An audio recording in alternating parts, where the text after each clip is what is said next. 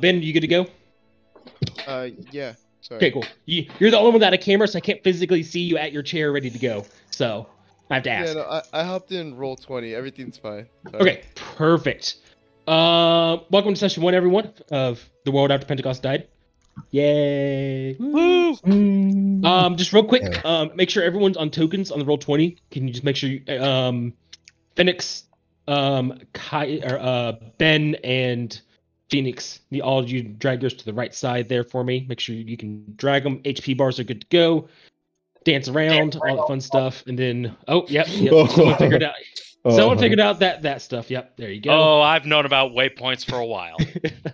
Yeah, like this. That's interesting. I didn't know about that. Yeah. Yeah, just click and drag it, and hit Q to establish a waypoint. And once you let you go, don't have... you won't see your token move along the path you set, but everybody else will. Oh, Yes. If okay. you right, Try to right click, but not with Q. What button was that you said? Q. it's so left. Hold your token, and as you drag it around, hit Q, and it dances And like everyone else is showing. Can you move your token, Annie? Andy, sorry. What? Damn, that's cool to know. Yes, you can. Perfect. Cool. Alrighty. So, good music. I like it. being such a jerk. It is session 1. We have all made our characters. Everyone is ready to join the Adventurers Guild, right? Officially, day 1, Adventurers Guild, all that stuff. Yep. So much like the map you see right now, Pentacost is the Convergence is a giant floating island with other islands connected to it, which represents the 6 houses. Some of you have come from other facets. Your paperwork has come in. You have been approved to officially join the Adventurers Guild and begin your 5 trial missions to prove yourself worthy to be an official member.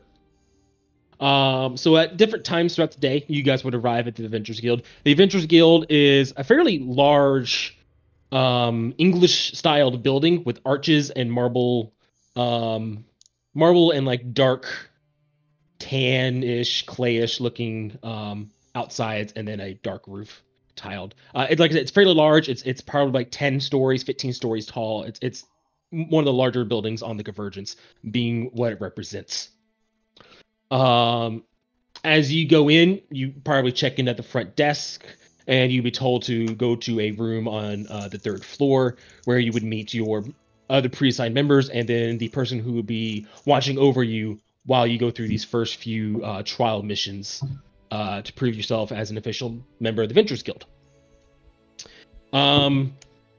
So who wants to enter the room first and describe their character for everyone so that way we all in-characterly know who we look like, names are introduced as, all that kind of stuff. Who wants to go first?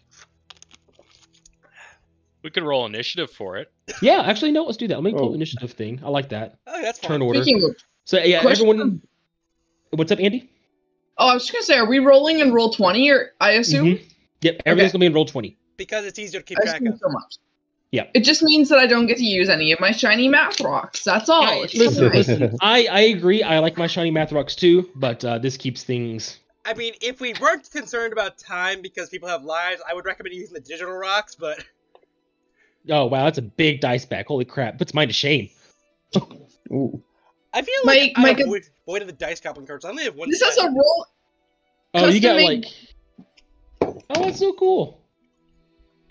Let's see here. This like fucking opens up and has all my dice in it. It looks like a Right. damn makeup kit. Yeah, I got 4 people. I'm missing Caius. Hey, I rolled. Oh wait, my bad. Oh, I yeah. remember how to roll. Remember Yeah, to so, click make on your... sure- Click Yeah, on your make sure you click on Yeah. your token and then roll. Oh shit! I didn't click on my token first. Wow, shame on you. Yep. Just click. What you can do is click, re-roll, and then just update the number manually yourself. I'm doing my best. It's okay. It's It's session Monday. 1. We're all gonna make mistakes. I'm gonna make mistakes today. You know me. I was So I clicked that. checking things last night, and I realized I missed like 3 important things. One of which was something to do with possible NPC sheets. forgot to give someone stats. Tried to figure out all that last night. And then Hey, what? Kaya's, Yeah. What do I? So I clicked on my token. What do I press click your for initiative token, again? and then open up your character sheet, and then click initiative. The little bit button in the middle, up top, up there. You gotta go to the little newspaper icon and click on your character sheet, and then click on your That's what I token. thought.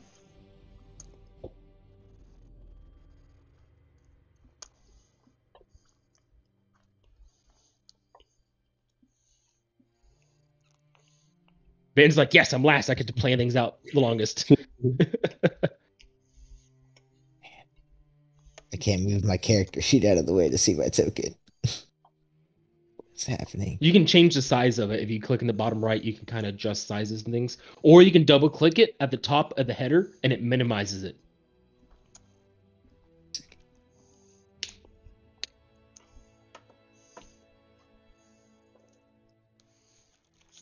So character sheet open, and I just click my character.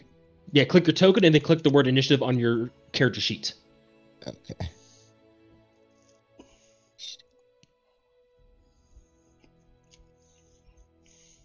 Watch, in 5 sessions, you're going to have this down pat. It's all good. I know. You're new to it. I understand. Like 2 of you are brand new. It's all good. I get it. He's a fighter. He'll It's analyze like this really it's quick. right.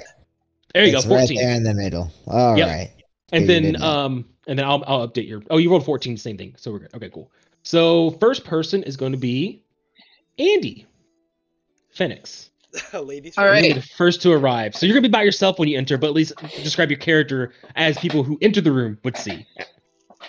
Phoenix is a fairly average height and build.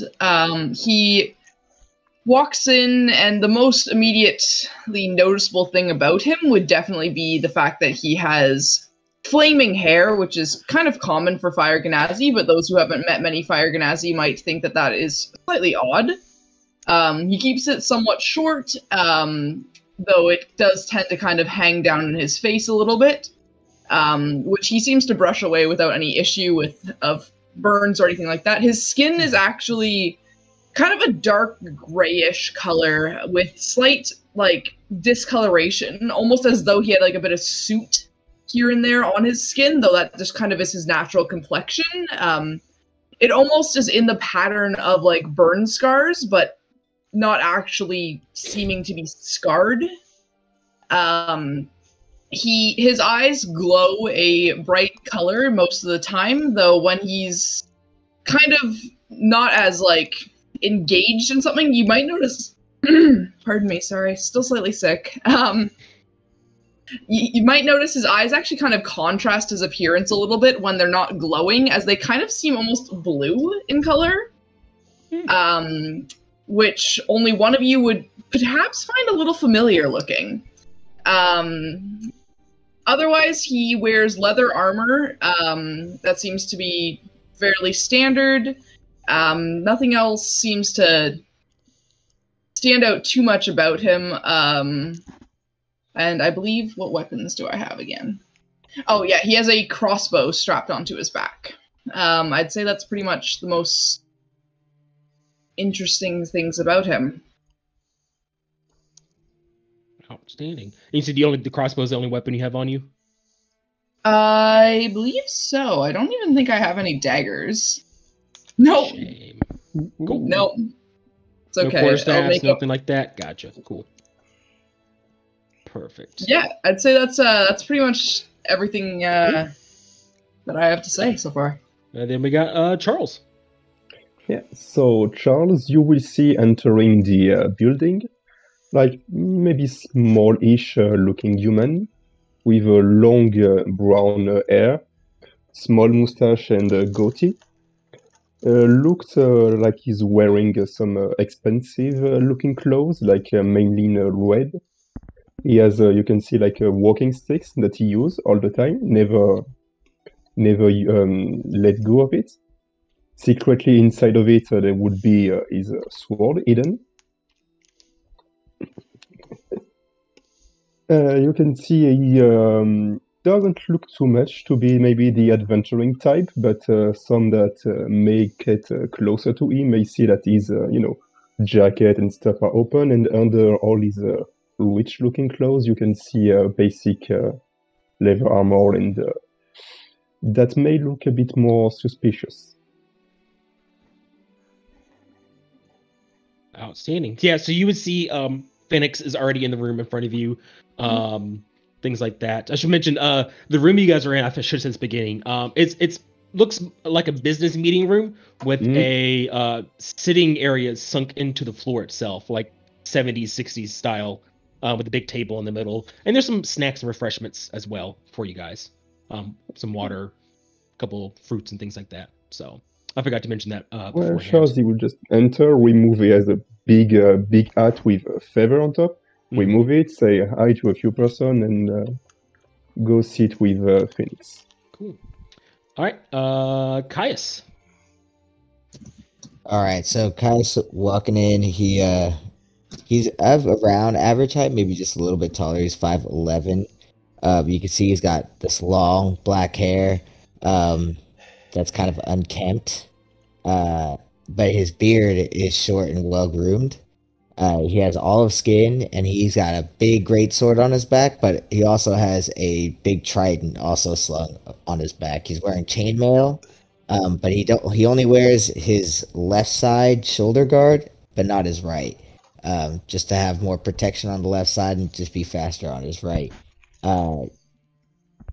So he's gonna walk in and kind of recognize the fiery fellow, but can't really quite place it as he walks over and joins the two. Wonderful. All right. Probably going to be the oddest person entering this room, Wilrick. Yeah, so probably having to duck to fit through the doorway. Absolutely. Is this 7'8", rather muscular, pretty muscular elephant man with slightly darker gray tint of skin, wearing clothes that they're tribal but not savage. You know, they're made mainly with like hemp and things and plant fibers like that. And carrying a matching glaive, basically. And aside from the size and stature of this guy, the most noticeable thing about his appearance is that his right eye is light brown, his left eye is purple. And for everyone else except for Chris B here, you guys have never seen this creature before. This is your first time ever seeing something like this. So I head over. I look around the room. I head over to the table where there's like fruits and stuff you mentioned. I grab one with my trunk and lean against the wall as I start to eat it. Yeah, the sitting area it's made for, larger people like orcs and everything like that. But for you, it'd be a tight squeeze. So probably standing would be the smart idea to do there. Following close behind Wilrick, because I believe you two are entering together mostly, right, Dusty? Yeah. Yeah. So right behind. Yeah, we Wilrick. probably would have met up before coming in. So yeah. Okay, so you guys see this shorter half elf, like not dwarf short, but not elephant man tall, beaming with a big smile, black hair tied into kind of a messy ponytail, glasses that are a bit just about right, a necklace with a magnifying glass on the end of it, and a full backpack, and a harmonica strapped to his belt. And he's just looking at you guys all with a beaming smile and like looking around, like going ooh and ah at everyone silently. Then he sees Phoenix, he's like, oh yeah. And he points at Grorik, it's like, save money on torches. Yeah. Phoenix, who had definitely been like sizing everyone up as they came in, kind of like mentally cataloging anything he could about them, kind of sees this guy and just like frowns, kind of realizes it's like, what the fuck? And you see he has a short bow and a rapier. And he stands next to Gwilrick. Yeah. And last but certainly not least, we have Ben with Daniel. Daniel's just kind of comes in quietly, following a little bit behind. He's wearing a nice brown leather jacket, kind of with the sleeves rolled up.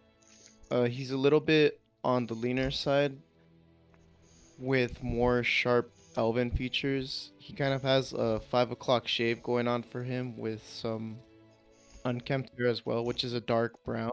His eyes are a little bit golden brown as well, and he has like a slight scar on his face, kind of on his left cheek. It just cuts across horizontally. Mhm. And he's pretty quiet. He just looks up, kind of sizing everyone up as well, but gives a light wave with one hand, and he's playing with a silver ring on the other, kind of like thumbing it around. And he'll look for the nearest open chair and just take his seat. Cool. So you guys are sitting here probably for about 5-10 minutes, sizing each other up. Maybe the few of you who know each other would be talking amongst yourselves a little bit here and there, whispering. Can I have a character and- moment? Because Yeah. Dusty would go and Yeah, go for it. Dusty would be like, "Hi, my name's Destrom. People call me Dusty," and he like goes and tries to take everyone's hand. Does anyone like? Yeah. Did anyone actually acknowledge that, or just like leave me alone? Like, you're right. I look at the elephant. I smell my drink again, and look at the elephant again. Like. Okay. Phoenix will shake your hand. His skin is very warm to touch. Man, you gotta save on heating bills. Caius would stand up and also shake his hand. Yeah. And he'd be very polite. He'd be like, "Pleasure to meet you." Man, dude, you look like you could take an arrow to the face. I have. Cool. And just nod. It Just, and then shows. just turns and sits back down.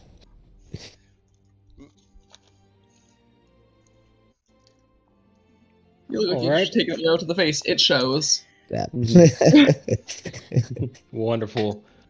Well, you guys are all getting to know each other. Like I said, about 5-10 minutes later, the door would open again, and a seventh figure would walk in. You would see, obviously, a human man with a beard. On the older side, he has graying hair on his sides. He is wearing plate armor with a fur coat, and then all the other details you would see here. He would come in carrying a sizable briefcase looking thing. Looks very nice and ornate. And he has all his other gear on him as well as listed there. And he would come in and is like, "Oh, shit! You guys are already here. Ah. I'm late, aren't I? Damn it. Okay." And he would walk in, put the case on the table, dust his hands off, and he's like, 1, 2, 3, 4, 5, 6. Oh, you're all here. Ah, I'm last. That's not gonna look good. Alrighty. Hi, I am Nathan Schultz. I am going to be your mentor, guardian, subconscious whispers as you guys are earning your place here in the Adventurers Guild. I would like to formally welcome you to the guild as such. A little about me. Yes. Right. Where should I start? I've been in Adventurers Guild for about 20 years now. It's kind of a big deal. More importantly, I am a member of the Sacrosanct Guild. It's something I have to say. It's very important. In case anything comes up that conflicts with my duties, my guild duties will take precedence. I should let you all know that ahead of time. What else about me? My favorite color is cyan. I have an ex-wife. If we ever see her, we are going to not interact with her whatsoever. And I am not banned from any facets, luckily. So, yeah.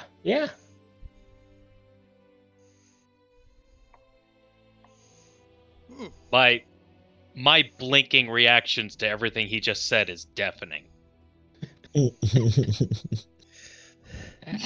So, I know a little about each of you. I read your profiles and everything like that, but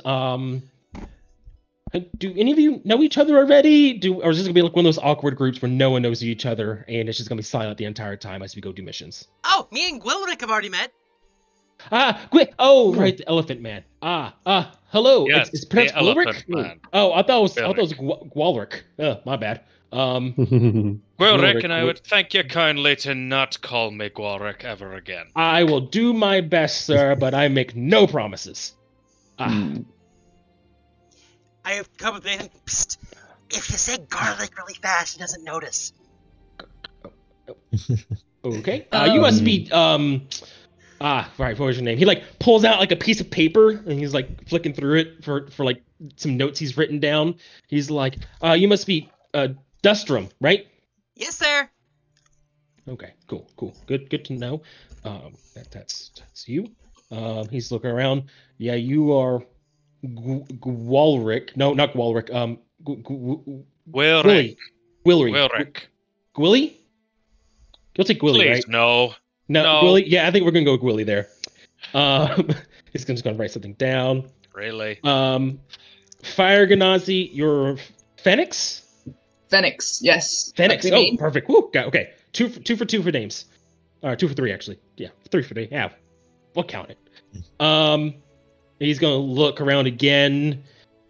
He's going to see 2 humans. He's gonna be like, which one's Charles?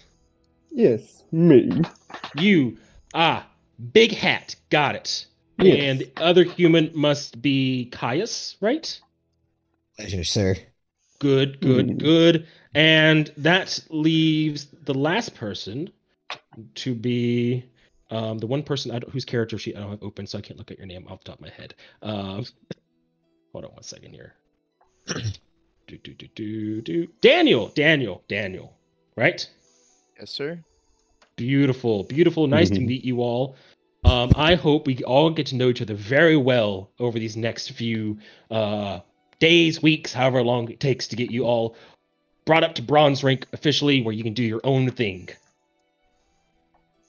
Like I said, I am here as a mentor and a guide. I'm not here to do the missions for you. Think of it as insurance, where if something goes wrong, I am there to protect you. So I only have one rule why I'm here. Technically a couple rules, but one rule that you have to follow. If I say to do something, you need to do it, because I'm going to probably notice something before you guys do. I'm going to see something's going on. You guys are new. It's okay to be new, but just like, if I say duck, please duck, don't jump, because probably a dragon swooping down and trying to grab you. Yes, that did happen once. I make no promises that my ducking will make any difference, but I'll try. I appreciate the try. So, any like last second worries about joining the guild? Questions, worries before we get started with anything? The official pomp and prairiness that everyone loves so much about joining the guild. Everyone does. Do you get a lot of worries for people joining? Oh, you have no idea. There are people who join and then they see the mission board and they just, they're afraid to take anything somewhat adventurous, Like, wow, there was one was a couple weeks ago. What was it? It was literally going to pick flowers. Like, who goes picks flowers? What's the point of being an adventurer? Pick flowers. Just go join some herbalist shop and go pick flowers. In their defense, sir, some flowers can kill you.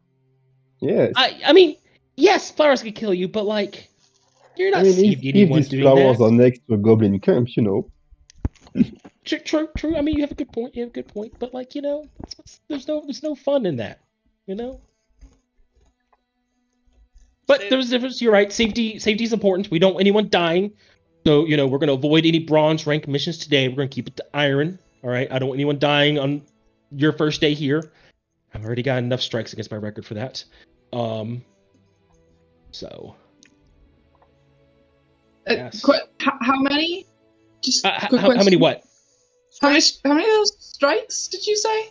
I have no strikes. No, I have a clean record. Flawless. Perfectly fine. Yeah. I don't even need to make an insight check on that. Yeah, go for it. Yeah, you don't need to. Yeah, he's definitely covering up what he said before. So. Don't worry about it, Phoenix. People die all the time. That's why this pays so well. I mean, he is right about that. That is why the pay is very well, especially for the Rift missions. Those not where nervous. The goal is at. Not nervous, curious. That's fair. It's always good to be curious. Yeah. Asking questions is how you stay alive in this job. Oh, one thing I just want to note out of character: if there's a conversation going on and you want to talk to one of the other characters, we generally use the Roll20 chat. That works as well. Yeah. So. Because it's just easier on my recording if you want to keep that, because I'm going to be on Roll20 mostly the time. Cool. Any other questions, concerns? Any last minute people want to jump out? No shame in dropping out. Just, I'll laugh at you as you leave, probably. No? Good, perfect. Oh. Now begins the fun part of joining the guild, he says, as he goes over to the case. There's 2 golden latches on it, and he flicks them open, and he would open the case up. And inside you will see a myriad of jewelry, each with a green gemstone on it. Earrings, bracelets, rings, couple necklaces, like I said, earrings, simple jewelry, nothing exotic like tongue piercings or toe rings or anything like that. He says, all right, each of you pick your favorite. Earrings, sadly, you only get 1. You don't get a pair. So if you want an earring, you're going to look weird with only 1 earring. What are these? What are these? Oh, these are your badges for being in the Adventurers Guild. Ah. Yes. Once you pick it, we're going to go over and get your information updated so it's yours personally. So if anyone tries to steal it, they're not able yours. Actually, hold on. I'll show you mine. In the corner of the room, you guys didn't really see it. You thought it was probably just decoration. There was this probably about 4 foot tall little stand with a bowl over it. And he would go over it. He would take his axe, and at the base of the axe is a green gemstone, and he would just tap it into it, and you would see just a couple lines of information. You would see his name, his rank, and a couple other details like that. He's in the Sacrant Guild, things like that. And as for his rank, it would be. Let me check the notes. He is Mithril rank, which is rank 6. Out of 9. All right, I lean over the case, look at the options, grab a necklace with my trunk, and drape it over one of my tusks.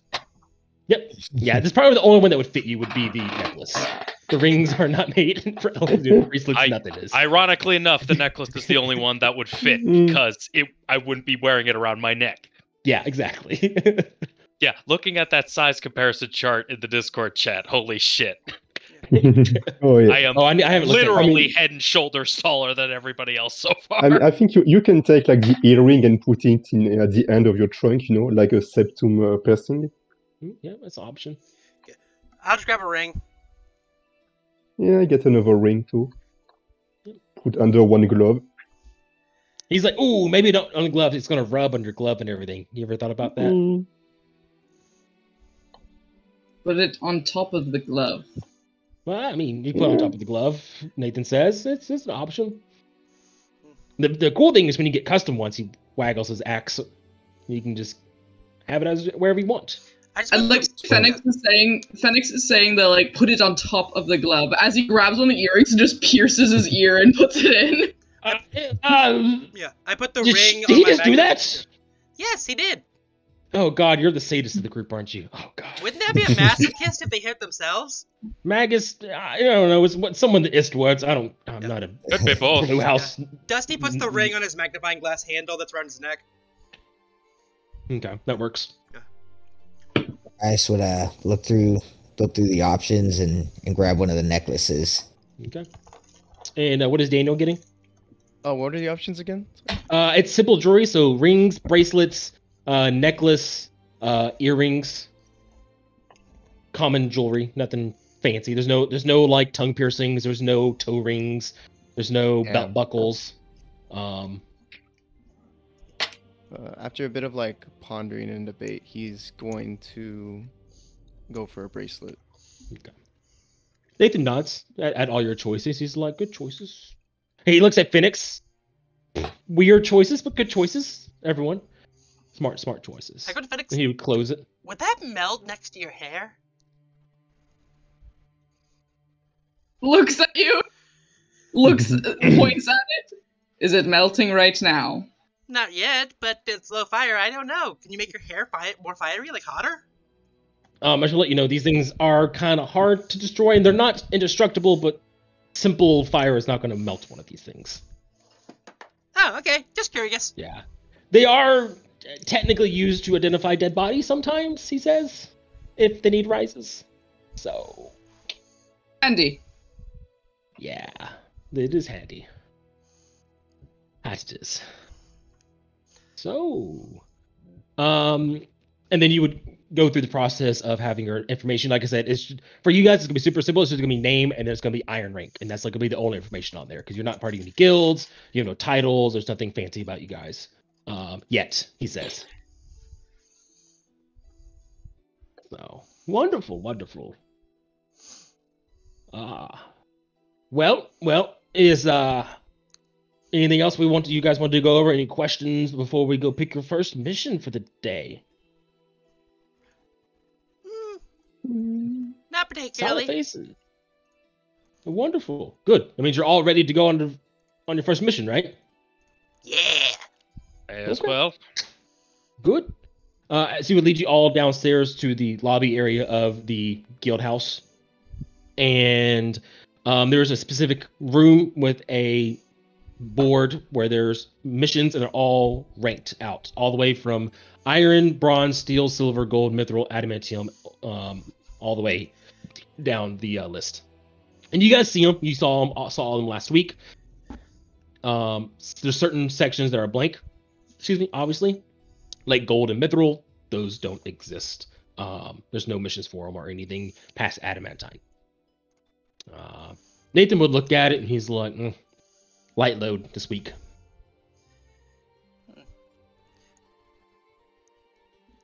Dusty would notice body snatchers, and he would ask, "How old are the graveyards in Black Snow?"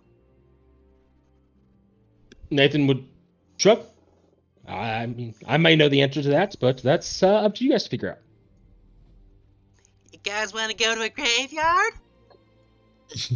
That's a dangerous looking mission dealing with necromancers. You sure you guys don't want to do something simpler, like Upon hearing about that, I lean in a bit closer to the notice to read it more carefully, and I say, I recognize I'm not in any position of real authority here, but I would very much like to go to Black Snow to investigate those grave robbings. What about and as I say delivering this, the I letter? Yeah. I mean, That's a simple one. necromancer, I think, could be a much bigger problem. Okay, correct me if I'm wrong, but out of character, didn't we establish body snatchers last week? Yeah. This is just Yes, Nathan we did. playing his Of character. character. Gotcha. Just making sure. Making sure I wasn't mistaken. No, you're not crazy. Yeah. Phoenix will Yes. finger the notice about thieves looking interested, but will turn to the elephant man and just kind of look him up and down and go, if the elephant wants to go deal with necromancers, I'm not going to say no. The money is good. Oh, yes. No thief problem. I'll put it Let's. this way.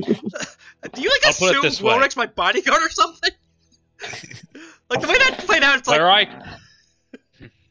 Where I come from, grave robbing, it's not only not unheard of, but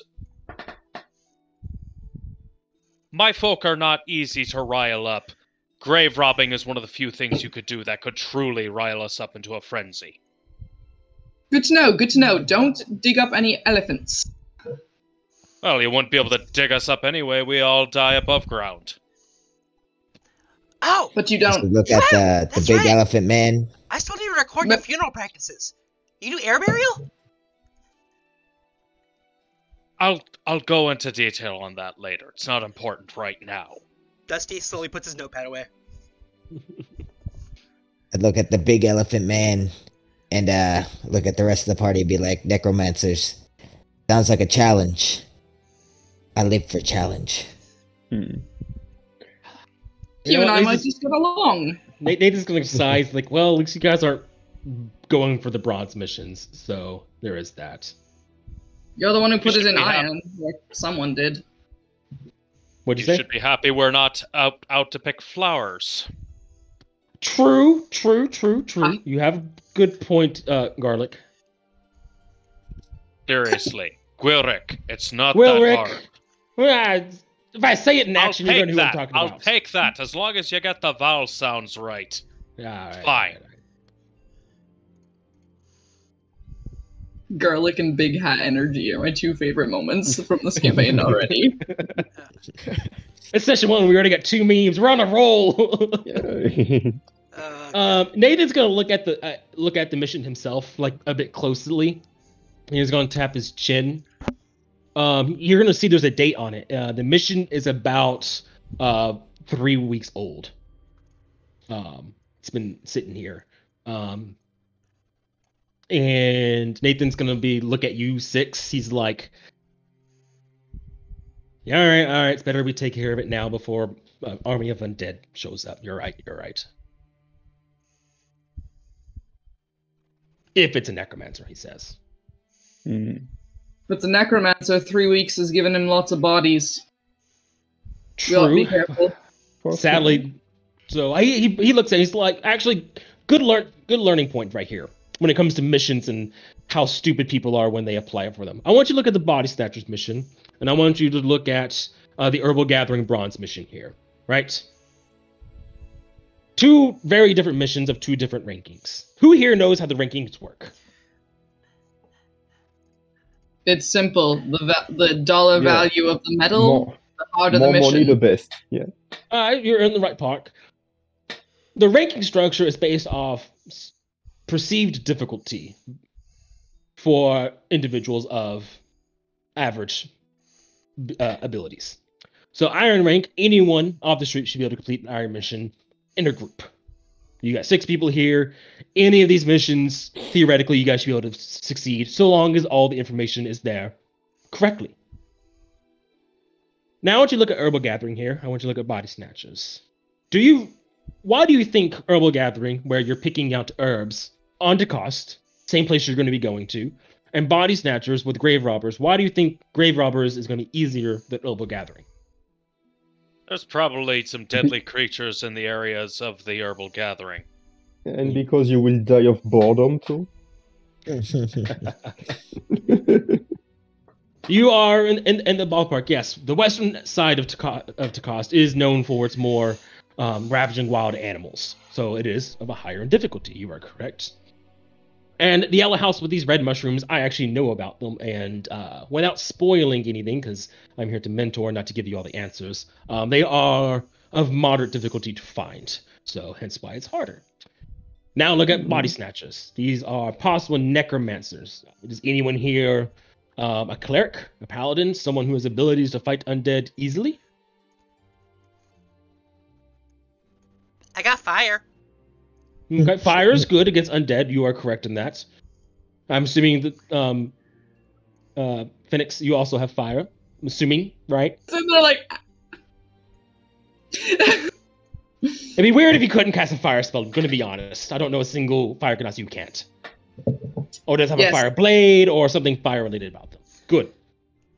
So anyone here have any idea how to fight undead properly? same as anyone else. Stab. Which is? Well, I mean, if they're ghosts, I think it would be difficult to stab them. Ghosts would be difficult, but I don't think ghosts are involved in this. A, because it is an Iron rank mission. You don't see ghosts until you hit maybe steel. Behead them. Beheading is good. The important thing is the corpse is missing. You don't need a corpse to make a ghost, right? You just need A spirit. spirits. Exactly. So, no ghosts, so you can eliminate that as a possible factor. Corpses, it's going to be zombies, most likely, if it is a necromancer. Of course, it could just be actual grave robbers. You also gotta consider that as a fact. So, just things to keep out when you look at these missions and comparing them is perceived difficulty and what your group is able to do. You don't want to be the idiots going in to fight a dungeon full of, let's say, rock monsters and don't have a hammer.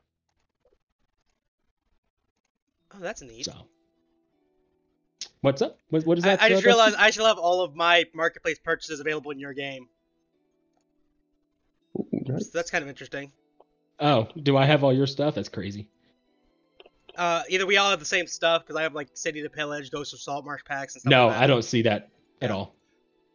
So no, it's only you see your own. So if you need a boss monster that you don't have, I have plenty. All right, noted. Noted for the future. But back on track. Yeah. So, another thing you should know: you can't take any mission more than one rank higher than yours. So right now you're limited to bronze. The mission secretary won't even entertain the idea of taking steel or higher for you guys currently. You guys can take as low as rank as possible as you want, but it's frowned upon to take things too low. If you're of my mithril rank and you're taking iron rank missions from other iron rank mission people, it's just kind of a dick move. So that is how the mission board works. So as you guys pick missions in the future, just keep an eye out on wordings and things because people don't always give the full details of missions. And I have experienced that firsthand in both ways. Sometimes missions were too easy and you got a free payout, and the other side was true. You only get paid 100 gold for fighting off an entire rift of eldritch beings. Dang. Mm-hmm. Oh, it's no coincidence that this Body Snatchers one is on the board today. So, Is there frankly, hash I don't today? care. If you guys want to take it, we will do it. I am here to, like I said, mentor and guide. I'm not here to tell you what to do. So let's go ahead and take the mission. Which one of you wants to go to the front desk to turn in? I will. Cool. Dusty, you go to the front desk. The secretary there is going to tell you you're going to be into the town of Abaddon, and you're going to be looking for the mayor, Charles Mitty. To Abaddon, looking for Charles Mitty. Yeah. She says it's a smaller town in there. It's on the it's going to be east from the pillar city you guys will appear in. Okay, we got some travel to do. Mm-hmm. Everyone have supplies and rations for stuff in case we get stuck in the woods? I hand wave all that stuff, so you guys will be good. Oh, okay. Yeah. We don't count food, don't count arrows, we don't count all that Oh, stuff. thank It's God. just assumed you bought your own. Yeah. Now, if it's special ammo or special food, then yes, we will count that. But like basic rations, basic stuff, it's assumed Yeah. that you guys got it. So, unless specifically said otherwise, like you lose all your bags and stuff. Just for generalism. Cool. Nathan looks at you all and says, "I follow you guys, and I will offer advice when and if needed." So you guys have the reins for this mission. What do you guys want to do? Let's go, guys!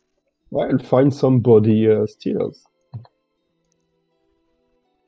Alright, you guys- And I'm just going to say right away, this is likely not grave robbers. Grave robbers don't need bodies, they just need the possessions on the bodies. Well, unless they eat them. Yeah, probably. Cannibals. Necromancers. Or... Who would need that many bodies? Also, Dragons. A village How- of cannibals. I mean, yeah. how old the probably, bodies are depends on how much flesh is left. Ooh. I think a necromancer would not care about how much flesh there is, right? No. We're talking on cannibals now. Keep on track. Yeah, we need to ask like how old these bodies have been. Why do you assume necromancers and cannibals are two different qualities of people? Because one uses it as a tool and one uses it as a resource. Usually you don't Yeah, but can't it's called really use it as both. recycling. Well, it's hard to use the body that you've eaten. Well, let's just go and find out. Why don't we get there, right? Cool. Yes. Ben, do me a favor, roll me 1d8.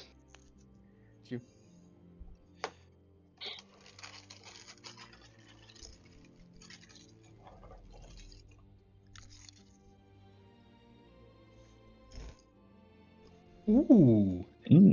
Interesting. Okay. So you guys go through the convergence to the teleportation pillar. It's a very tall obelisk, probably around 20-25 feet.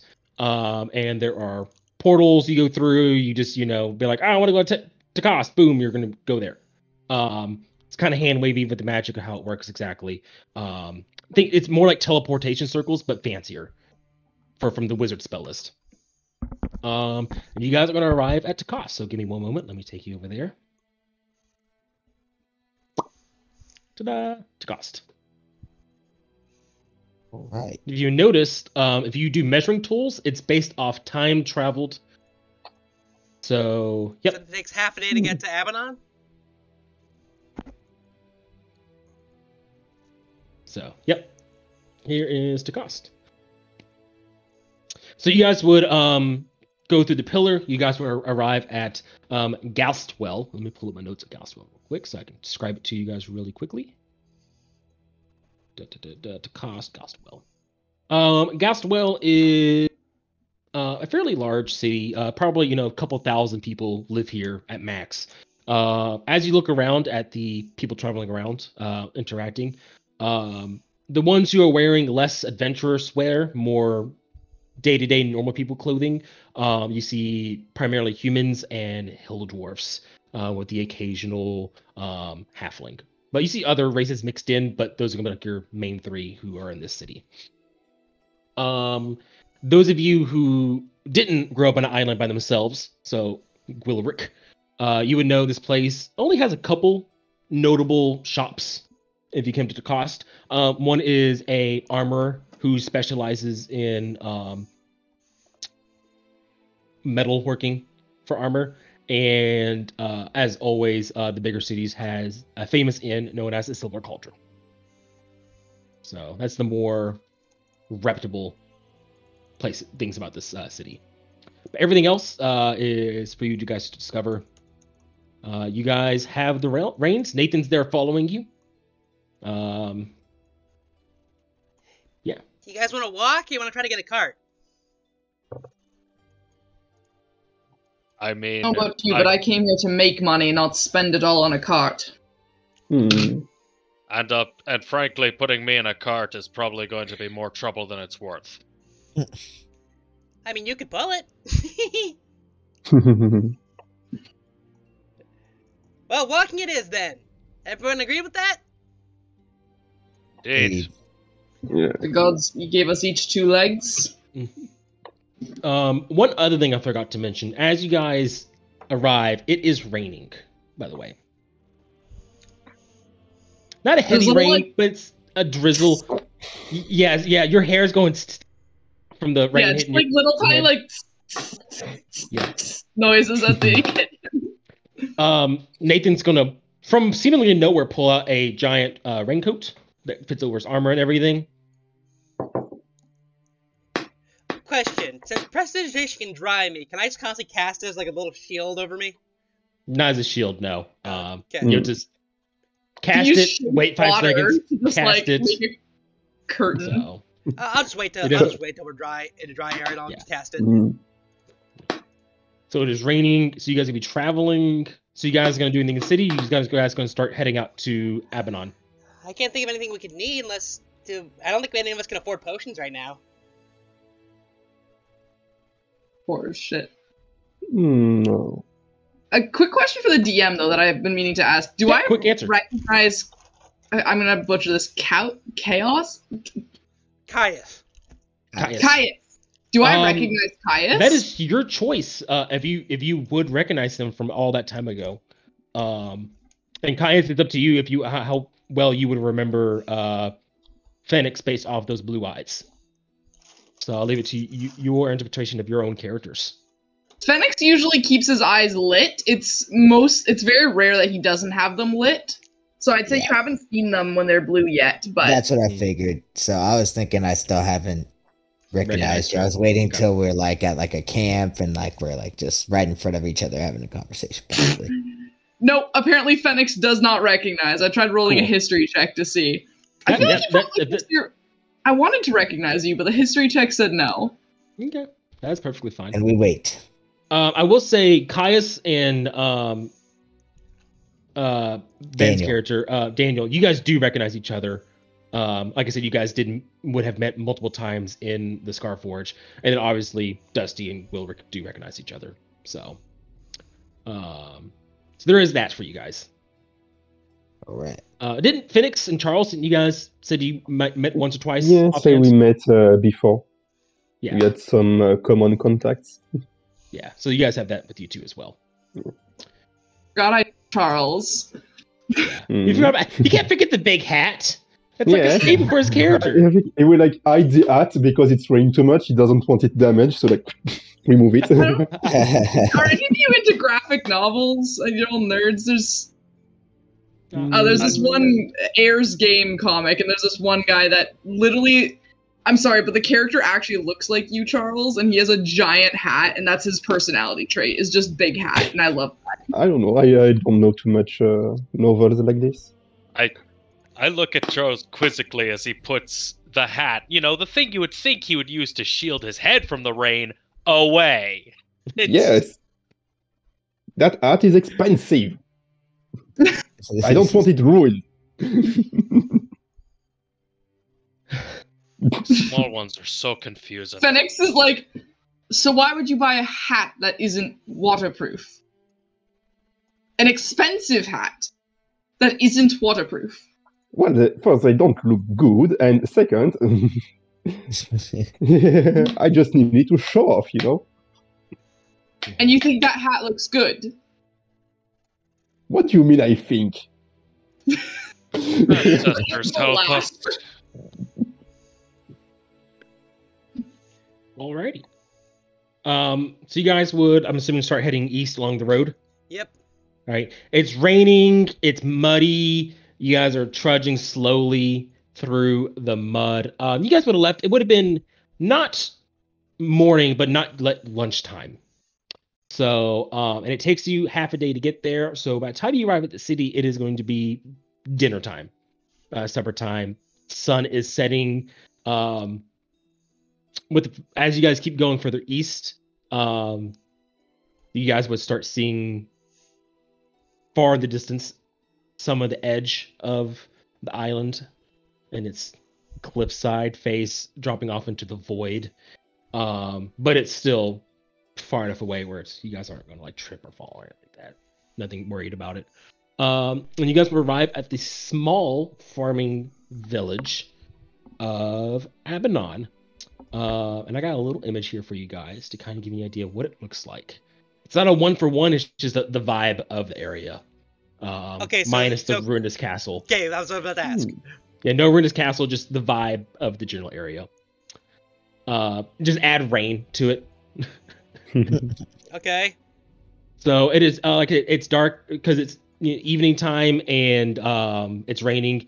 You would see people. There's like no one outside right now.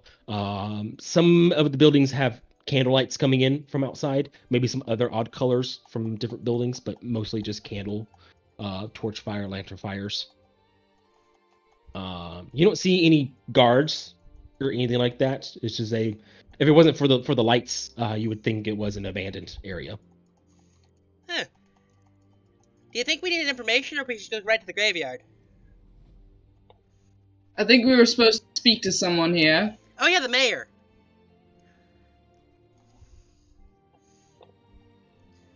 Even if we weren't, I would be in favor of asking around a bit first. There's only like one place that the lights on.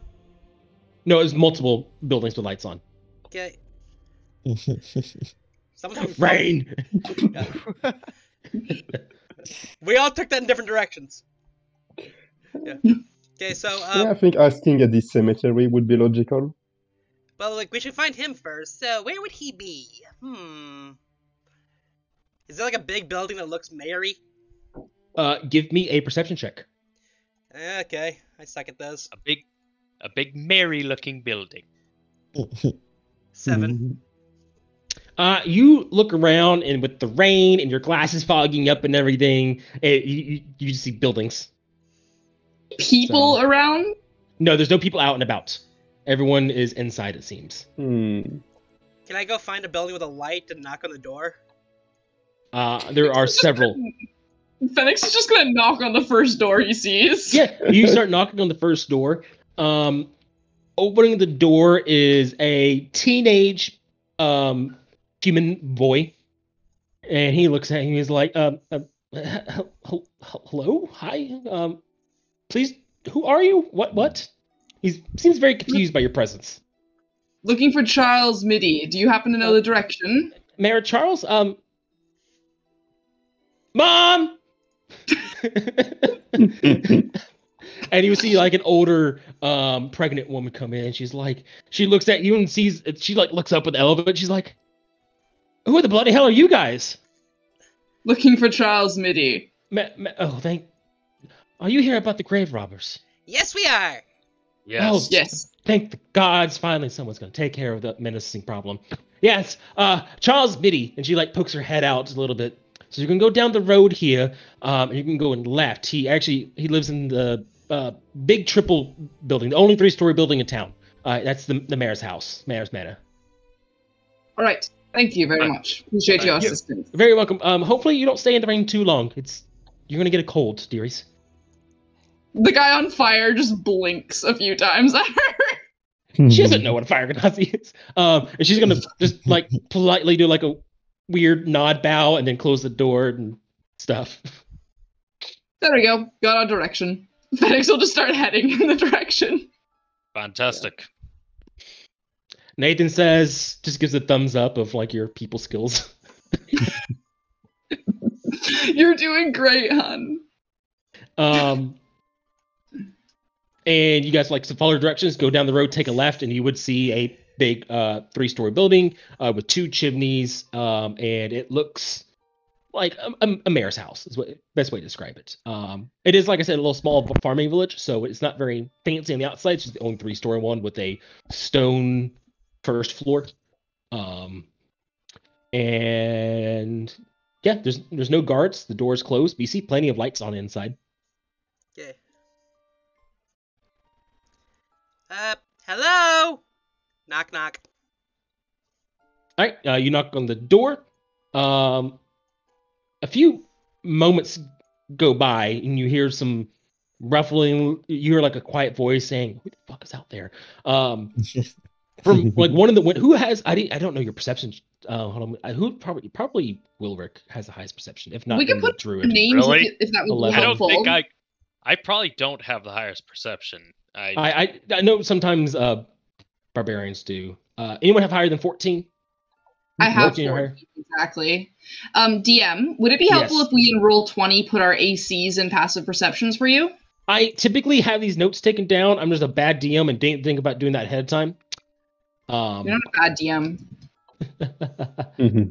Usually I have a thing right here above my thing, and I have things written down. I just never got around to doing it. I have my other notes on there for day-to-day stuff that I didn't want to erase. So 14. So Fennec, you see like through like one of the windows a curtain move, and you see someone look and go, huh, and then close it back. Obviously toward the elephant man. And then the door will kind of peek open, and you can see like a man there. He's like, "Hello." Hi, we're here Looking with directly corpses. at the elephants, not looking at Dusty's right in front of the door, but past Dusty at Gwilrick, and is like, "Hello." We're here about the grave robbers. Fenix will put on his most charming smile and just be like, "We're here from the Adventurers Guild. We came to assist with the grave robbing." Oh, okay. I'll go get Mr. Charles. Hold on one moment. Close the door, and the man walks off. You may want to be more We're careful having with the great phrasing there. impressions so far.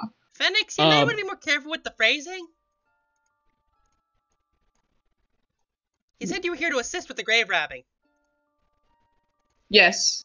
With the grave robbing problem, not, You made it sound like you were assist robbing them. stealing. Laughs for a moment and goes, "Right. Yes, people aren't my strong suit. Is it someone else's?" I'm okay with them. You Really? folk are so You're sure strange. about that? You're assessing your strengths correctly here, Dusty. Well, I'm not the one who just said I was helping to rob the graves. Fair enough. Nathan is just We have a observing. warlock in this party.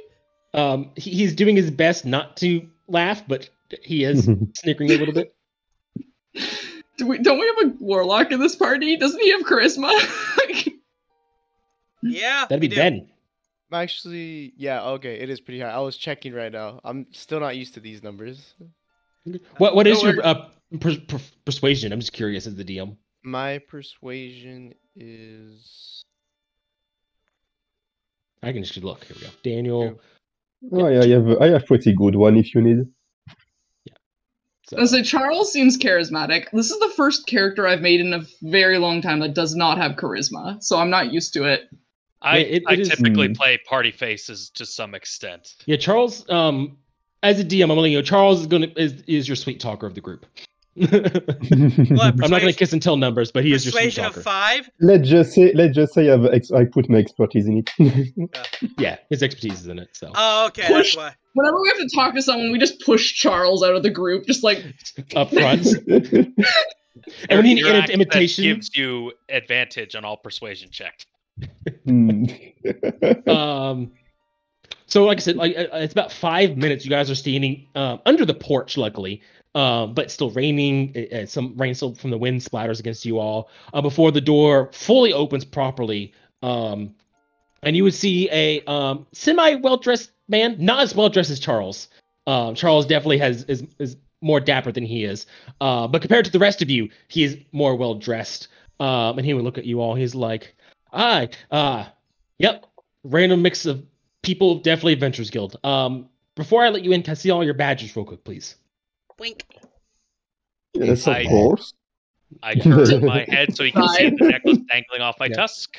And Nathan kind of waggles his war axe in the back. And the man is like, good, come in. Please. He's like, looks at the giant elephant. I don't know if you can fit. Sorry if you can't. I will make do. Yeah. You definitely had to get on your knees or like be hunched over the entire time. It's like Gandalf in the Lord of the Rings movies. Yep. It's exactly what it is. you might want to invest in some good knee pads. Can save you a lot of trouble. My knees have their own padding, thank you. And I will shake my head and start walking on my knees. You know, just it's Nice. So you guys are dripping wet and everything like that. The man he rubbing his hands a little bit. He's like, yes, I am Charles Mitty. I am the mayor of this small little village out here on Pentacost. I'm so glad someone's finally responding to my request. That's only natural, We saw your problem. It seemed quite important for us. Mayor Charles Mitty is a much older fellow, probably well in his 60s. Gray hair, wrinkly skin. He's got like those old people spots on his hands, things like that. But he doesn't look. He still looks fit, as if like he's been working on farms his entire life. So exactly. Yeah, no, except that you actually break the. So he's like I said, he's constantly fidgeting with his hands. Looks very nervous, more about the situation than you guys correctly. He's like, yes, please. I would offer you to sit down, but I wasn't expecting guests so soon. So all I can tell you is the past few weeks, we have noticed a couple graves turned up empty, dug up and emptied. Which at first we hired some guards to guard the graveyard for our village, but I just learned only a couple days ago that it wasn't just our village that was hit by grave robbers. Okay, so you hired guards after the fact. Did the grave robbers continue after you hired the guards? Not at our village. There's one other village, and then there's the actual town of Snowvale, down to the south that was hit the most recently. Just yesterday, I heard. I got a letter today. And the other small village, just west of here, south of Gestalt, is Acost. Is another small village like ours. And that one was hit last week, and then, like I said, 2 days ago, Snowville, an actual proper town, reported a body was dug up and missing. And is it like recent bodies that have been stolen, or just old ones? I mean, the oldest one was the founding member of our town, my many times great grandmother. And the newest one, probably a couple months ago, was Sarkson. He just died of old age. So Was anything left behind, or did no, they? the grave was completely emptied out of everything. Everything was taken. And this makes me think I'm worried about necromancers.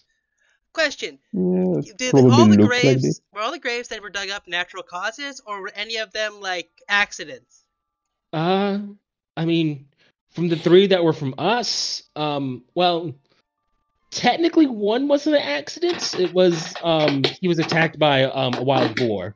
So I guess an accident, but the other two were from old age here. The ones in the other two locations I have no idea. All right. Has an attack happened recently again, or 2 days ago, he said. Not here down in Snowvale. But ours was the most recent one here was 2 weeks ago, and that's when we hired guards for the actual graveyard itself. That's why you don't see them patrolling. They're probably watching the graveyard right now. question? And are there Oh, sorry, you go first. are there still like people buried in the graveyard now or not? What'd you say? Are there still some people buried in the graveyard or not? Oh yes, it's there's dozens of bodies out there, ranging from several years to, like I said, the most recent one dug up was a few months ago. I'd say the most recent body, who was it? It was a small babe, not even a month old, who died of just natural causes. I don't even know its name, sadly. Wait, in this graveyard? In the graveyard here in my town, yes. And that's okay. I thought okay, never mind. My theory's shot. I don't know much about the other graveyards and the other two. Did you say a baby died? Yes, just maybe a month ago. Yeah, was dug up? No, not dug up. Oh, thank God, no. Oh, no. I don't know how I could bear such a horrible thing. Second. No. He was asking, a friend here with the magnifying glass was asking when the most recent death was in the village. Yeah. All right. Have you noticed any strangers around town? People you don't recognize? Lately, I've been looking at everyone. We have people who frequent around here. Merchants coming to pick up the farming things. I mean, we're just a quiet, small farming village. There's been no real strangers that I was aware of. So that's all I have about that. I'm sorry. And I'm busy with stuff. If you want to ask more, you can ask some of the people around town. We will. Have you noticed any omens? Anything odd? Omens. Anything odd? No, not particularly. I'm gonna be honest, I'm not much of the superstitious type. They get to my age and everything's an omen if you really want to think of it that way. But no, not really. Nothing omenish. We see the map of the island really quick. Yeah, you can see the map if you want to. Yeah, I can do that for you. And so we're over here on the east a little. Yeah, you guys are right here. Actually, I will take your little party token. Boop. So, like, the trail's going here. That way? And where was the most recent one? Snowvale was the most recent one. Okay. And the one before that was in Kost, which is west of here, just south of Gauswell. So it's going on a trail. Yeah. So what's the next graveyard after Snowville? Would it be this small town right here? So this right here is a Kost right here. He just told you. Yeah, good. Which was hit before Snowville. So they're following the road, or that's a weird ass trail. I mean, going from town to town, it's.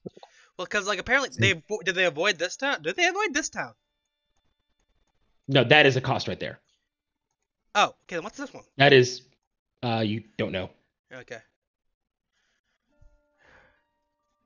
So the trail went from here to Acost, and then to Snowville? That is what he told you, yes. Okay. That's the order the graveyards were dug up, or attacked. Wait, it's making a triangle. Oh no. Should we investigate the middle of a triangle? I mean, mean, we can. Good place for people to hide. It's potential. And also, if it's Yeah, necromancy, that could be a rune circle, a rune diagram. You guys want to go out to the White Forest? You think necromancer's out there? Well, I mean, this trail's not very efficient unless they're doing something. Because why wouldn't they just simply hit this village?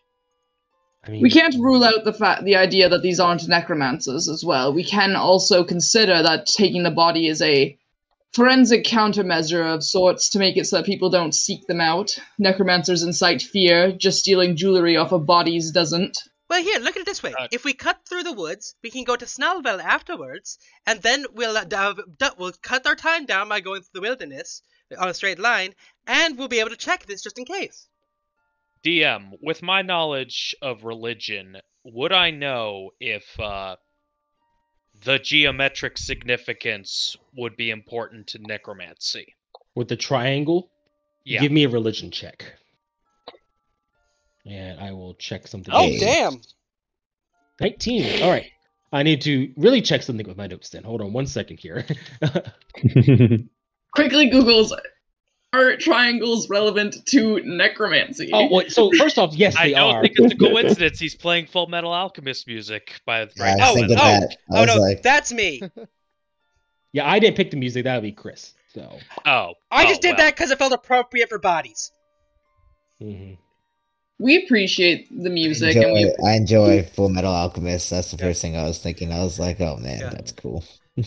It fits. I didn't think it I've was actually- yeah. That's just a coincidence by the dice gods to let us have a cooler theme. The DM is checking symbols for death gods. Because I'm pretty sure there's a death god that does have a triangle in its shape, but I can't remember which one. it might not be plot relevant considering the DM didn't have her prepared, but Hold Do on, our hold on. yes. no, There's our always a characters plot do relevance. not. The DM just may not be aware of it. So. Yes. You just say you youngins. So with your 19, you would know a triangle is specifically not related to necromancy specifically, but there are rituals that shapes do matter with. And you don't know any raising dead rituals specifically, but it's on the table for sure. But you don't know any specific ones. It's not a direct relation. I'm no expert in the matter, but shapes are important to rituals such as this. Mhm. Mm. So the triangle pattern may not be a coincidence. And I do want to mention bigger shapes mean bigger power. That's why I'm So, if concerned it's- because, like, If it's- it is a necromancer, and you would know this, Willwork, this is not just some small time, beginner level stuff. If it's this big of a triangle across the land. Oof. Yeah, if this is something Necromancers typically work in groups. It would take more than one person to dig up these graves without being sighted. Digging up a grave is no small feat. well, if he reanimated the corpses, then he constantly gets more help. I mean, yeah, the graves weren't shallow dug; they were dug fairly deep. Especially my great grandmother's. It wasn't just a simple casket; it was like stone. given the level monolith. of power that might be involved with this, I would say that it would behoove us to investigate the potential center point because there's a great potential for risk here. The risk of leaving this unattended. And In besides, terms of Nathan's follow- with us, so if we know we're gonna get screwed, he should tell us, right? If death is on the table in an immediate faction, I will stop you and save you guys. Yes. See? I was saying, Nathan, But as Is of that- right now, I see no reason to have you pull out from this mission as it is.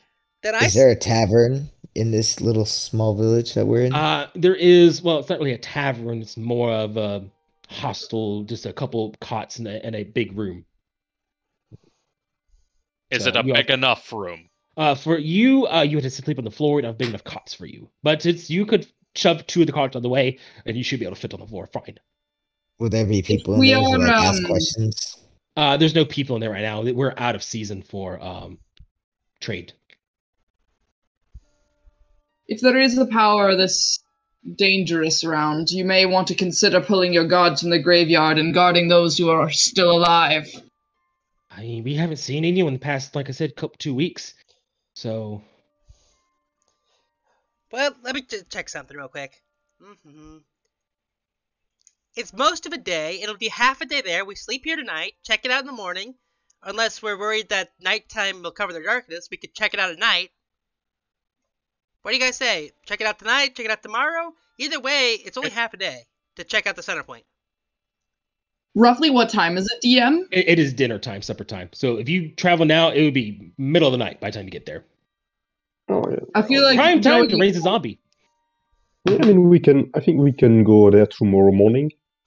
Haven't all the incidents been at night? The grave robbings have been done at nighttime, yes. Yeah. Well, we can That makes sense. inspect this village graveyard. If you, See. the graveyard's free for you guys to investigate. I'll let the guards know in the morning who you are and that you have free reign to investigate. I just ask you don't dig up any more bodies, please. And treat the graves with some respect, if possible. Yes, of course. Of course. Yes, I would appreciate that, as would the others here. But we know that if you have to, possibly do anything, just cover it back up when you're done. We could always spend the night camped out by the graveyard. Take turns keeping watch. See Like if I we said, can catch anything interesting. if you want to camp out there with the guards, you're more than welcome to. I'm sure they would welcome guests. That sounds like a plan to me. Mm. As long Right. as long as none of you are too worried about your skin getting pruned by the rain, I'm fine with it. Oh, I'm terribly do you- worried about it myself. Do you have a tent we could borrow? I don't. I'm sorry. I'm not No. the camping type. Okay, are there any mausoleums we could hang out in? No, the guards are under a impromptu tarp roof thing. Okay, that But works. all of you aren't going to fit underneath there. It's just big enough for the two of them. I mean, if he's an can elephant, make he has one of- rained on skin. Isn't he used to getting rained on? I've slept in the rain before. Huh. It's not a comfortable experience per se, but I don't have any problem with it. Mm. I'm particularly indifferent myself. Nathan has his So rain I jacket, do think so we he's should good protect regardless. Charles and his hat.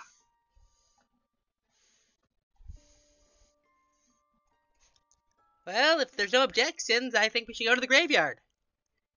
Let's go. All right. You all, 7 of you, including Nathan, head out to the graveyard. It is on the north side of town. And you would see in the darkness through the rain is a small flicker of orange light from a campfire. As you get closer, you would see there are 2 human individuals wearing standard Convergence army gear in colors. You are sitting in chairs by the campfire, set up like this. They're awake, they're talking to each other, but they're kind of half looking out at the graveyard, half looking at each other. And they don't Look at turn Charles. around after they hear you or anything like that. It is raining, so. Yeah, I looked at Charles. My people skills have been proven horrible. Oh, that's not a big issue, you know it.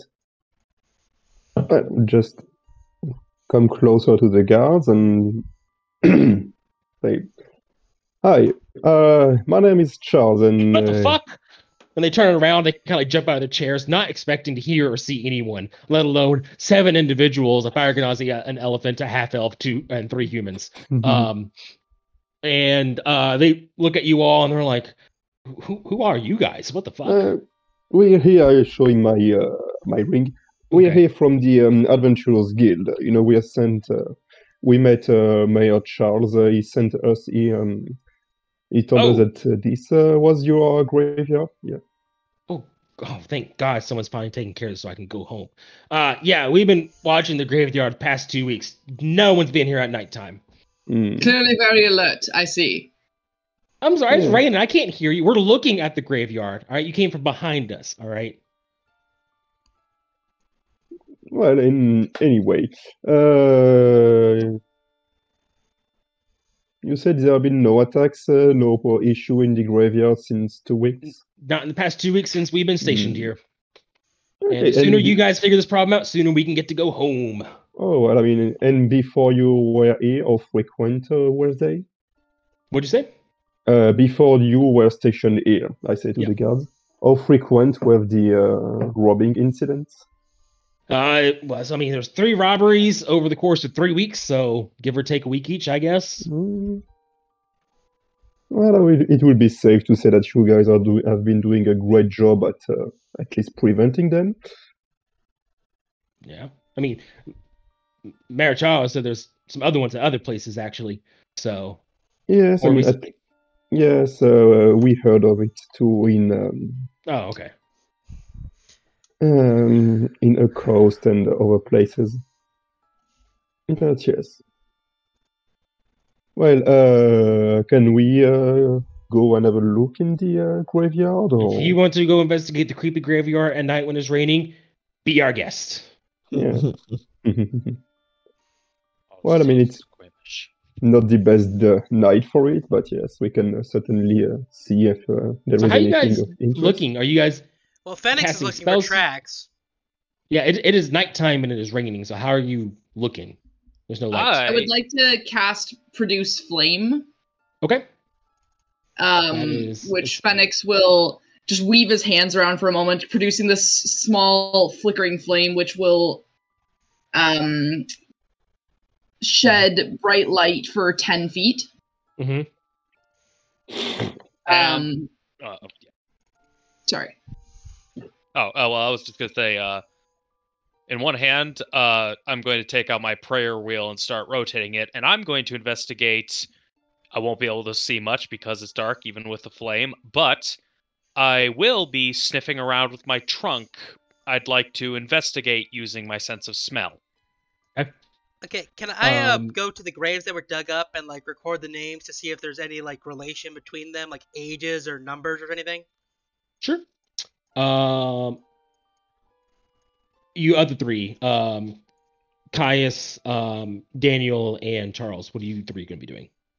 I'm gonna turn and go back and walk over to the soldiers, Mm-hmm. and I'm pretty sure because I was a soldier, I have some kind of either cards or dice. I think I'm gonna go and see if they want to play a small game, really quick. They would welcome playing a game. They are bored as fuck. Yeah, that's what I figured. Yeah, they And like we'll they share see you some bring more out your card stories. game. They like clear their little table and they pat it and they're like, "Let's go." Hell yeah! All right, I'm gonna play some card games. Daniel, with what are you gonna be soldiers doing? over here. You said this is like towards the end of town, like the edge of town. Yeah, the north Or side of town. Yeah. Is the forest like nearby? No, not at all. Oh, the north side. So we're at the hill. Yeah, so all my maps are always gonna be north oriented, by the way, unless I say so otherwise. Just keeps things clean and easy. Can I tell which the last one that was robbed at this location? Can you Is it tell which still, like- one? Yeah, The like, mayor did marked tell you specifically? it was Sarkson's.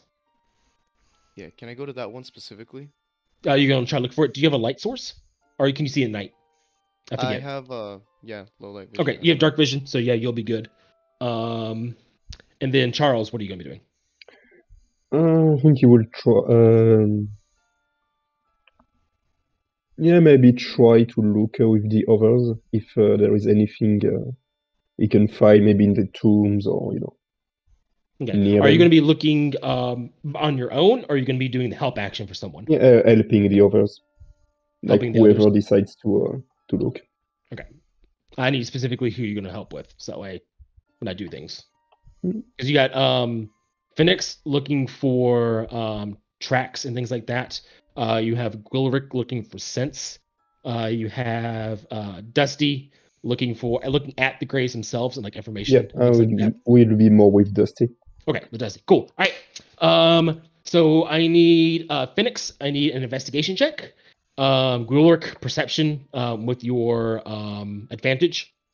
Dusty, investigation check with advantage because you have Charles there helping you. Sure. And then 22. Cool. Daniel, what are you doing again? You said you're investigating the more recent grave. Yeah, the grave Specifically? that was robbed here. Okay.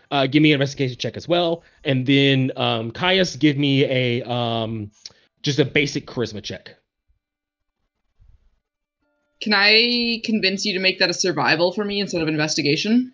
Let me check my wording on my things. Hold on 1 second here, because for tracks, you're looking for tracks, so survival. Yes, you can convince me. Looking for tracks, evidence of broken plants, things like that, things that are. Okay. Yeah. signs So of where they survival. came from. Yep. You convince Okay. me survival works. All right. We're going to go in order of requests. So we're going to start with Phoenix with her amazing first natural 20 of the campaign of a survival check of 22. So as you are looking around the grave site, unfortunately for you, it is raining right now, and it has been over 2 weeks since anything has happened here. So you're able to confirm there's been no digging activity recently other than the small grave for the baby that was mentioned. There is that, but there's been no other recent grave activities. You don't see any markings of anything within the past week indicating like heavy loads moving, any wheelbarrows, no carts have been in this area. Just normal, what you would infer for a graveyard of this size, normal foot traffic. Nothing abnormal. For Gwilrick and your scenting of an 11, very much similar to Phoenix. It has been several weeks since it's been here, and it is raining right now, so you are not able to find anything abnormal. Didn't really expect anything to, but Gwilrick knows the scent of bodies and the scent of dirt, and he was just checking to see if anything stood out. Exactly. Dusty with a 22 investigation check. So there are 3 graves here that have been dug up. You have Annabelle Flavana, who has out of the 3 has the most ornate grave. And you would notice there's shattered glass around her gravesite, shadowed yellow glass. And you can see where it was supposed to come out of. In her headstone was supposed to be a sheet of glass in it. And you notice there's not enough glass here to fit in where that sheet of glass would have been. So there's definitely some of it's missing. Yeah. There is another one that's Old Patty. It's a very simple, basic grave, just a little wooden, little stick in the ground, very, very, low tier. And then lastly is a third one, who is Sarxeron, who has a more militaristic grave. Very standard issue stone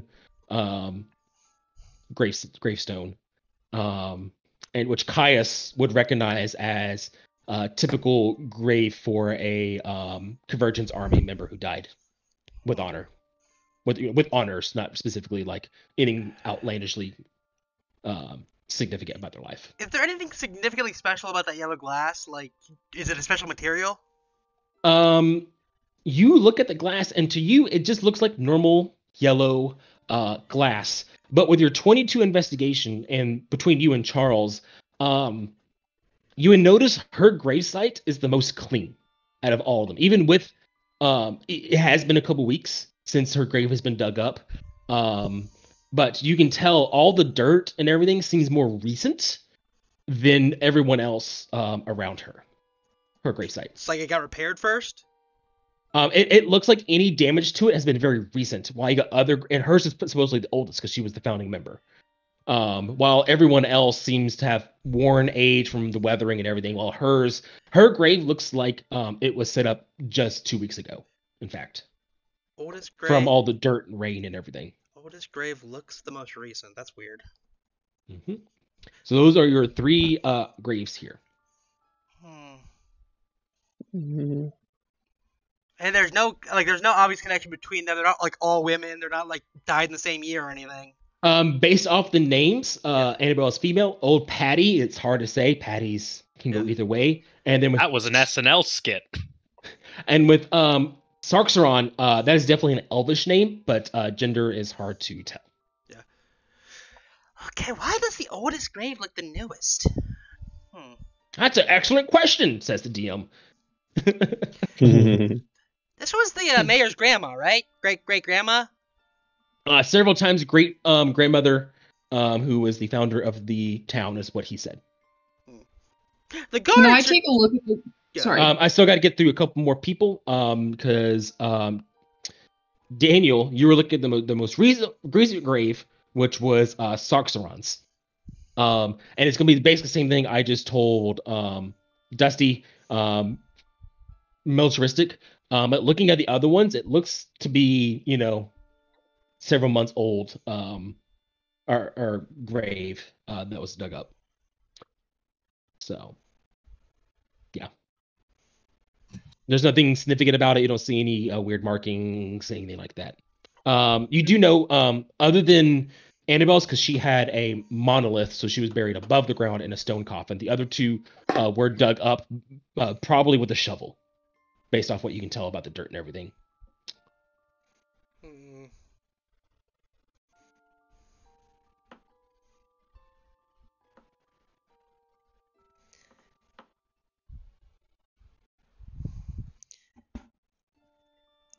Okay, so that was the oldest one to dig up, but it looks new. Okay, are the guards distracted with Goldrick's game? With Caius's game, yeah. Caius's game. Caius, I forgot to mention with your charisma. Not to say I just need a normal charisma roll, but it's gonna be the same numbers for you. Okay. You both have -1 in both, so it's fine. Okay. So it's gonna be the same number, but just future reference. And you're doing pretty good with the game. Definitely winning, but you're not winning by a landslide. It's minorly ahead. So we should dig this up. Is it still dug up, or did they fill it in again? All the graves are empty. They're still dug up. Mhm. Oh, it's still dug up. Annabelle's stone coffin, like the lid is like on its side next to the grave, and Can I jump in the grave? You can. Which one do you want to jump into? The one that looks new. Flavina. Annabelle's. Yeah. So it's Wait, that one's not a grave. It's a stone above surface coffin. Not sarcophagus. It's a like I said, it's a monolith. Mausoleum. Oh, okay. So there's no, like, it wasn't buried. No, hers is the only one that's not buried. Everyone else is buried in the ground, and hers is like in the middle of the graveyard specifically. So. Okay, but it looks. So that would be why it looks so new. No, it shouldn't look this new. If being above ground, it's exposed to the elements, so all the stone should be worn away. It should be dirty, maybe a couple chips in it, but there's none of that. It looks pristine as it was made 2 weeks ago. There's just only minor amounts of dirt and grime. Wait, was this the one with the yellow stuff in it? Yes, this is the one with the yellow glass. Okay, I thought it was a flooded Flavina, not Annabelle. Annabelle, her name is Annabelle Flavina. There's 3 graves. Oh, okay. Sorry. Yeah, here, I will type out the names here. Because I thought Annabelle and Flavina were 2 different people. Nope. Is this protected by magic, perhaps? Can I make an Those are Arcana the 3 check graves. to see if it's magically protected? You would need to detect magic to detect magic. Don't have that right now. Arcane is to determine if things could be used in a magical way, not if it is magical itself. Is there a chance I can just take a look at the stone and whatnot and see if there's anything abnormal about it other than the fact that it looks normal? Like anything that might be causing it? Like any runes, any... Yeah, be an investigation check. I'll help her. All right, so you get advantage. Do you want to roll with advantage? You probably have far more intelligence than I. I have +3 in investigation, so I have +0, so go ahead. okay. And she'll give you Fenix advantage. plus- So yep. It's So you get 6. a 7. Yeah, it's a 7. So you two are looking over the stone monolith. It is made of marble. It is very clean, very white. You do not see any runic markings. You don't see any indications of a spell being cast here or anything like that. So, Can I, while I'm playing this card game with these guards here, can Yeah. I kind of see or ask if there's like any like crazy like myths or rumors or something going on in the area or In the has been area? going on? Yeah, you Like kind can. of on the island, like old folk tales they might have. So you're playing games and you're sharing just stories of your time and service and things like that. And you get on the topic of this island. Give me a persuasion check with advantage, since you're playing games with them and you have that background with them and stuff.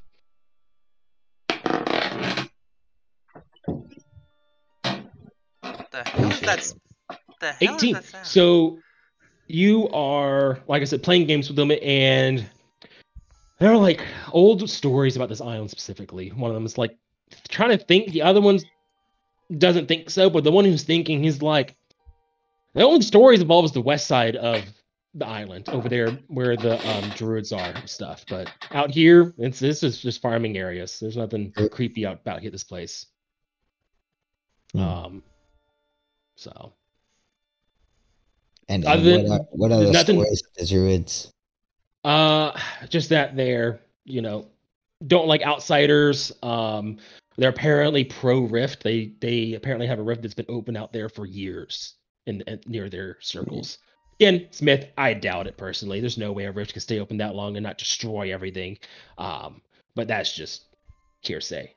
But it might explain the monsters in the area. So who knows? Can we Anytime overhear anyone them? tries to go out there to close it, the druids shoo everyone away. So they're not talking quietly, so yeah, sure.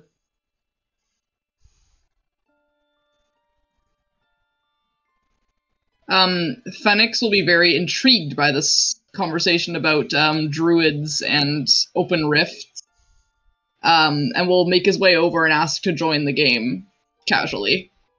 I mean, the guards have no problems with it. More players, more fun. I'm also proficient in playing cards. Hey, there you go. So, yeah, give me a general charisma check for me. Charisma, is that plus proficiency? Because no. Oh yeah, so it'll be plus proficiency. Yes, because you're proficient with them. Yeah, okay. So this will be +2. So Because 17. it doesn't add. All right, yeah. Proceed. So you're up there with Caius. You're kind of like, you two are definitely like dominating the field here, or the game. And then yeah, Glork, I see you doing your prayers and everything. So you're definitely doing that. I'd like to say, I heard you talking about some folktales. Anything interesting? We were just talking to him about the druids. That's about it around here. It's just a nice, calm farming facet. So long as you don't go further west, and then the middle areas over there, then you're fine. The druids? Oh yeah, you don't want to mess with the druids. They stay to their side of the island. We haven't heard any problems with them in the past several years, so we'll let them be. At least that's what our commanding officer says. So. You said there's rumors that there's an actual open rift over there? Does anyone say? That's just hearsay stories. No one's Fair enough. no one's sane enough is going to keep a rift open for that long. Those things are dangerous. It's the reason why the shattering happened all those thousands of years ago. Fair enough. Do the rumors say what plane these rifts went to? It would have to be. For the druids? Yes. He's like, now you get into specifics, man. Like, it's rifts. They're open. It's who knows? It could be anything. It's always not giant flying demons. Otherwise, this entire island would be swarmed with them. That's why I don't Fair think enough. it's an open rift. If it's been open that long, this entire island would be non-existent. The houses would smite all the house leaders themselves would come here and smite the druids off the face of the place. If it really was that bad. Truly makes sense. Did Daniel notice the condition of Annibal's grave as well? Like how clean it looked compared to others? It's been pointed out enough that yeah, you would notice it. Okay, so he's gonna go to the guards where the other two are playing with them Mm-hmm. and kind of like fit in under the tarp as much as he can. Maybe brush mean- off some of the rain. With 4 is the max that you're gonna be able to fit underneath there. You're definitely gonna be standing like to the side of it. Sorry. Yeah, just like leaning his head in and ask, do you have anyone who does maintenance on these graves specifically? Good maintenance. You think we're not hired to clean? We're here to guard. We've only been here for 2 weeks. No one's been out here to take care of the graves since we showed up. Other than other than the baby that died a week ago, no one's been out here by the graves. Huh. Hmm. Okay. Thank you. Gives a thumbs up. Goes back to playing their game. Get a little frustrated that they're getting defeated, by these 2 strangers. Yeah. Let's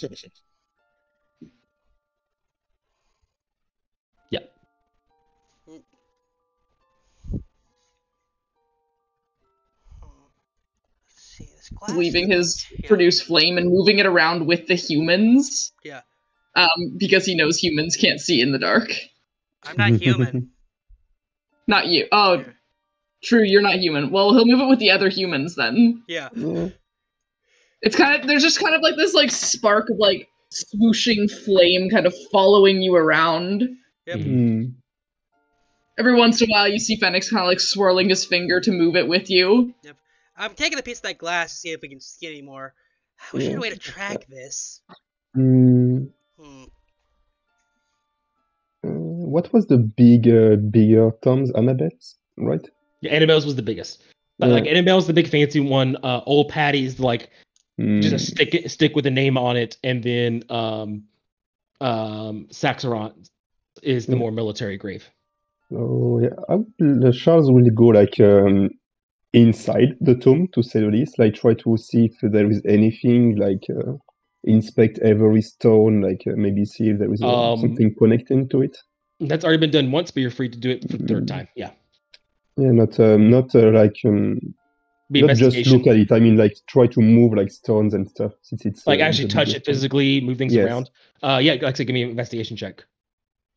A kinesthetic investigation check. So 14.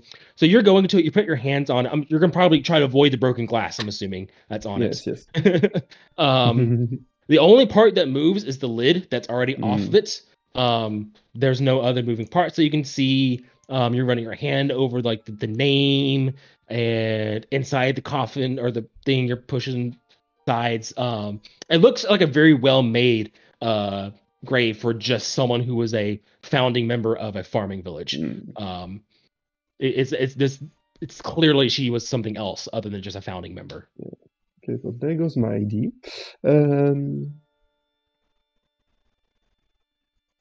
Yeah, I thought maybe it's linked. There was a tunnel or something, but no. The entire time Nathan's in his raincoat, just watching over you guys. If anyone does look at him, he is looking out into the darkness more than paying attention to you guys, though, as if he is staying aware and alert of anything that can happen at any moment.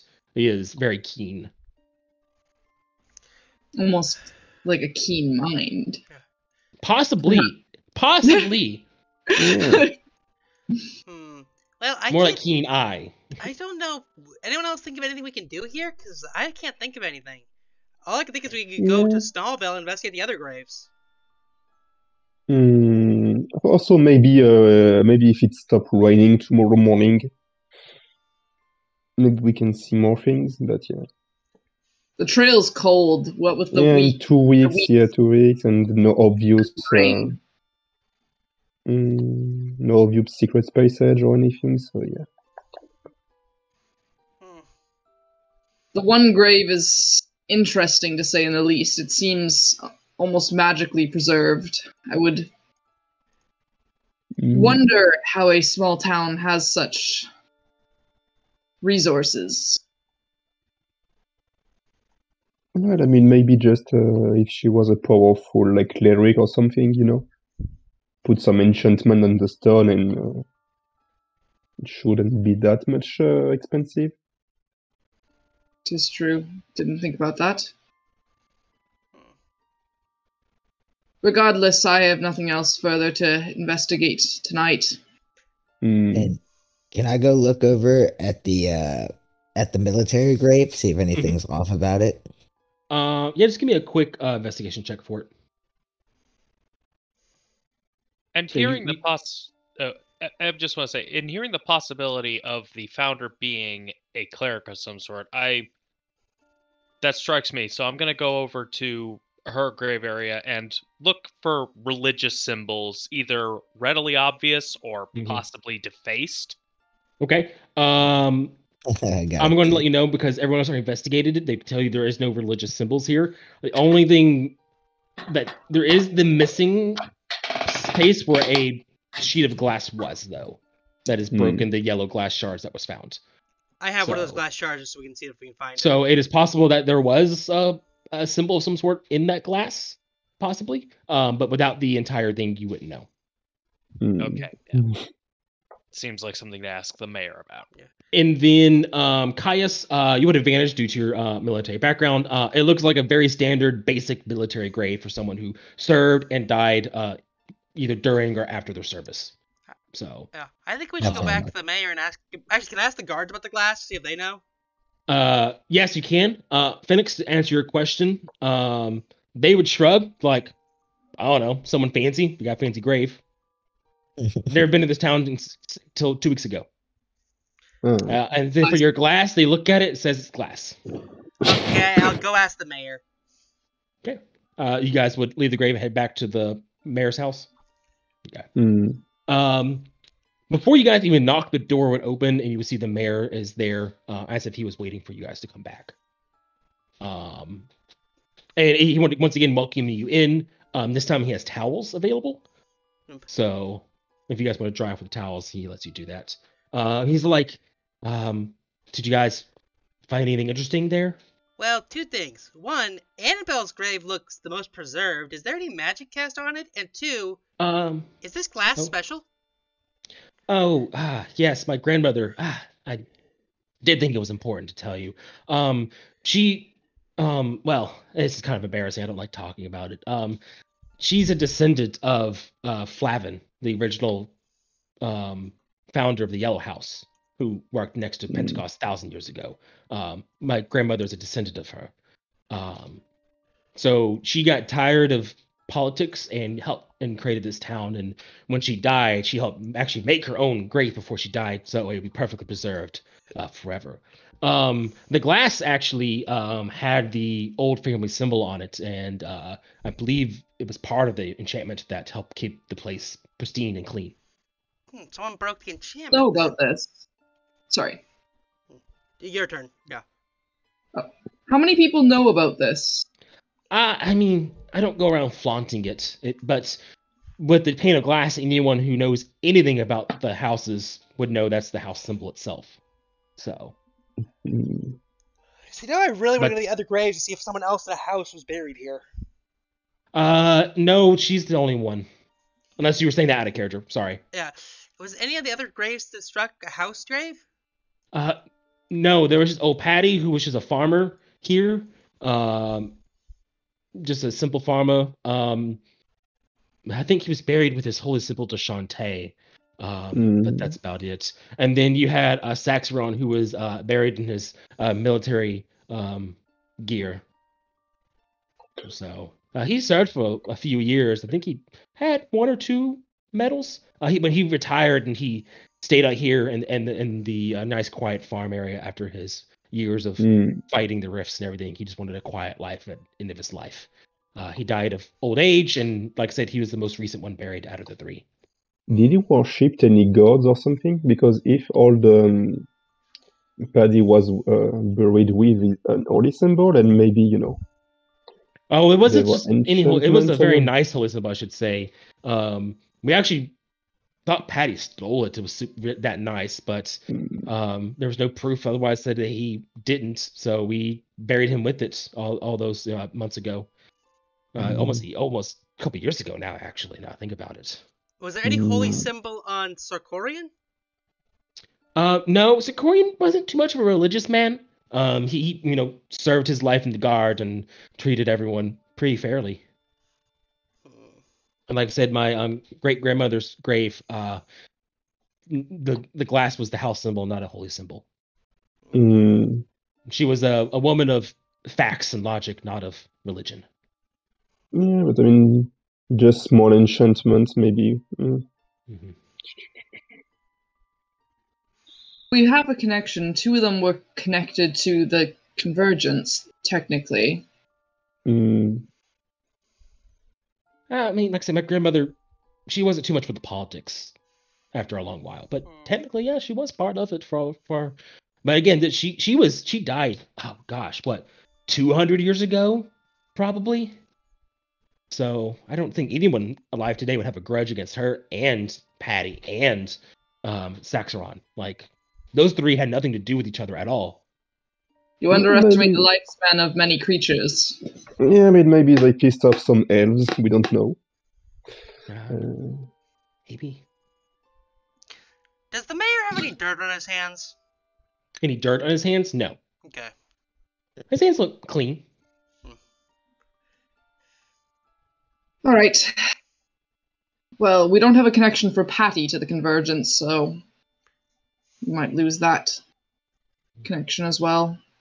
We're trying to figure out why these bodies specifically.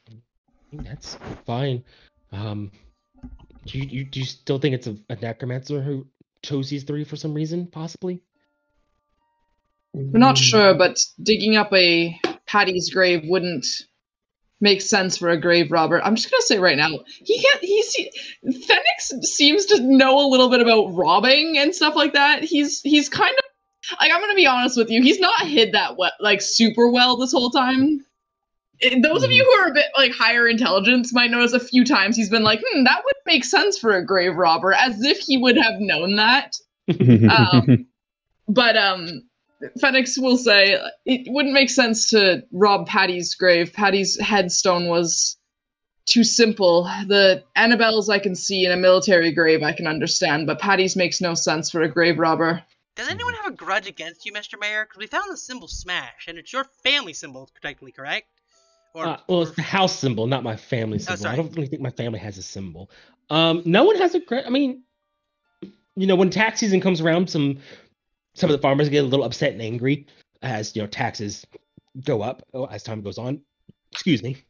But no, like grudges where they would dig up my great grandmother's grave. Like I would, if someone attacked me, I could list people who would do that, but no one who would do something weird like this. Okay. Is he being straight with us? You want to insight check him? Yeah. Yeah, Go for it. I'll give him advantage on that.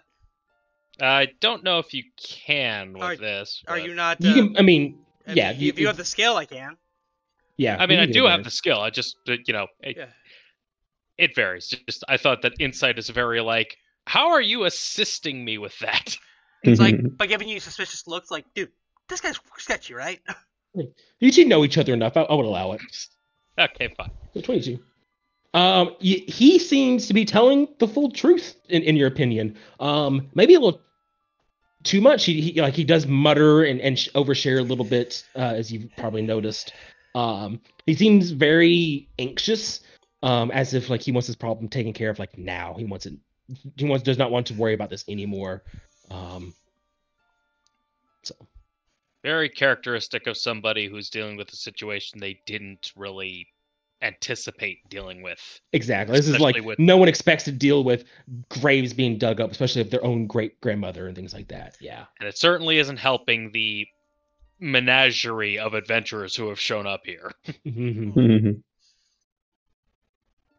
Well, And not to mention that other graves that other towns have been dug up, and he does think it's a necromancer. So, Well, thank you for your time, Mr. Mayor. yes. Are you guys gonna be staying at the little hostel area for the night? Do we want to like go out and investigate that like midpoint at night, since it might be when they're doing stuff at night under cover of darkness, or we want to wait till the morning? Till the morning because Yeah, wait till morning. we have 3 humans. And we would have a severe disadvantage in the dark. I also can't see too well in the dark. My sniffer's pretty good, but that only does so much. Right, Loxodon do not have dark vision. They do not.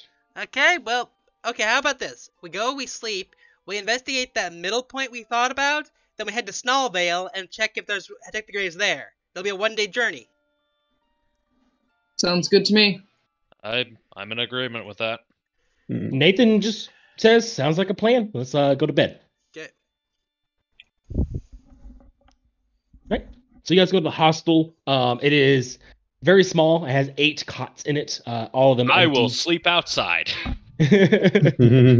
Luckily for you, there is a bit of an awning out front, so you won't be sitting in the direct rain. As you guys are getting ready for bed, Nathan would come out and give you his raincoat. Gwilrick. When you hold it, it grows, and it seems like it'd be able to fit you. Nathan just gives you a little and a wink, and he heads on. Yeah, but before he heads off, I say, "I'm gonna need you to point me towards your tailor." He says, "We'll talk about it later." You put it on, and it's very warm when you put it on. It's for mechanical speaks. Like you do not suffer the ill effects of bad weather. So when you're wearing it, so you sleep as if you slept a normal night under the stars for you. So you all take a long rest. No one really did much to warrant you know, any of that kind of stuff. So you're all good. Morning comes, the sun rises. Roosters are crowing in the not too far distance, and you all wake up probably a little, sore because you did sleep on a cot. It's not prime sleeping conditions for most people. So Phoenix is pretty happy with it. He's not picky. I'm fine. cool. Alrighty then. It's morning. What is Nathan is, you guys do breakfast stuff, blah blah blah. Nathan just, he's gonna say something. He's gonna be like, you guys are doing good with asking questions and investigating. Good job. Keep it up. Great. That's all he's gonna say. So I wordlessly hand him back his coat Yeah, at the end of my trunk. takes it back. It shrinks down to his size. I do want to say it is sunny. The rain has ended. It is a normal weathered day. All right, let's go find us some necromancers. Yep. Right. So are you guys heading to the forest, you said, first? I think we're cutting through the forest. Like, we're doing this. We're going to the forest. Then we're gonna snowbell if there's nothing in the forest, like that point we found with the triangle. So you guys are going to head into the forest, investigate around as much as you can, and then head to Snowville. Yeah. Okay. Cool. Cool. So you guys head out to the forest. You guys leave in the morning. So by the time you get to the forest, it's about the same time of day you guys arrived at Pentacost the day before. It's still like that morning. It's before lunch, things like that. Like 9-ish in the morning, maybe 10-ish, kind of depends. It is muddy. It just rained the day before. You have that fresh, it just rained smelt. The forest is all birchwood, hence the name, the White Forest. So, yes, Phoenix. Can I keep an eye out for any signs of like traveled paths, footsteps, footprints, like broken branches? Just like keeping an eye out for anything I can see. I know it's a big forest, but like, yep. Give me a survival check, please. Survival. I can do that because I am a druid. Whoa. So I'm actually not that good at it, but that's okay. No, you're not very good at all. Natural 1! You got both the first nat 20 and the nat 1 of the campaign. That's crazy. It's hard work. It's hard work rolling those numbers. Yep. I don't see jack shit.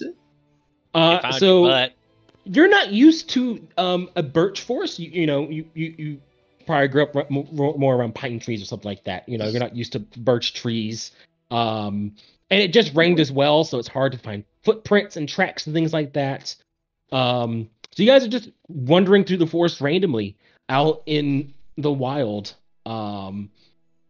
Luckily for you guys, you don't find anything out here. You don't find any signs of civilization, no secret castles, no you're not attacked by any undead.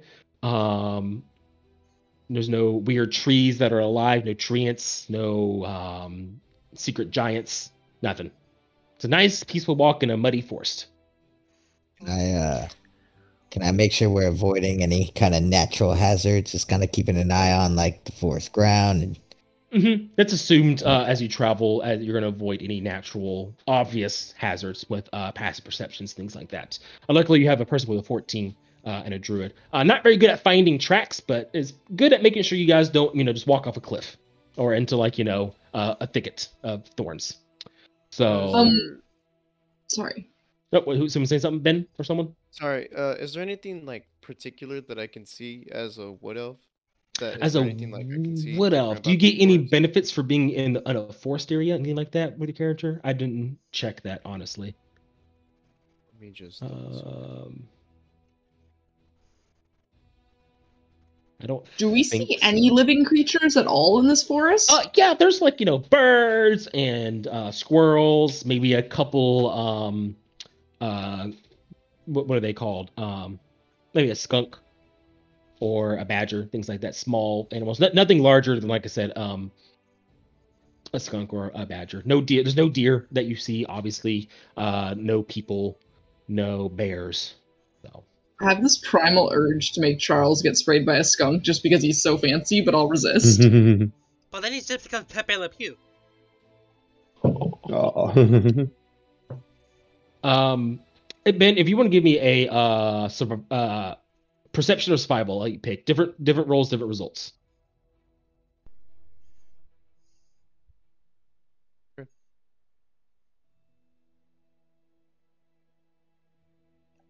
Was that someone specific you said? Yeah, it's Daniel.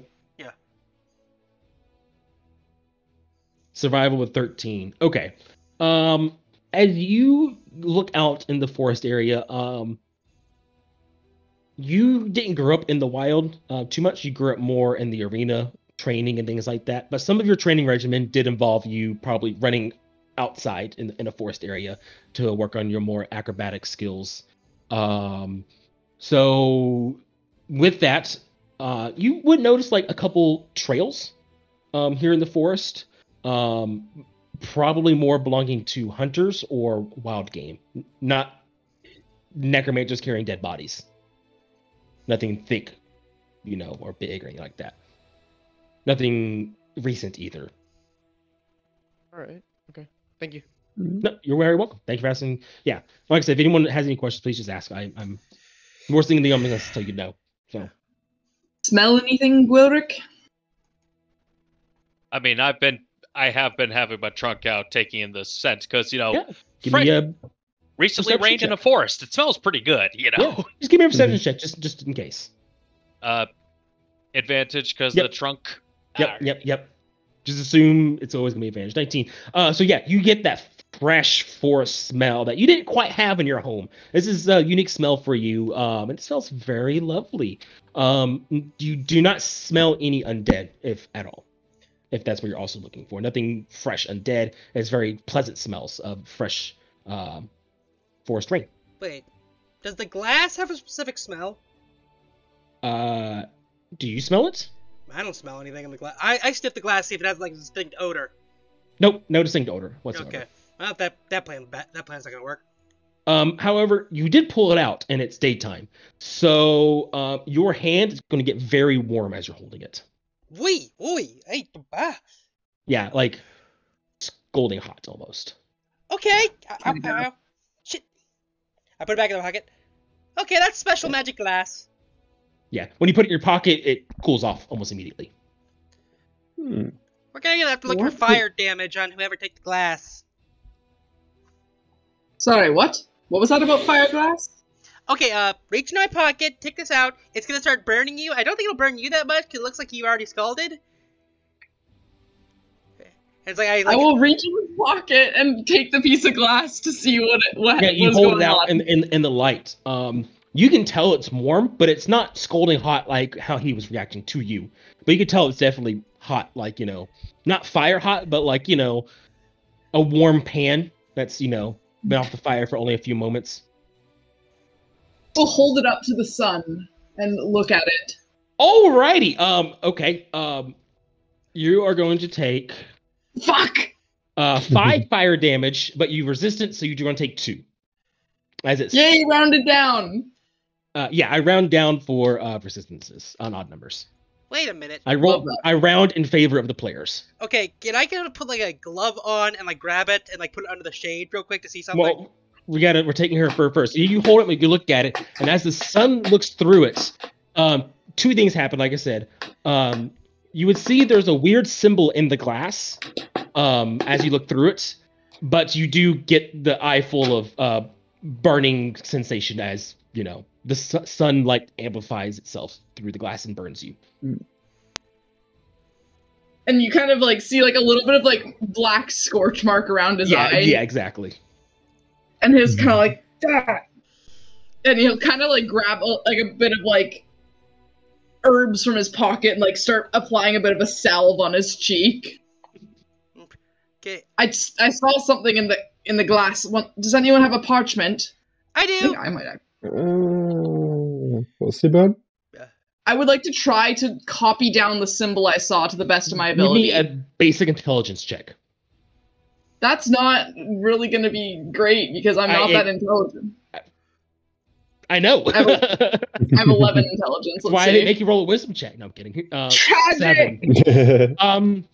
So she draws this like square, and then like stops, and then like draws another square, but on top of it at a different angle. So like it's 2 squares overlapping each other with the corners like that. And you're pretty sure you saw more, but that's all you can remember of it. He's like, give me the piece of glass. I'll look at it again. Like so? Kind of like that, yeah. But the squares are the same size. I know roughly. it's hard to do this with the drawing with the. Yeah, exactly. But Yeah. kind of like that, yeah. Okay, are you sure you want to do that? Come on, what's a little fire? Can I like look at it in the shade with my magnifying glass, see if I can see the symbol? Before you give it to me. Which one do you want to do first? Do you want to do the shade, or we want to do like she's looking at it through the sun? I think he's looking at it in the shade before he gives it back to me. Yeah. Okay. So, you go into the shade. You're looking at magnifying glass. It looks like a normal piece of yellow glass. Oh wait, Phoenix, produce flame under this. Let me see if something happens. All right. If you catch on fire, it's not my fault. I'm wearing And I gloves will now. cast produce flame underneath of it. There's flame underneath it. Are you looking at it? Like I'm Leslie? I'm holding the glass above the fire, but magnifying glass over it while the flame's under it. Okay. You would see fire through the glass. Okay, it only works with the sun. Here, go burn yourself. I would like to just note that on my character sheet, I have my personality trait as I don't pay attention to the risks. I wasn't expecting us to never- figure this one out this quickly. So, this is gonna be fun. This is great. It's just don't tell me the risks, don't tell me the odds. I'm gonna do it, and I'm going to do it and hold Right. up to the light You again. do it again, and you're going to be taking some more fire damage. Yay! This time you're gonna be taking 1. Okay, while she does that, I'm gonna do this. And Bardic Inspire. All right. I did not know you So were a does that bard. apply to any skill check, right? Yeah, it applies to any Yeah. skill check or attack roll Okay, cool. Or saving throw. or saving throw. Yep. So you So want to you try get to it- draw it again, You get right? an extra D6, I believe, right now. Yeah. So you can make another intelligence check with an extra D6 on it. Okay, I'm gonna As make I- the intelligence check, and I'm going. As I watch all this, I just say, I don't know what I was expecting when I woke up this morning, but I'm pretty sure none of this was in it. Can we give her advantage since she had? Oh, never mind. That's a bad roll, anyways. You feel free to roll that D6 if you wish to, Phoenix. Can I just keep holding it up, take more damage, and try? Well, you can try again, draw but the Can Bardic I try to Inspiration draw it? only lasts a minute. Wait, can I try to draw it while I hold it up and like? Okay, we can definitely do that. Don't worry about rolling anything. Actually, I need you making me a con save now.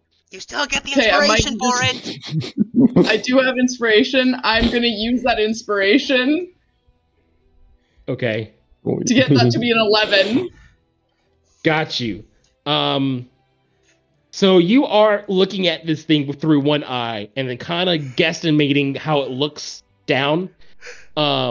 And you're drawing a bit more details in it, and it's only a few more details is what you're drawing within the 2 squares. I'm not going to get to specifics because it's not precedence. And comes out with this weird looking symbol in the end. In total, you're going to be taking some more fire damage. You're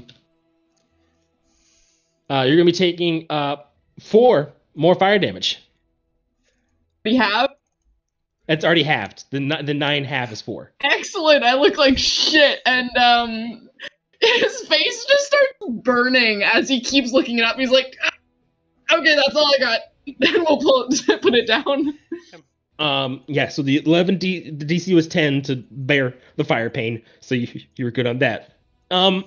Nathan's gonna Nathan's walking over to you by the time you put the thing down. He's like, "Let's not damage ourselves right now. We got a mission we are taking care of." Yeah. Okay. You guys can research the glass on your own, I think, or when we get to the next town, not in the middle of the forest. Yeah. Could be relevant, and I will light both my hands on fire and soothe them down my face slowly, and as he pulls his hands away, his face is actually going to heal as I cast Cure Wounds on myself. Can I just make, since I know the symbol now, can I just make a history or arcana check on it while we're walking to the next town? On the symbol? Yeah. Different rolls, different results. Okay, these are both the same thing, so let's go with history. I'm a nerd.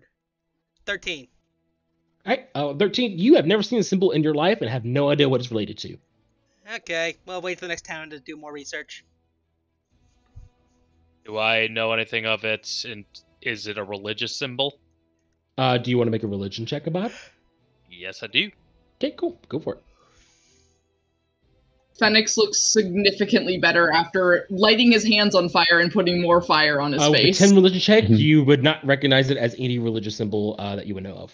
So. Well, that's the one thing I didn't take.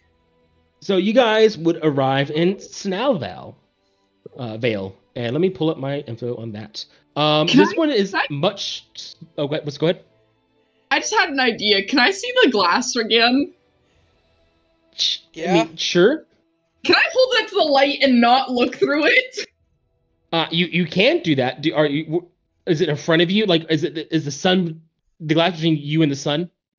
I'm trying to shine it onto the ground. I'm just suddenly realizing something. Yes, you can do that, and the ground would start to smoke. No symbol, though. Okay.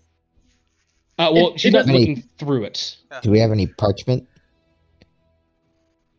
Dusty, I believe, does have parchment. Yeah, I have parchment. You want to put the parchment where the glare hits? Not particularly. I kind of like having my paper not being on fire. I don't think I thought maybe it would show the symbol since it was kind of burning my retina, but it would. But it was wrong. Look, leave this way, Phoenix. We already suffered, so we don't need to do it anymore. Yeah, for the most part, you're pretty sure you got the full symbol down. Yes. As best. Maybe the lines aren't quite as straight, but like you got a good, strong general idea what it looks like. Going back to Snalval, this one is mostly just humans. It's maybe 1,000 people here, larger than the farming village of maybe a couple hundred, but definitely way smaller than Gaustwell. And there's nothing notable here other than as you guys are entering the town, you can see the full town from the entrance. It's not very large, but you see like on a hill closer to like the eastern side of town seems to be some type of temple of something there. Okay, So, well, other than that, there's nothing too important here. There's the graveyard, and there's plenty of buildings, a couple shops, and there is the Silver Cauldron Inn here. okay. 2 things. One, do any of the shops have eye drops? Do you go in and ask? Yes.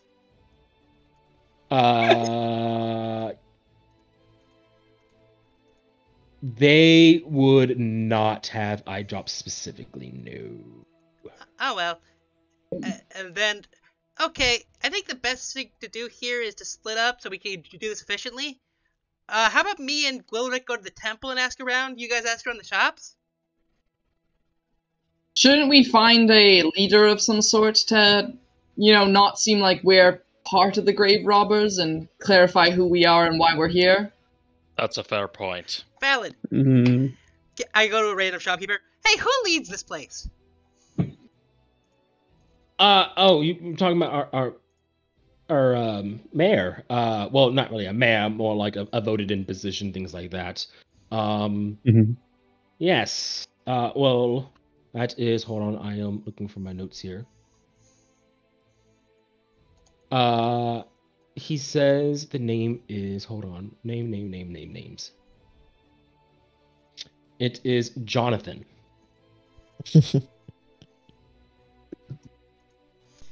Okay, where is he? Well, he's probably in his either at his own shop that he owns or at his house. One of the two, probably. Well, it's daytime, so probably the shop. Do you know where that is? Yeah, it's closer to the south side of the town. He sells clothes. Oh, cool. Mm. Guys, Yeah. that sound good to everybody? Right, let's go meet Jonathan. Yeah. So you would find the tailor shop there. It's called Snippet. And you go in. It's got one or two customers in there. You would see sitting behind the counter is a fairly large man, balding on top. And he looks at just the weird arrangement of people entering. He's like, hello, welcome to my town and shop. I'm Mayor Jonathan. How can I help you, unique individuals? Hello. Hello there, sir. How can I help you? Well, we hear from the Adventurers Guilds concerning the missing bodies in various villages in this facet. Oh, good. Did you talk to what's the other man's name up north? Charlie? Mr. Charles Midi, yeah. Yeah. Charles Mitty. Yes. Yeah, I just sent him a letter a couple of days ago that there was a grave robber here at my town. Actually, are you guys investigating like all the grave robberies? Yes, we've already met Charles. He know about the letter. Yes. We're following a trail we believe the grave robber's going down. This is the Yes, most recent attack. it was 3 days ago now. Actually, one of the graves here got robbed. So Mm. if you want to go investigate, the graveyard is yours. The guard should be here today sometime to start keeping guard of our grave for us. Gotcha. How many graves have been robbed here? Just the one 3 days ago. Just Wait, one. wait, back up. The guards are arriving, so your grave wasn't guarded. No, it wasn't. No, Yeah, but first it was we didn't in need the, guards. We didn't in think the they were town coming we- for us. First it was in the town we were yesterday, and after they started guarding it, graves were not robbed anymore. So I think it's safe to assume whoever robs graves here went, It's like, to okay, this village and. okay, so let's go to the graveyard. I have a sneaking suspicion now. Yeah. Mm. All right. Go ahead. It's one of the older ones on the old side. It was some old wealthy lady, some sort. I forget her name. It's probably on the grave somewhere. All I remember was yeah, I remember the story now. She was a whore, a rich whore, but a whore nonetheless. Mm. Care to elaborate? From the stories I was told, I mean, I was mayor after she was buried here. I asked some of the elders if they knew her. She probably slept with every man older than 80 here who's still alive, based off how long ago she was buried. Yeah. But she was rich. She did what she did well, apparently, and got paid for it. So, She must said have it was been to be very good buried at in a what she silk did. dress. Must have been very good at what she Pearls did. and so many other riches. So, Well, Were no. any? Sorry. Go ahead. Were any of the belongings left behind, or were they all taken with no, her? the grave's empty. The only thing left was the casket. And that All right. itself is pretty impressive, just saying. Mm. And was this grave any particular, like any awning, any sign on it? Just a simple grave with her name on it. That was it. That's Mm. all I know about. So. Well, this one's fresher. We might be able to get a trail from this one. Yep. Yeah. He says, I mean, it rained yesterday. He says, good luck getting a trail. But you're free to investigate. Yeah, he waves a hand. Do I do something weird with the adventurers? This is my first time interacting with them. I was only a mayor a couple years ago. Do you have to, like, wave or dub the something honorably? I don't know. Oh, no, just make sure we don't get arrested for doing our job. Well, like I said, the guards aren't here yet. From the Convergence. We have our own town guards, but they're not quite that professional. You know what I mean? Gotcha. So to the graveyard with us, guys? Well, I mean, Phoenix was straight up just gonna be like, yeah, no, we do this. This is I straight mean, up. peace among people, right? Is that what it says in Rick and Morty? Yeah. Yeah, exactly. So, I haven't seen that show in forever. Anyways, so you guys are gonna head to the graveyard. Okay. Yes. Do we meet the guards there? Are they, like, almost there? You see no guards there at all. Okay. And it is a much larger graveyard than the small farming village, probably double if not triple in size. A lot more organized as well, with actual proper stone pathways between certain sections, things like that. It's an actual fenced-in area versus just open to the wilds. Yeah, and it's not hard finding the only grave that's been dug up as well. All right. Is it this one was buried in? I assume. Yep, underground. Yep, 6 Yeah, feet under. Phoenix is gonna start looking around for any signs of where they might have come from, where they might have gone. Yep, give me a survival check, please. Please, dice gods, I should have taken proficiency in survival. I took it in nature. That makes sense. Hey! 17. So you can tell, what you've been told is true. This grave does look like it was dug up only a few days ago. You can tell it's probably dug up with shovels or some similar tool. And as far as tracks, you do see there's a lot of foot traffic in the area, very recently. But it's probably due to people panicking about the recently dug up grave. As you look further around, you would actually find something stuck in the fence, flapping in the wind. Oh ho ho ho! Ooh! Yeah, I'm going. Yeah, going for that for sure. Yeah, it looks like a piece of leather, maybe cloth type material, and there is a white skull on it. It looks like it was torn off something. Like a symbol skull, or? Yeah, symbol skull. What? I would like to gently extract it from the fence. Yeah, you just kind of off of it. And we'll approach back to the group and say, one thing I hate about people, they tend to ruin forensic evidence. However, I did find this. Do I recognize this symbol at all? Is it like a special kind of skull? What kind of check you want to make? I would like to make a history check based on like cults and Yep. stuff. Go for history. Yeah. Anyone else will make checks on it? Anyone? Does anyone help me? Wait, is it possible? Religion. Sorry.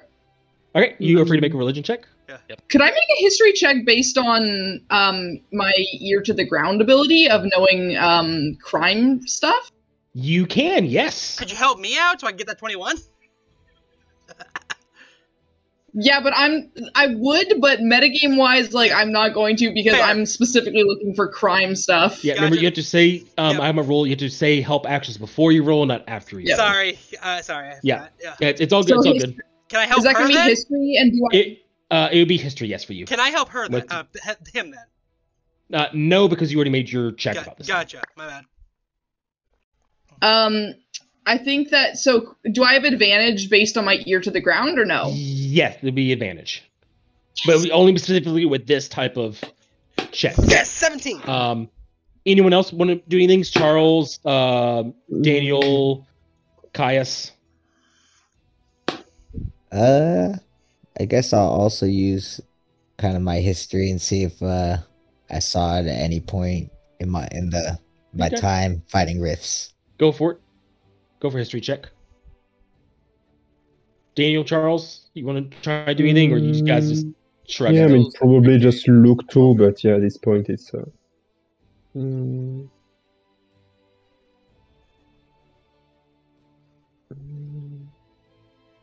yeah. As you guys figure out what you want to roll, I'll go ahead and start going down the list. For Dusty with an 8, you have read about different cults, especially with your fascination with spirits and the past and graveyards and stuff. Skulls are, Dusty even knows, are very symbolistic with death. White skulls is, I should say, it's not just a simple white skull. There is a couple cracks on this skull. I should mention that. As part of the design. And you would know skulls are very simplistic, with whole skulls meaning, whole bodies, complete bodies, while damaged ones reflect more damaged souls, damaged bodies, maybe a bad luck type thing. There's a number of reasons. You don't know of anything in your research related to this, but you do know it is related to death, possibly, in that journal theme. Yeah, I got it. I fucked up. Gwilrick, I will get back to you, Gwilrick. I'm gonna save you for last, actually. Phoenix with a 17. You would know more specifically kind of the same thing. White skulls are typically done with cultists who are involved with death, liches, necromancers, things like that. It is very, very common symbol with them. Both complete skulls and fracture skulls. So it's not out of the realm possibility that this is related to a necromancer of some sort. Caius with 11. You never really interacted with too many undeath cultists, or you've encountered an occasional criminal who was an aspiring necromancer, but never really raised any undead in their life in your ranking. So you kind of just shrug at it. You're like, it looks spooky, probably. Your soldier gut reaction that got skull. That's some bad juju right there. All right. And with Gwilrick with the 14. Your people has a fascination with death, so you know just as much about all the various death gods specifically. And there was one death god who has a symbol of a skull as their holy symbol, and that is Merkel. Merkel is the very well-known god of necromancers. He is also known as the Lord of the Bones, or Lord of Bones. Very much a death god. However, with your 14, you would know his symbol is a perfectly white skull with no imperfections, while this one has cracks on it. Probably made by someone who doesn't know proper symbolisms with that god. As if they made it intentionally like this to mimic that god and mess it up. My ears flick and my trunk curls, and I just go, so we're either dealing with a necromancer who worships Merkel, or some poser who's trying to look like a necromancer who worships Merkel. Well, that's neato.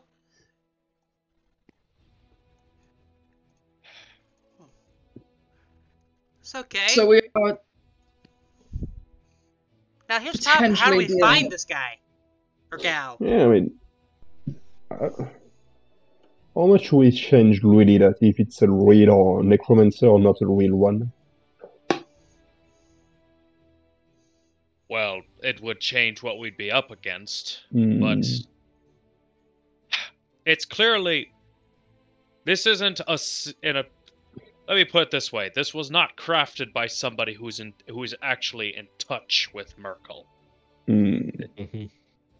You'd be correct in thinking. Maybe If just someone an was aspirant cult? if someone was a proper follower of Merkel, they wouldn't make a mistake like this. So it's someone trying to throw us off then. So either it purposeful misdirect or someone who wants to be something they're not.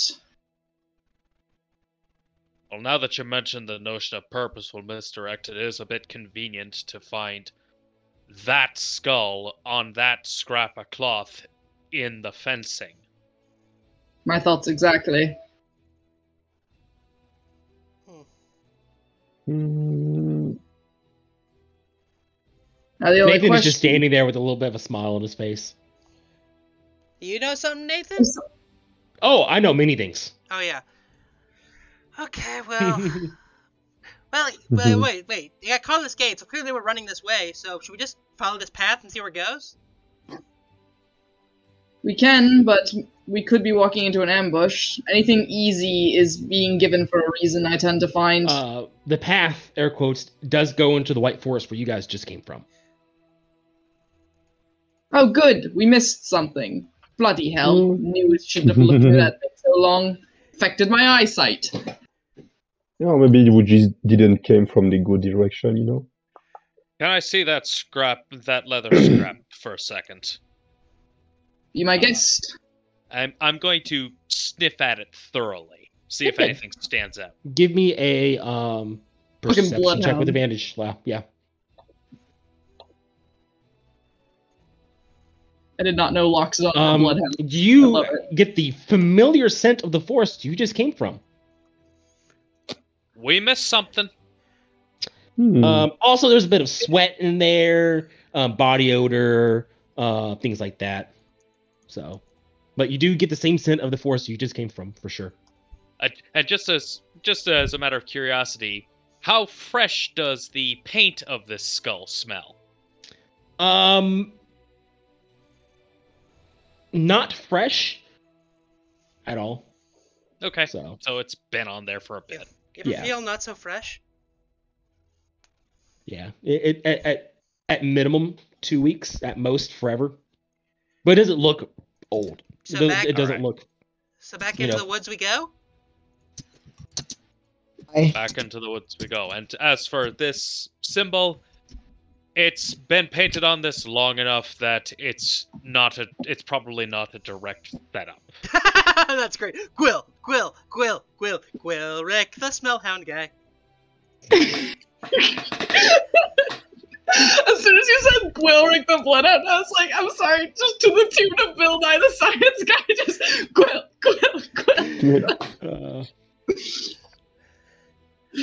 You guys are. Eric has Something. given up on me. He's just done. Well, thanks. Sorry, Garlic. So you guys are heading back into the forest again, are you?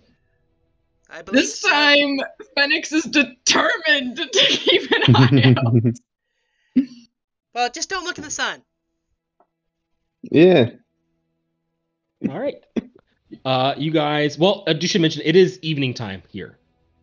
Because it did take you almost a full day, almost the most of the day to get here, with your detour to the forest. I still think we should go back while the trail is relatively fresh. It would be The other option is we wait and see if we can nab them as they try to grab a body. The guards aren't here yet. They might try to grab one yet before the guards arrive. Well, here's another thought. We go halfway. We go camp at the edge of the forest and keep an eye out for somebody who's either leaving to steal a body or coming back from stealing a body. But we might miss them if they come out a different area of the forest, or perchance might be coming from a different area than the forest. Not that I'm doubting your nose, it's just the planted evidence seems too easy. It smells very much of that forest. Too much for it to simply have been conveniently placed there. And Well, for, we and, could you know, rest. and there's going to be if I'm reading that map correctly, there's a fair amount of visibility between the woods and Snellville, right? Mm-hmm. There's a fair bit. Mm. It probably at least a minimum an hour or two of hiking in the open area, and it's not like direct sight. It is rolling hills. Why don't we but set up you on can a see Why don't we set up on trees this, in the distance. Like, why don't we set up on this hill here? Yeah, there's a larger hill there. Yeah. And like then we have a good vantage point of the whole area. We can see the guy. It's not a bad idea. We can keep an eye out, and if they try to nab a body before the guards come, we can intervene. I mean, you did say the graveyard was like on this part of town, right? On the north side of town. Yeah. So the hill's right next to it. So like, look at that. Like, if we stay here, we have like a sight line right here, and the grave's like right It's all here. about those damn triangles.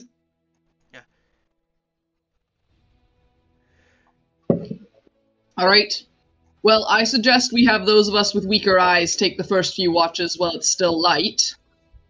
And then when it becomes dark, some of us with keener eyes for the dark take those watches. Alright. I don't know. I feel like because we have a scent and he can scent, we should have Gwilrick do it at night too, because he can use his nose. That depends on how strong the wind is and what direction it's blowing in. That's the thing about this trunk of mine. It's good for sniffing things that are fairly close. Understood. Okay, well, are we agreed with the hill plan? Right? I'm in favor of it. All right. Leah, Nathan just nods, like he's like, I mean, he's gonna be in favor. He's gonna stick with you guys no matter what like choices, good or bad, you make. Caius, I want you guys here The too. DM is throwing some shade here. Caius, Hugo, The you DM guys is too? yes. Yeah. I have no sight in the dark, so I'll take the day watch. Okay. So can we make our Are way you guys- there? So you guys are all gonna make your way to that hill. Yeah. Is it super Yep. far? Like, I'm Oh, it's- more... Not very far. Maybe like 20-30 minute walk to the hill. Yeah, see, that's... It's fairly that close to to me- the city. That to or me is too far. Like, I want to stick to the graveyard. It is from your vantage point from the graveyard. You can see the top of the hill from where you're at. So if you're up there, you will be able to see the I graveyard. think the hill's one of the few exceptions to that 0.2 rule you were looking at. Because the map's not perfect. Like, you know, imagine it's we're not on the top of the mountain hill. Remember, we're like right here, and the graveyard's like right here. something like that, more or less. Yeah. If you're on that hill, you'll be able to see the graveyard. Now, it won't be in detail. You won't be able to see faces, but you'll be able to see figures for sure. So we can see a If you can mysterious see out guy that far coming in from the the night. woods. So yeah. Yep. We probably notice somebody who seems to be messing with a grave. You know. Mm-hmm. That's what the group wants. Let's go for it. If you want to stay here and just be like stay and like watch, and we can come there later, we can do that. I'm a bit obvious, unfortunately. I feel like I might get spotted too easily. I mean, could we disguise you as a torch? Tried that. Lay Didn't work. on the ground as the Yes. campfire. He's just gonna say, tried that once. Did not work. Oh well.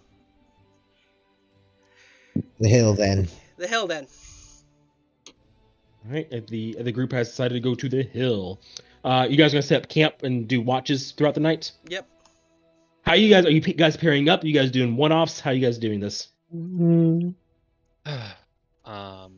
Well, I can't see in the dark either, so Yeah, Or I do- can't either. I think we're doing one person, and it's like people without dark vision while it's still light out, then dark vision people when it gets dark.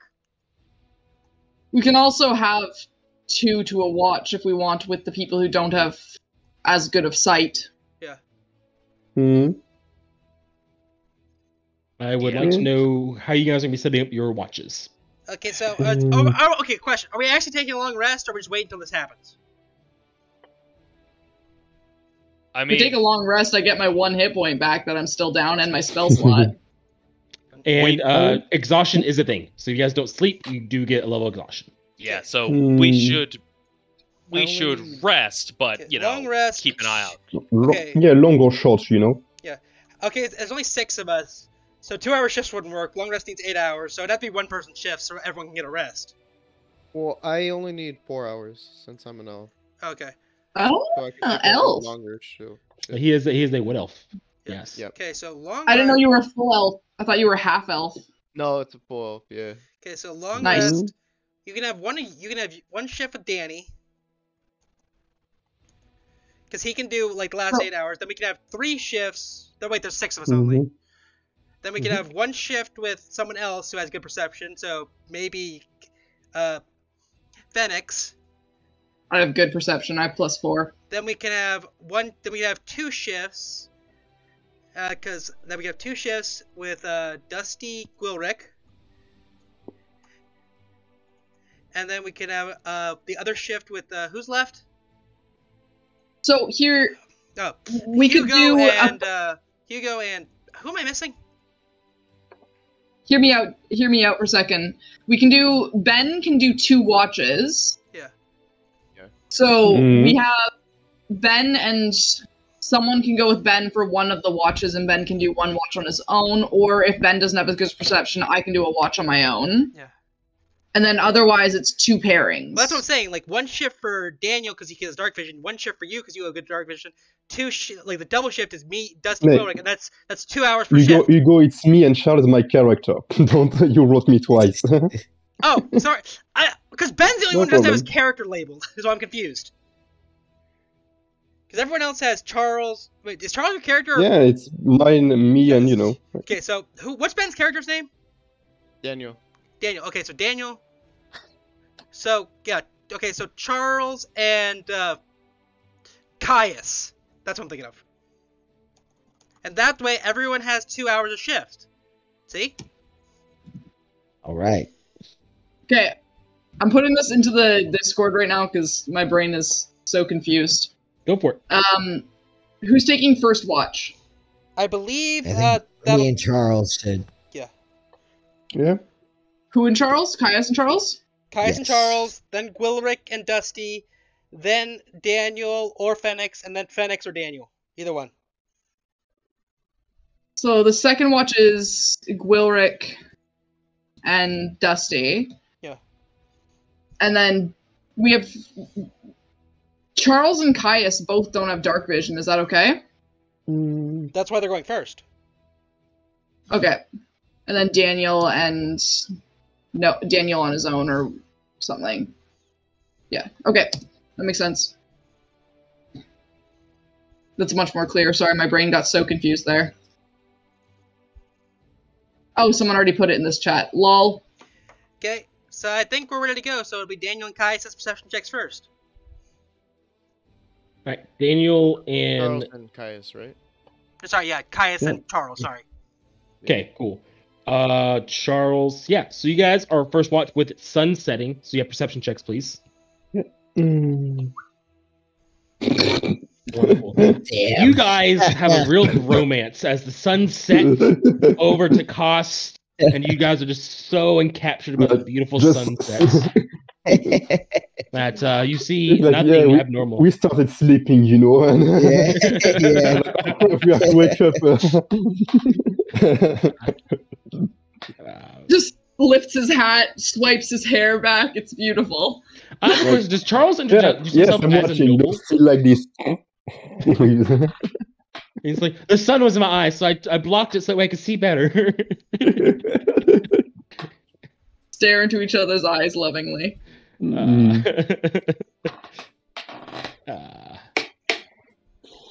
All right. So you guys would trade out. Then it is going to be Wilrick and Dusty, right? Yep. Okay, perception. Beautiful. So you guys will be perception checks. 7. Damn. 14. So it is nighttime for you. The stars are out. The moon is out. You guys would you would notice Nathan's not sleeping at this entire time. He's definitely like resting, but like he definitely has like an eye open every now and then. With your 14, you would notice that.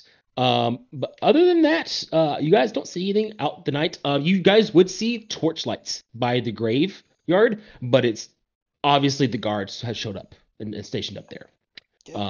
It's 2 guards. You got the same tarp over it, and different guards. It's not the same guards, but same way the other 2 were at Abaddon. 2 Damn guards sitting in a graveyard. 5 feet apart because they're not gay. So your 2 hours go by. And then it's the next shift of Daniel and Phoenix. Cool, fantastic. We got the elf boy and the Ganazi boy. Both of you can be perception checks, please. Just a straight perception, no Yeah, advantage. just straight perception. Yep. We're all rolling shit. Hey, Daniel. No, got Okay, 10, God, yeah, thank I think God. 10 is good. 10 is not bad. All right. Remember, we're level 1. Yeah, you're level 1. Rolling 10, True. that's good. So for both Phoenix and Daniel, you would notice Nathan isn't sleeping the entire night. He's not awake doing things. He's just kind of like arms crossed, leaned back a little bit against the thing, an eye open. Maybe talk to you in the middle of the night. If you guys talk to him, he might like whisper. We'll give him a nod. Sleep Yeah. with As one I- Part he eye. just stays quiet. He does keep an eye out too, apparently. But he is a human, so he can't see in the dark, obviously. Penix definitely chats a bit with Daniel, just like, so you're quiet. What do you do exactly? I used to run really, really well. And then I might have kind of stumbled on something that I don't fully understand yet. But yeah, I'm sorry I Running. don't talk a lot. It's just I'm new to this whole guild thing, but it's very entertaining seeing, elephants and fire people interact.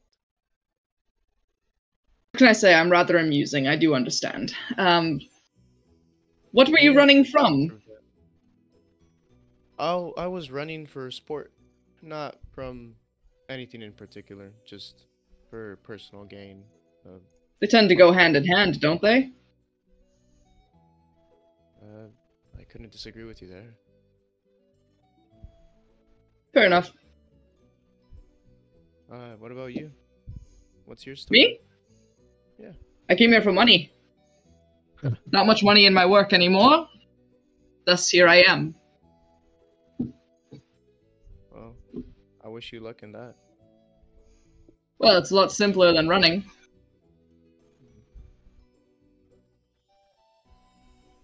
Do we spot anything? No, you guys would not Or is with your that without perception checks. No. Okay.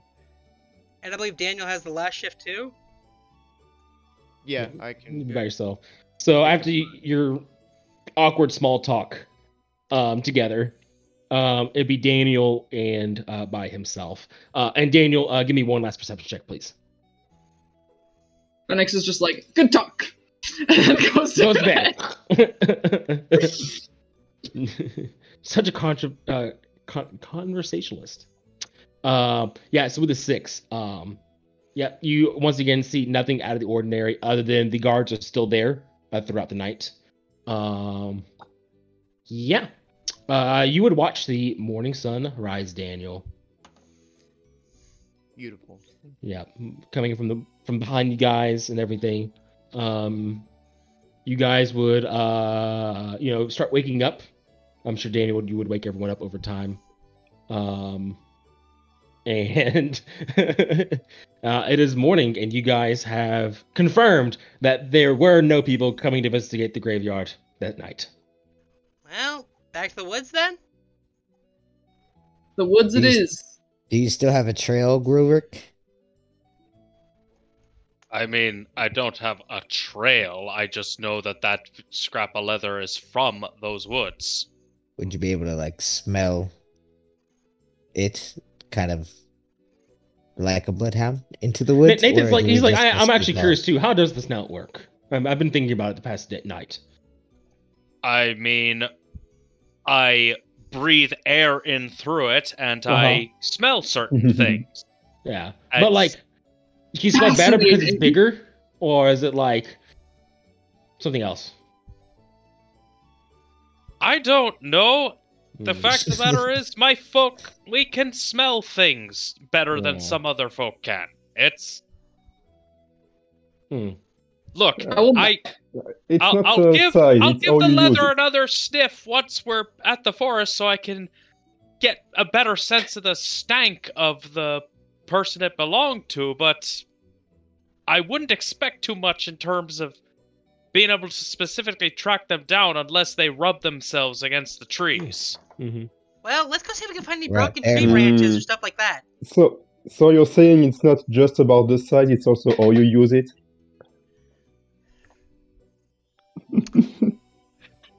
Dog You and I are not just- from the same culture, so I do not pick up on that particular bit of double entendre. All right, well, to the woods. Into the woods we Alright. go. All right, Damn you guys guards go. ruined our chance at catching them in the action. You guys go back to the woods. Part 2. So how are you guys going to be tracking down the owner of this piece of garments who he lost purely by accident? It got stuck on the fence, and he's not a bad guy whatsoever. He's just, Assault everyone we pass by and see if they miss a piece of cloth. Easy. There's tons of people in these woods here. I mean, if he's losing pieces of his clothes to the woods, would there not be pieces of cloth like on the branches or it's like a some kind of possibility. bushes? Possible. We're going to start at the from the list I see in front of me. Caius, how are you going to help investigate this forest? What are you doing? I will look for tracks and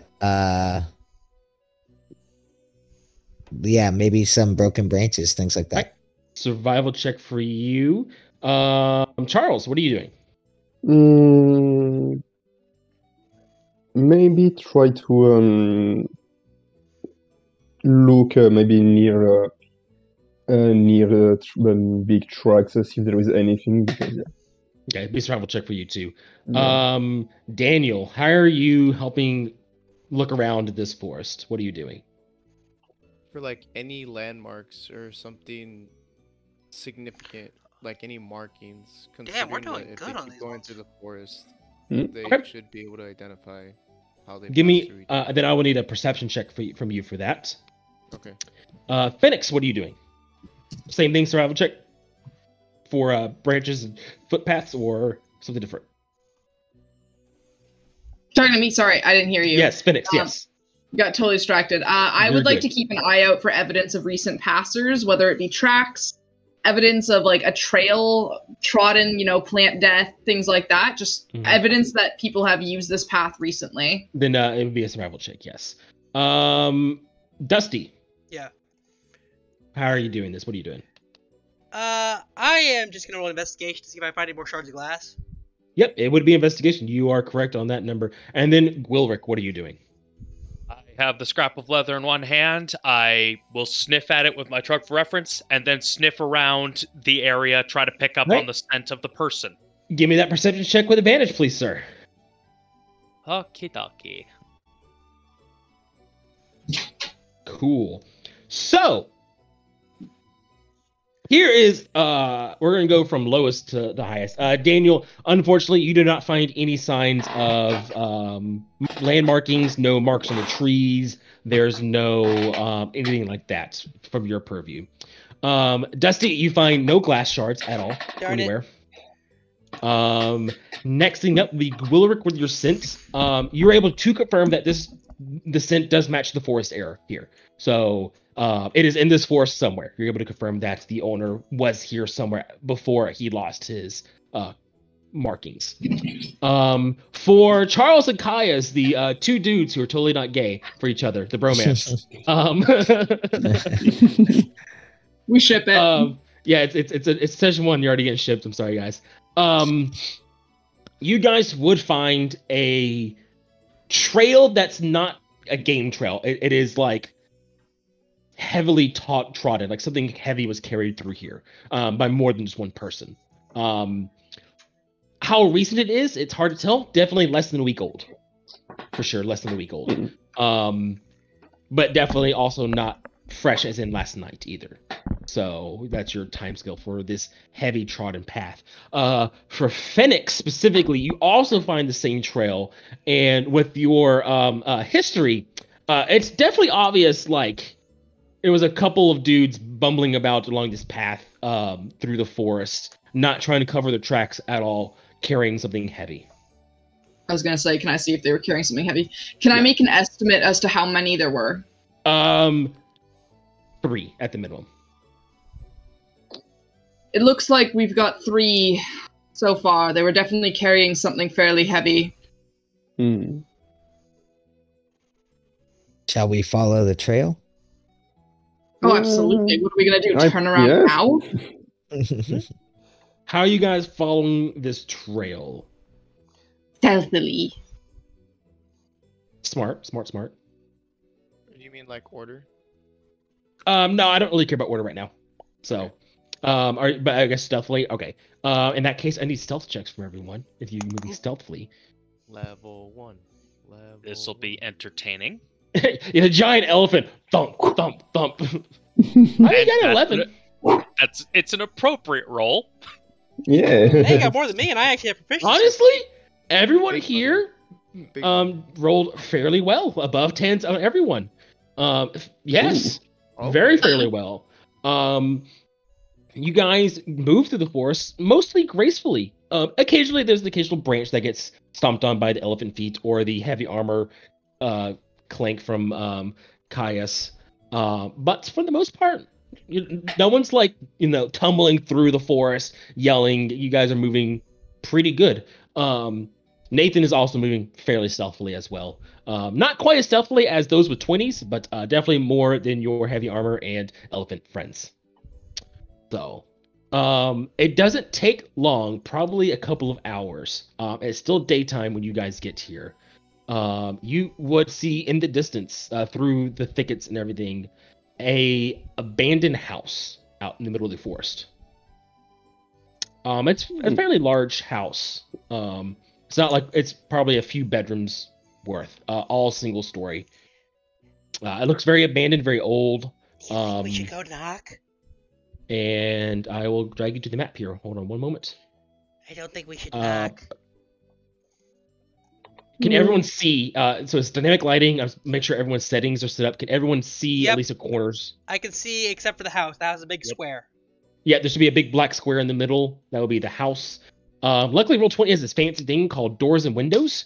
So you guys will be able to see the symbols for them. Don't click them until you guys get close to them, and I will tell you like if it's obvious, if it's locked or not, things like that. It's like, but you, the players, can open things. Charles, aren't you sneaky? Yeah. Shut. Yes. Do you want to go look for us? Let me look.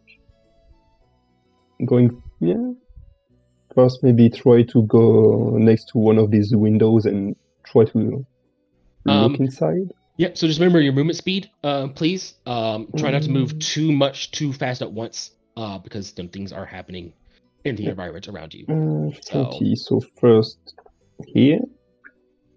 Okay. And after, just go next to this one and try to look inside. Okay, so this window is partially boarded up. You can still see through the boards, but it is boarded up. And then what you see on the map is what your character would see. So. Oh, okay. So, question. This symbol's a door, though, right? Oh, sorry, I didn't mean to click on it. Which was it? I meant to check on that. I actually clicked on it. Yep, nope, that is a door right there. Yep. Okay, I actually clicked on it. I don't know what that does. The one with the 4 squares is the window, and the solid rectangle is the door. So. Oh, I can Charles see. Able to see? Yeah. Like, so are you able to see? He can see when through you the click windows, on like his dynamic lighting and everything. Yeah. So those windows right there are completely boarded up with curtains in front of them and everything. And then when you're right there, you actually get a huge odor of corpses, decomposition corpses from right here. Oh, okay. I will make a sign to the others to you can come. Yep. I have a question. Yep. What's this thing? That would be an abandoned well. Okay. And make sign careful with your nose, and then this don't right breathe. here is where like a pond like with the water would be stored. Oh, we're moving up. Yeah, Charles was waiting for you guys, so This side, I rolled 20 south just to find side, I out. would say is clear. It's just a corridor. I'm reconnecting. My roll 20 went nuts. okay, that's fine. Just let me know how refreshing goes. Glorick, do you want to go in first? And also, like, there is a bigger room, I think, down from this window. But I didn't see anything. I'm guessing I pick up on the stank pretty easily. Oh yeah, you like even before you got even close as they are, you picked up the stink pretty easily. I kind of tuck my trunk into the front You of can like my furl it up and shirt. everything. Yeah. Yeah, just to be like, Nathan is going to be standing off to the side by the tree, not getting closer than this right here, and he just gives you guys 2 thumbs up, and just kind of standing there. He doesn't look relaxed though. He does look like he's posed to do something in a moment. He's looking at the house and around. Okay. He's not just standing idly, obviously. Anyways. Should we go in? I mean, I'm actually going to sneak up closer to Charles and just be like, okay, what did you see through these windows? Just This one, it's just a corridor, and from the one, this one, I can just see that there is a big room, but nothing specific. I just saw a big carpet on the floor. Should we have someone stealth ahead and get more information? Or do we say fuck it, bring down the door and just go for it? They can fuck it, but that's because I'm a fighter, so we'll let you guys decide. even I would. Yeah, on these windows. How what? Oh, high? Like what height? They're probably about like waist chest height for you. Normal house height windows. Yeah. Yeah. Can Wilrick fit in the door? It'd be a very tight squeeze for him. Is that going to affect his combat if something happens inside and he has to bend down? He's a medium-sized creature, so mechanically no. Okay. Just a fun image. Yeah, it's just funny images. Yeah. I was thinking maybe we can break through one of these windows. Go through the window? It's very old wood. I mean, a little bit of effort could possibly break them. You don't want to try to pick this door right here if it's locked? Yeah, I do.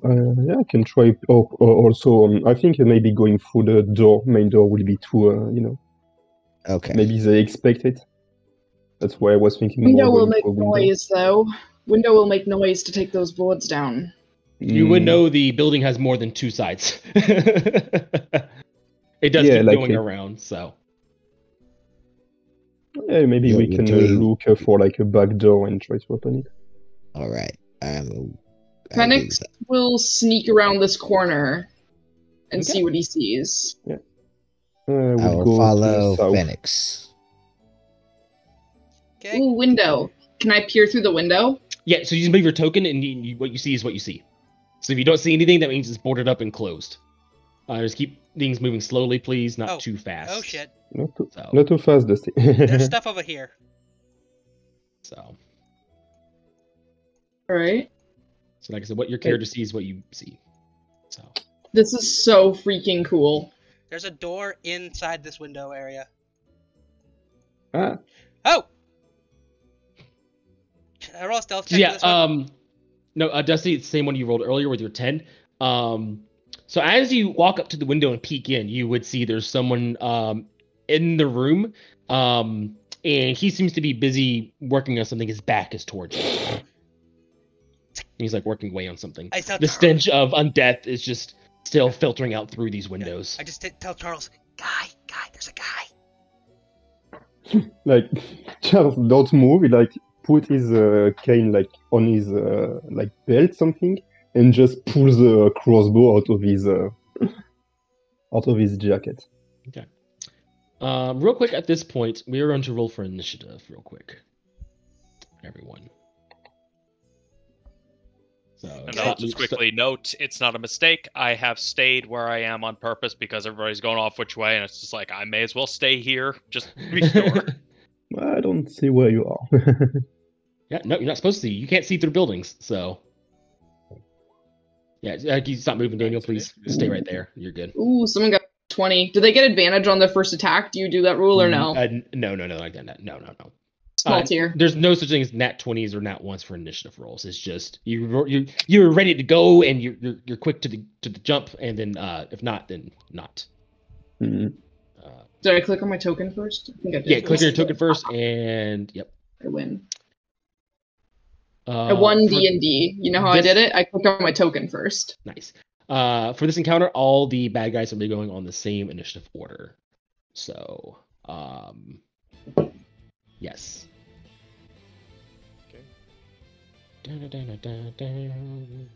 Little too.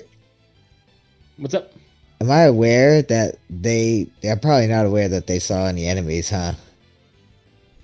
Well, you were up there with Phoenix, so you wouldn't know what they saw. All you knew is what you two saw, seen so far, which is so far empty rooms and heavy stench of undeath. Is this window like open and that's why I could see through it? Should do it. Yeah, so it's not open. It's still barred with planks, but it's not covered with curtains. Gotcha. And Caius, you are first. So yeah. So you're not directly in combat right now. It's just because enemy has been spotted. We're going to do initiative order from here. Right. I'm gonna move to this window over here. Is this window locked and boarded and everything? Yeah, it is boarded. Yeah. I was going all the windows are boarded in here. Just the ones you can see through. Just don't have curtains on in front of them. I'm just gonna go ahead and dash towards this door back here. Oh, I didn't mean to click on it. You're fine. Just make sure it's closed. So you can't. So there is a wall right here. It's like a back patio, but it's been like has that mesh around it, so you have to go through right here, the little stairs right here. Okay, I think that means I'll stop right here. So, all right, that's it for me. Cool. Daniel, it is your turn. You did hear Dusty say there's a guy and pointing into the window right next to him. He was whispering. And you have the map. So.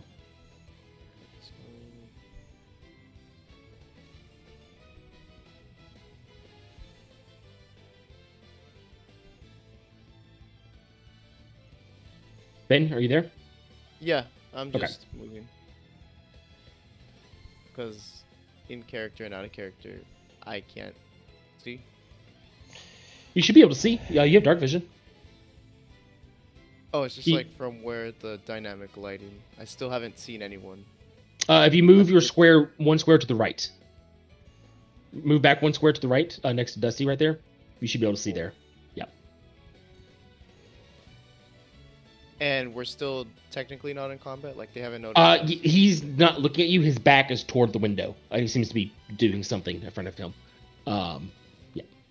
You guys are still stealthing, I'm assuming. Oh shit, I played the music too early. Yeah, no, I was like, oh shit, we're in it already. Yeah.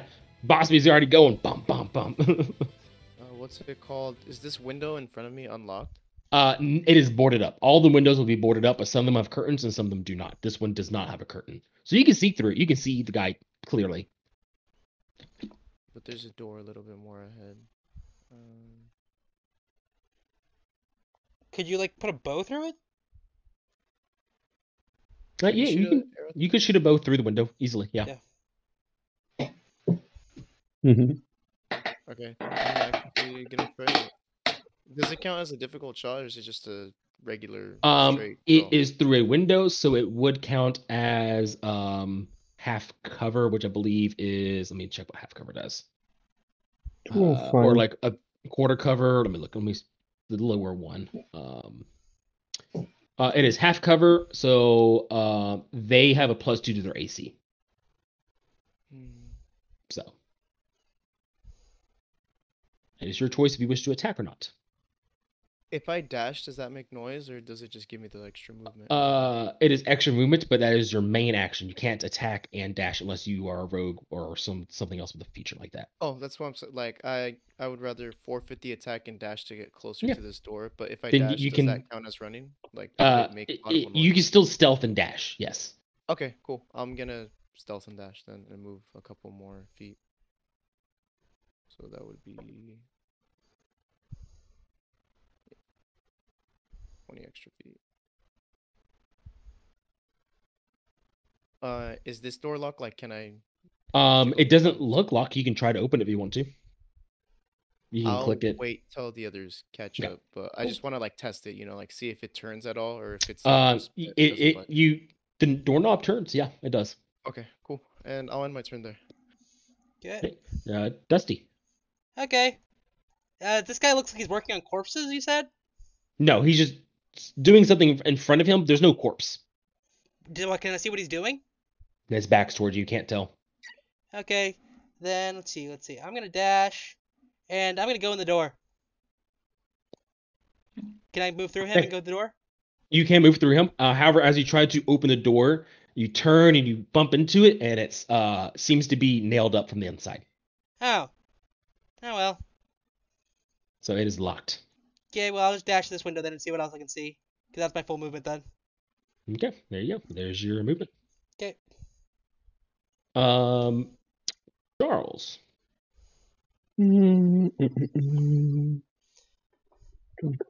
Has he still not spotted the guy in the middle of the room? I mean, I haven't seen him because I was... Okay, he's here. Yeah. It's the angle of the light. Like if you're on the right side of it, it won't show. I can't see. Like it's only showing. It's It's only showing my angle, so I can't even see you guys who aren't at the Yeah, bottom you half. can only see your character tokens angles. Yeah. Yeah.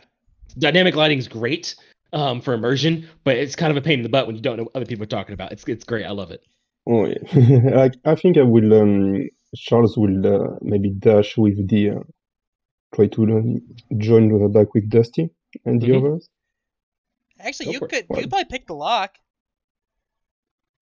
And It's not the locked door, with a lock. It is locked. yeah, with it's supporting the blocked. inside. Oh From yeah, it's behind. nailed. It's nailed. It's not locked like that. Yep. Any of these windows look like less secure. It's like one or two wooden planks that are pretty old. Okay. So Yeah, I mean, I did consider like shooting this guy in the back, but yeah, maybe we'll shoot him. better like regroup first. So Yeah. it is bad guys' turn. Bad guys are gonna bad guys. They're going to do things.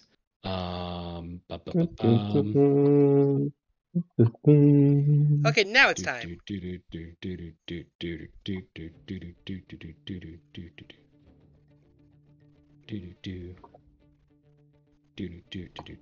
Bad guys doing bad guys thing. Wilrick, Okay. what's your passive perception, real quick? My passive perception Mhm. is 11. Okay, cool. You would hear the sound of a door opened. Can I tell where it was? From this window right here.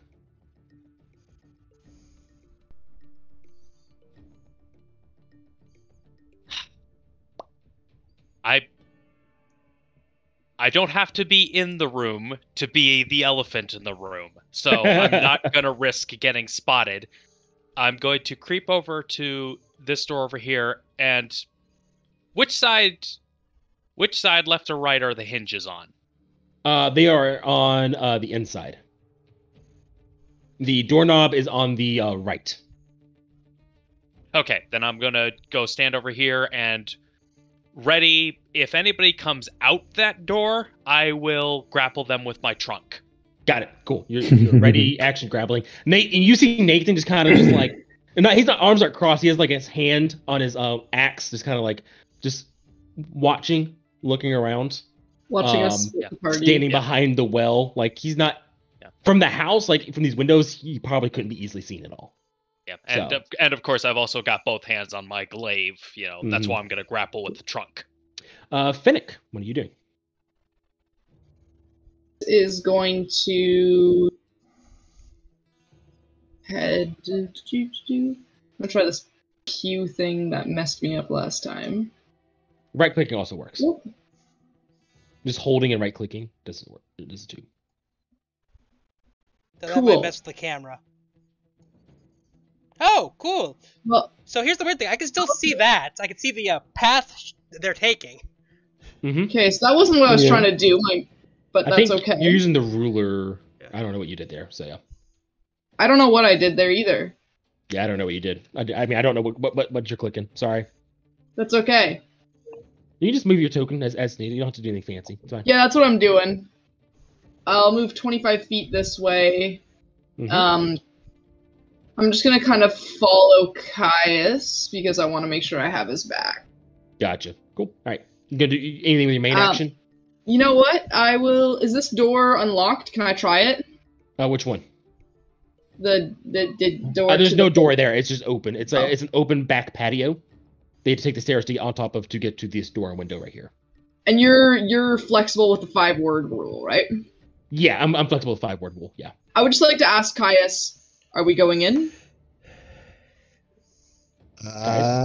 It seems like the rest of the team hasn't gone in, so I just want to wait by this door until I hear something go down. And we can see in this little screen area, right? Yeah, in this area right here you can see all this right here, and you can see there's an open or a uncurtained window right there. So, Okay. like I said, what your character sees is what is seen. Yeah. All right. Well, I'm gonna use the. I still have 5 feet of movement, but I'm gonna use my dash after that. 5, 10, 15, 20, 25, and I'm just gonna kind of. No, I want to go to this side actually. 25. Yeah, that'll be 25 feet. Okay. What do I see on my way over? I see windows. Okay. Yeah. Okay. Well, then I'll end my turn here at 30 feet. Mm-hmm. And wait, kind of ducked beside the window, between the window and the door. You guys can see what you've seen in the past, right? Like it's all grayed out. Nope. Yeah, I can. Okay. I can't see what I saw in the past. Everything's. Only what you see currently. But I refreshed, so let me just move my token around and get all that sight back then. Yeah, I don't know if refreshing works. Just see. Can you see that this room down here still that you just looked in from where you're at? No, Like I it's grayed can't out? now. That's odd. It's blacked out. I will work on that. Oh, I see it. Okay. Now it should work. I have explorable darkness turned on. Now you should be able to see old things. Let's see. Nope. No. Okay, I'll figure it out later. We'll talk right before the session. Okay. Yep. Sorry about that. That's your turn, Caius. I'm gonna go ahead and move over to this door and check if it's locked. Okay. Is it locked? Click on it and see. It is not locked. Doesn't seem like there's anyone in this room. I would turn to Phoenix here and I'd say, I'm gonna go in. Let's see what I see from here. Arched eyebrow and a grin. Okay. And then I guess I would use my remaining dash movement to come over here to the side of the store. And Okay. that'll be my turn. Perfect. Daniel, it is your turn. So you said it's boarded up from the inside, and all That's what it seems to be. Yes. It like doesn't budge at all. Like I can't say fit a dagger. If you want to try to break it down, it'll be an athletics check. Just look at those numbers real quick.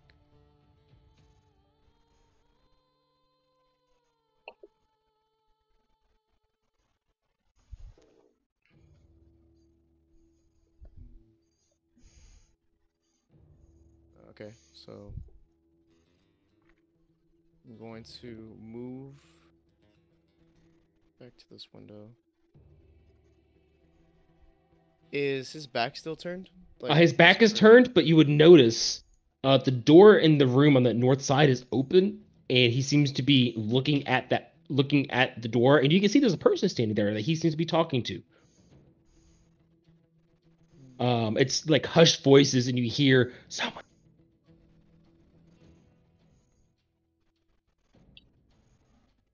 Okay. Can I hold an action and attack? You can hold an action, yeah. I like to hold an attack for if the guards. What's your trigger? alerted, like if they sense an intruder. Yeah, I forgot to mention how these guys look. They're dressed in rags, basically. Layered cloths. They look gross and dirty and disheveled. They're not guards. Yeah. And they are human looking. Okay. So, what are you going to be doing? What's your trigger? If they become hostile, what are you doing? Yeah, if they become hostile, I'm gonna fire off a arrow with my short bow. I'm gonna hold it out and prep it. Perfect. And that on my turn. Dusty. Question: are the boards far enough away I can just like squeeze through them? No, they're pretty. Yeah. Okay, in that case, I'm gonna chop one down or try to. Alrighty. With the rapier. With roll some damage. Yeah. Sorry, 8 piercing on. Yeah. So you stab into the wood. Your rapier goes through the wood. Has some cracks on it, but doesn't break it. And there'll be a loud, audible like sound. Ah, darn! Of you attacking the wood. Didn't work as well as I thought it would. You want to try, Charlie? Yeah. I let him go. Yeah. Okay, Charles, it is your turn. Yes. Open the window, you mean? Yeah. How are you going to open the window? What are you doing? It is boarded up. Boarded. He just attacked it by stabbing through the wood. Is this one still also like? Yep. They're all boarded up. It's not the strongest. I do have. Maybe I have a. Yeah, I will use my crowbar. Just open his bag, pulls out a crowbar. Like, Okay. I think this will be better. Yeah, give me a athletics check with advantage.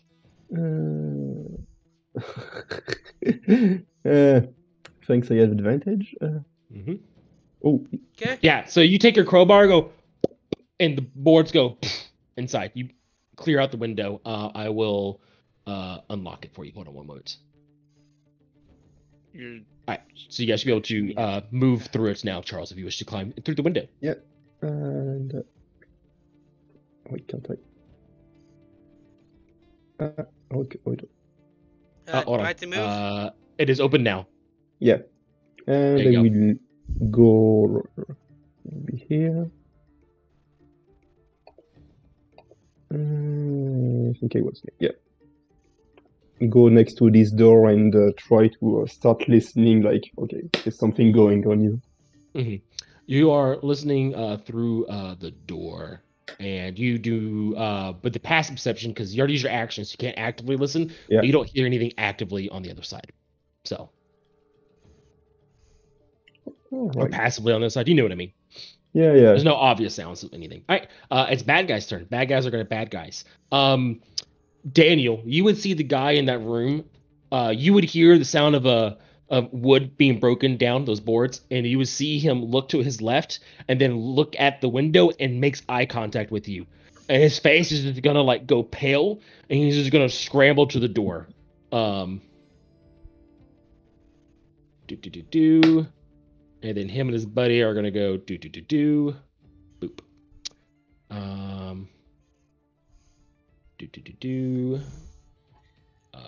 We are going to do this. Boop. Bad guys are going to bad guy. Bad guys are bad guying. Bad guys are bad guying. Bad guys are bad guying. Bad guying. Bad guys. All right, cool. Wilrick, you would hear the sound of wood shattering, followed by. And I just saw those two guys run past that window. Yep. So yep. I think you would have heard them too.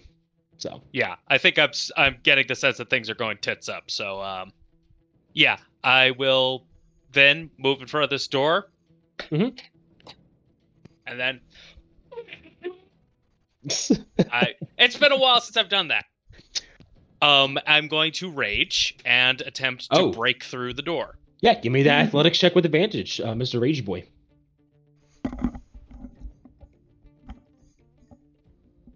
Oh, that should have been with. Yeah, there we go. Yeah, 20. It's old wood. It's not very, very difficult for you. Just when you bash on through it, wood shatters flying out. See, so that's 1, 2, 3, 4.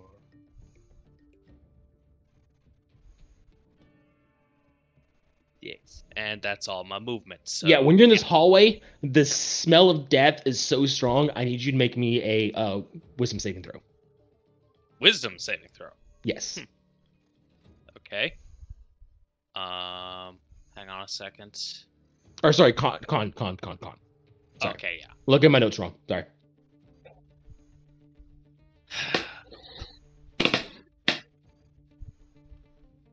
Yeah. So you're good. You don't get sick from the smell, but it's pretty fucking bad, especially with your trunk and everything. Like, if it wasn't for you being used to the smell of death, you definitely would have been done. I'm used to the smell of death out in the open air. Yeah. But still, you have smelled it before, so it's not an unknown smell for you. So you're not some noble who's never smelled death before. You know what I mean? So is that your turn? All your movement and everything? Yeah. Okay. Phoenix, you would hear the soft sound of wood breaking, followed by some pitter-patter of feet, followed by the crunching sound of wood after a trumpet sound. So a little... It's these order of sounds you just heard. Just face palms. And I'm going to start by 5, 10. I see a door. 15. Tiny. Wow, my internet is so bad with this. Do you do diagonals? Yes, we do diagonals. Yep, you're good. 25. I'm going to try to open this door. It's It unlocked. opens. Yes, it is. I will See, dash. I still have 5 feet, so I'll move my 5 feet first. And then I'm going to dash 5, 10, 15, 20, 25, 30. Wee. Oh! Fuck! You would see 4 rag-wearing guys who have weapons drawn at this point. They all have like short swords-looking weapons, and they all look at you with swords drawn, and they are hostile-looking. Where are you on the map? That's a good question that you don't know in character. Yeah. So we haven't been able to see anything that's been going on over here, so this is all news to me. This is great. So glad for this. Dynamic lighting is great, right? Dynamic lighting is great. No, totally. You know what? I'm the kind of player who would have made this choice anyways, because fair enough.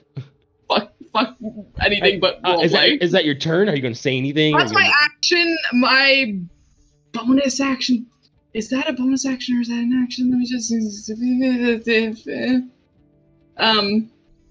action. Cool. And this is an action. Cool. Okay, great. Yep, that's great. I'm just gonna go ahead and draw my rapier. Yep, that's an object interaction. You're good with that. And prepare myself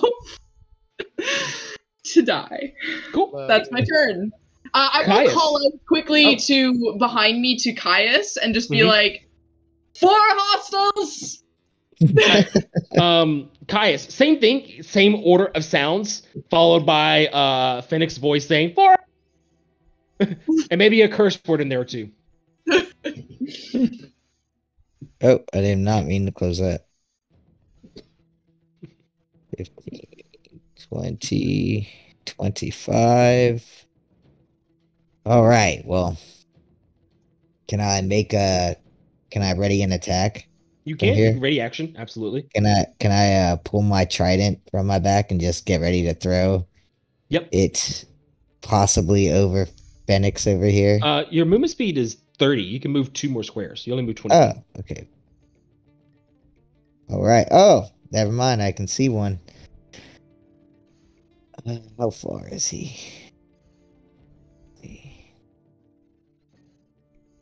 25. Does trident have the throwing property? It does. Oh wow. That's a 60 feet. So question for the DM. Answer for the player. If Caius called it out and said duck, could I use my reaction to duck? You're fine attacking through allies. There's no real penalties nice. typically. Yeah.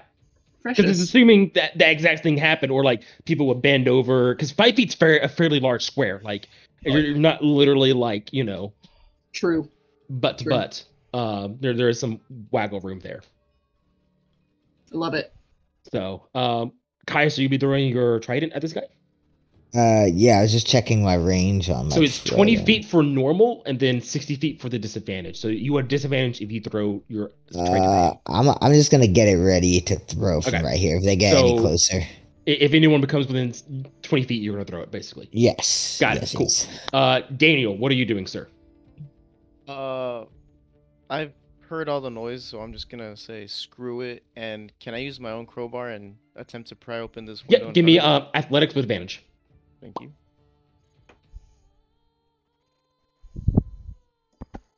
Big money, big money, big money. 14. Yep, you're able to pry open the window. I have opened it for you. You can climb on through if you wish to. Okay. And for my movement, I'm going to use it. As a half elf, I believe your movement speed is 35 feet. So 35. Yep. Okay. So now I see people in front of me. Cool. I still have the attack action. no, you use your action to break down the boards. Okay. So you have a bonus action, object interaction, and that's about it.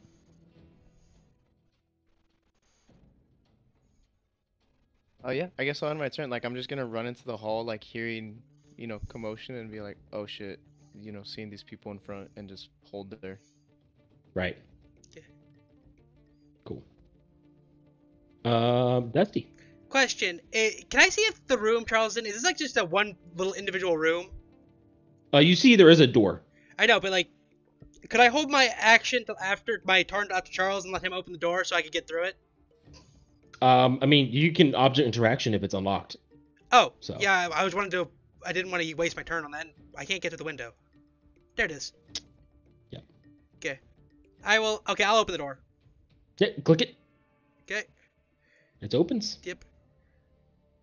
Oh, hi guys! And let's see how much was that? That Both was of us sitting ready to attack, facing the other way. 20 feet. Yep. I don't see anybody. Is there a problem? Phoenix says there's four enemies. problems currently. I see one. I can't see him on my map. Can I?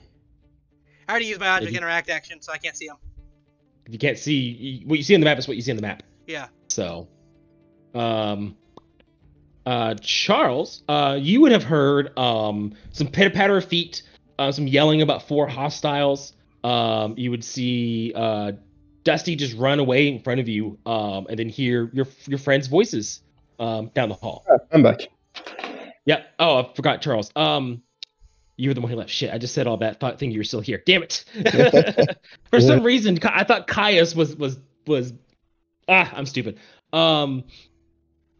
Charles. So, what you have heard is the sound of people running by in a hallway on the other side of this door. You would have heard Phoenix's voice shout out, 4 hostiles. You would see Dusty just run by you, open the door, no problem. It was unlocked. And then you hear him and your allies talking about hostiles, enemies and stuff. The number 4 coming up again. So down the hall to your right. Okay, well, first I think he would go inside the hall here.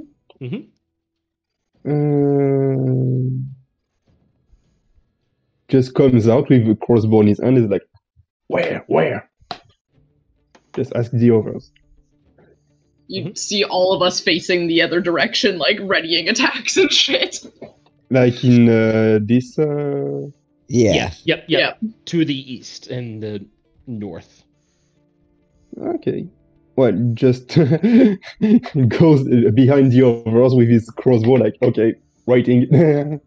Waiting my turn. All right. Bad guys are going to bad guy. First things first, this guy's going to move right here. And it's going to attack the druid. The 13 Nice. hits. Can I see that guy? 13 is my AC. So it does hit then, yes. Don't click my damage for me. Sorry. It's not going to work. I know You're it's going to not- take 3 slashing. And then for you, Caius, you can see him, but he has half cover from this angle. I'm gonna we hold can off move on through the hit our then. allies, right? You can move through allies. Yes, they are Yeah. perfectly fine. This guy is going to move up right here. He's going to have advantage as he attacks because he's got that flanking. 16 is going to hit because the 13 hit. You're going to take 2 slashing. This guy is going to move within the 20 feet for you, Caius. So Okay. you want to throw that trident? Yeah, that guy gets it. Yep. Hold on, let me see. I don't have it pulled up. The damage on the trident.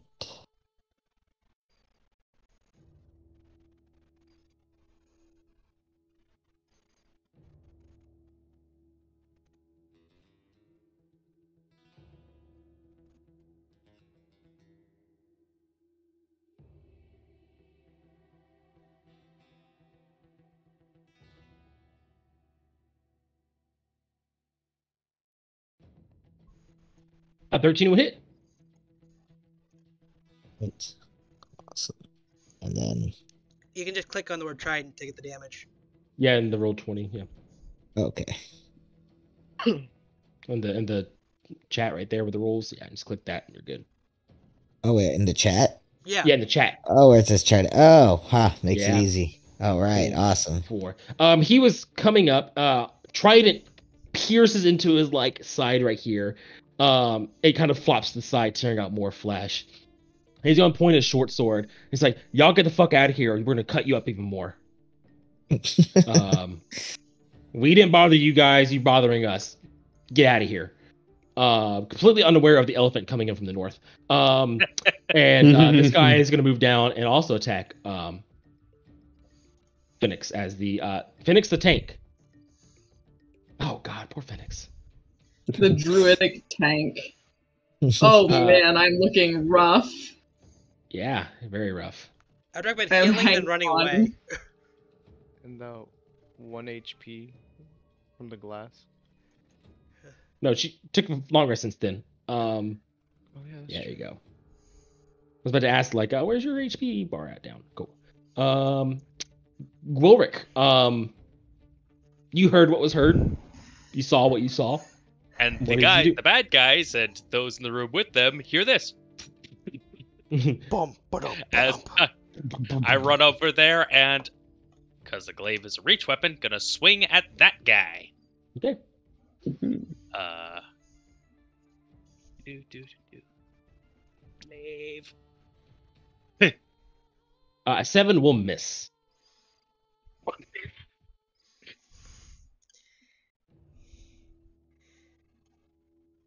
So I assume it's the rest of your turn. Yeah. Cool. Yeah. Fennec, the tank. Get behind us, Phoenix! Phoenix is going to use his action to disengage. Mm-hmm.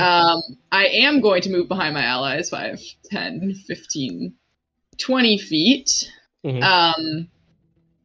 And I will use my bonus action to light my hands on fire and quickly soothe them over my wounds, and I will cast Healing Word. Cool. No words, just actions with the fire. I stand by my fire. Okay. Um, No fiery words, just fire. he'll mutter to himself something in Druidic. Perfect. I love it. And it's the top of the order. So before Caius, you go. This door is going to open up. And Nathan, he's just going to walk in, be like, "Oh, that's what's going on in here. All right." And like leans against the doorway and just watches. Like the 4 dudes are looking at him like, "What the shit?" But Nathan's just standing there, just watching. And that's what one of them says. Guys, are we a tutorial? Yeah, so like with him breaking down the door, he just takes his axe and like just bashes through it. Similar to what you did, Gulric, but less shattering, more clean cuts. Caius, it is your turn. All right. And he's just gonna like stand to the side here, just kind of just like watching. He's like, "All right, cool." Would a shove be an action or a bonus action? It is an action to shove. Okay. All right. Well, when I get my greatsword out, is that also an action, or is that can I It's still an object attack? interaction. You're good. Okay, pull my greatsword out, and I guess I'll move where Phoenix was. Mm-hmm. Is there any way I can move past these guys, or would I get? No, you cannot. You cannot move through enemies. Unless you're a halfling. Where? Yeah. You know, you can be two sizes Okay. smaller. No, Let's say you halflings can have a move- special ability for that. Oh, okay. Well, that's different. You can move to the sides, but you'll take an attack of opportunity. No, because the two enemies are cornered right there like that. You can't move through them like that. Mm. I was So. considering being a halfling bard, but then I didn't get enough skills for what I was trying to fill. But what are you doing, Caius? After I shove, I can still move, right? You can still move, yeah. Okay, so I'm gonna go ahead and kick this dude in the chest, the one right in front of me. All right, give me a athletics check, please.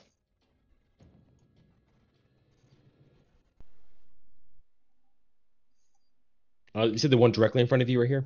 Yeah. Okay, cool. To make sure. Yeah, like I said, give me that athletics check. Ooh, 23. You're probably gonna win. And you do. Terribly so.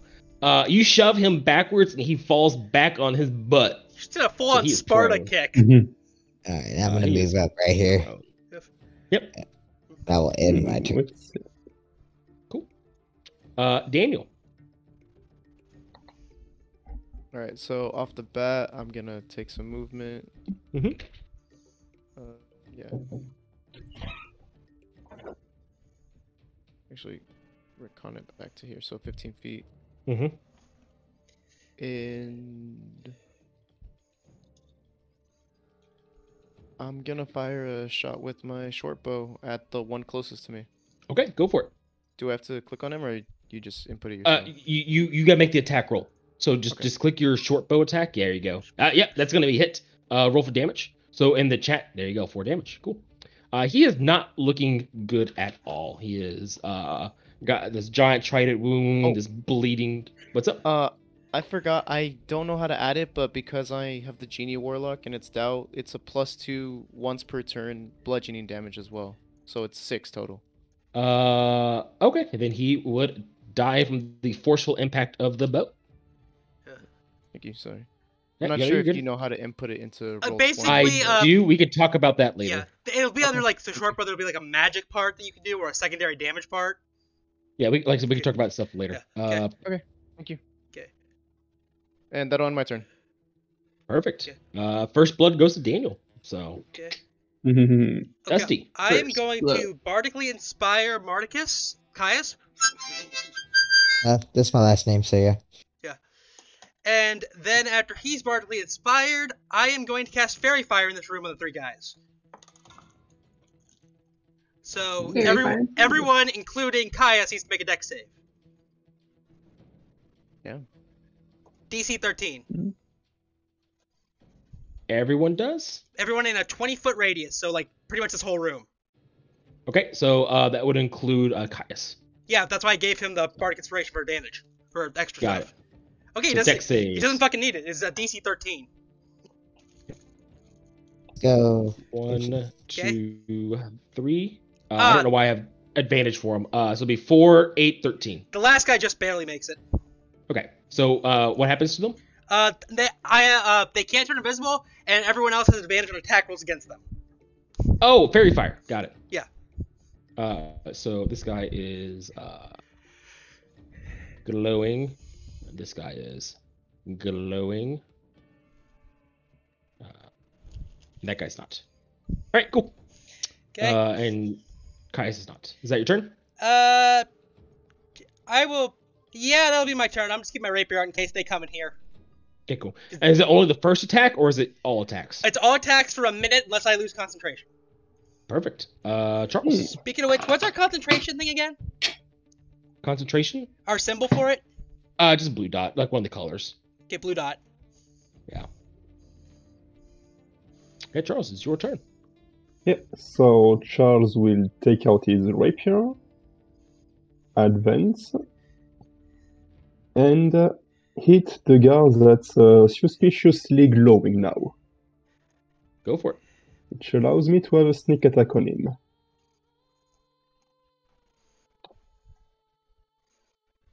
13 hits. Oh, nice. Sneak attack, and does it work? Yeah. So which one? The north one? Yeah, the one that's glowing up, yeah. Yeah, he is killed. If that's what you were aiming to Perfect. do. Yes. Pierce him. Yeah.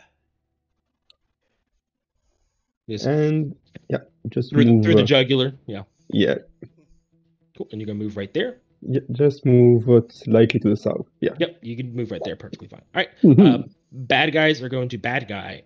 And the south one is going to try to run away. So he's going to disengage from Charles. And Caius is going to start running away. The other one is going to stand up, use half his Okay. movement speed, and also disengage and try to Yep. run away. I will try. Can I use my reaction to use an attack of opportunity? They are disengaging, so you cannot do attack know. opportunity on them. Yeah, correct. So that is unfortunate. But yeah. Gwilric. They're shouting yeah. like, "We don't want to be part of this. This is what I thought it was gonna be." You know, like obviously like fearful for their lives as they watch two of their friends die. And Mhm. I'm hopefully going to add a third one here. So I'm going to swipe at that guy who has the misfortune of being in front of me. Let's see. So that's going to be attack with advantage. Damn it!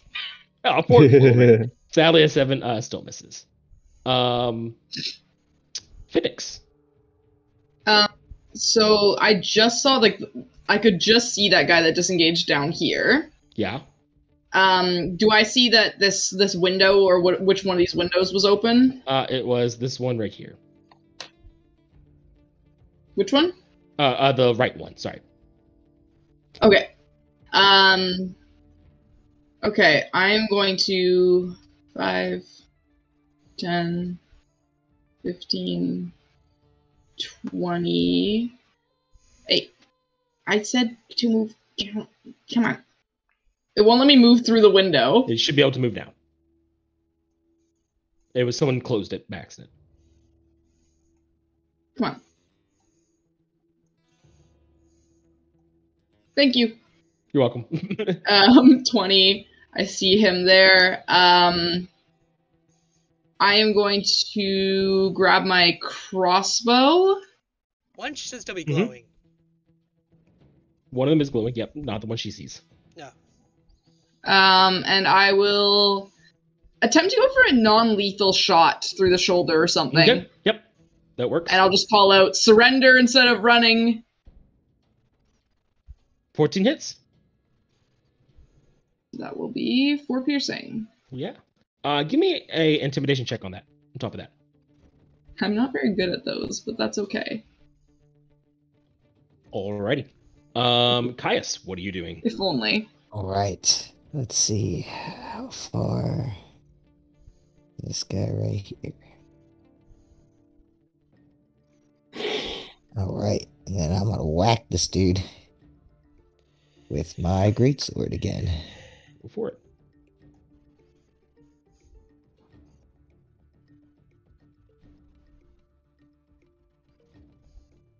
A 10 hits. All right. 10 slashing. I'm assuming you're going for a killing blow, so he is dead. Alrighty. All right. Nice attack.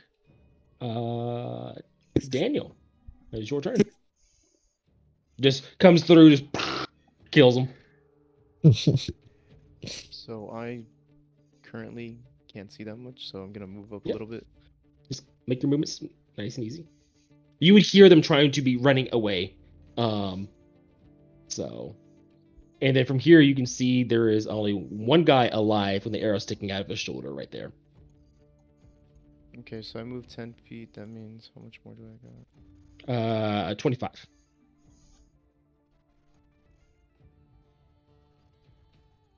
Okay. I can make that shot. Right, Same deal. Still have the short bow out. I'm gonna fire a shot at the one I can see through the doorway. Okay. Just taking a deep breath and aim. That hits. That's it. Let's go. Would I be able, able to tell which way they're going from what I'm seeing in the hallway? South. Okay. Toward the front door. Yeah. And Daniel gets the killing blow and gets the final kill. First blood and last blood. Combat would be over. Just for flavor, since I guess it's bludgeoning damage, like the arrows kind of shatter when they impact, like a body, like Yeah, that works fine. they fracture. They go in and then they just shove through. Yeah, I forget what that kind of bullet is called, but or I think it's a hollow tip or hollow point. Yep, it is Hollow called. point. Kind of Yeah. the same idea. I just call it the gay with his bold. arrows, you just see them kind of magically encrusted as he shoots them. Nice. All right, cool. Sorry, thank you. No, you're good. I Fennec like flavor like gonna that. call out. We could have kept one alive, asked questions. Don't look at I'm me. gonna go ahead Yeah, and could have. retrieve my trident from the from one of the dead guys. Yeah, it's Put it back on my back. Mm. Don't want to forget it. The combat is over. You guys have free reign of the map. Okay, I'm gonna go investigate the corpses. Their corpses. Nathan not... is just Yeah. observing. He's kind of like looking at the bodies. He kind of sheepishly look at the door he opened for them to escape, but he just shrugs it off. I'll investigate this body down here that was outside with me. Look, Yeah, the one next to me. So all the bodies are dressed in like cloth rags. They're very dirty looking, very not hygiened at all. Look very poor people. There's nothing on them. They have the short swords. That's it. So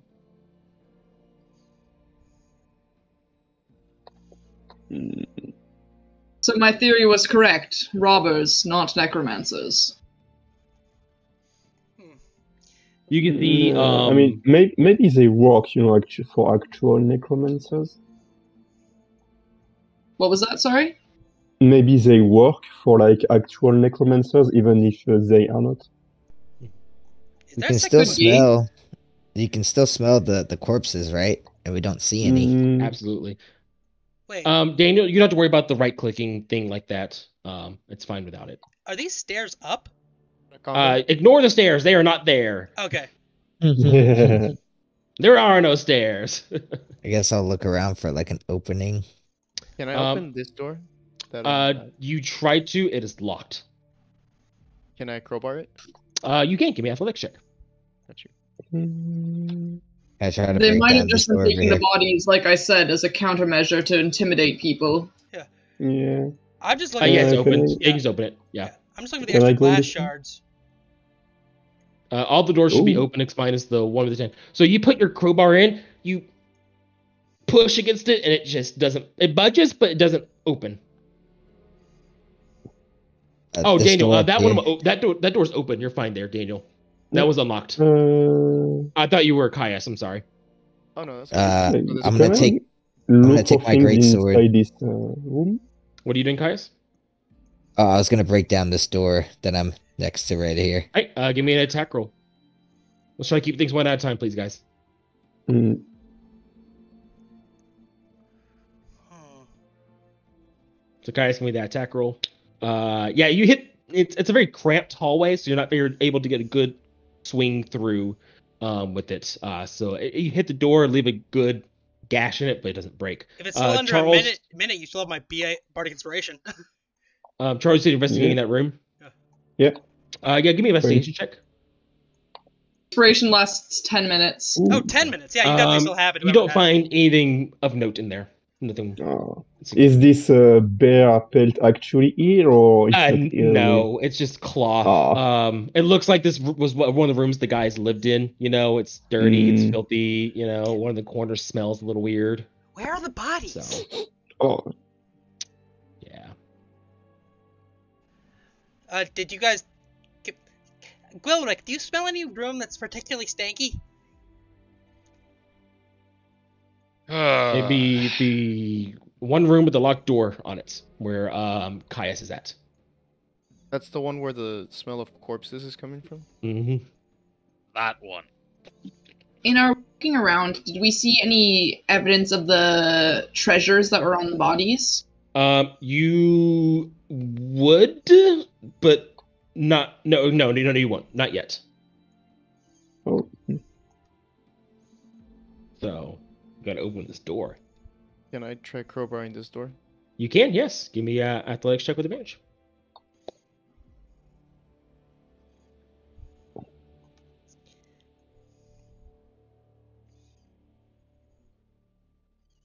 Unfortunately, no, you cannot. This door is very sturdy, well kept. There.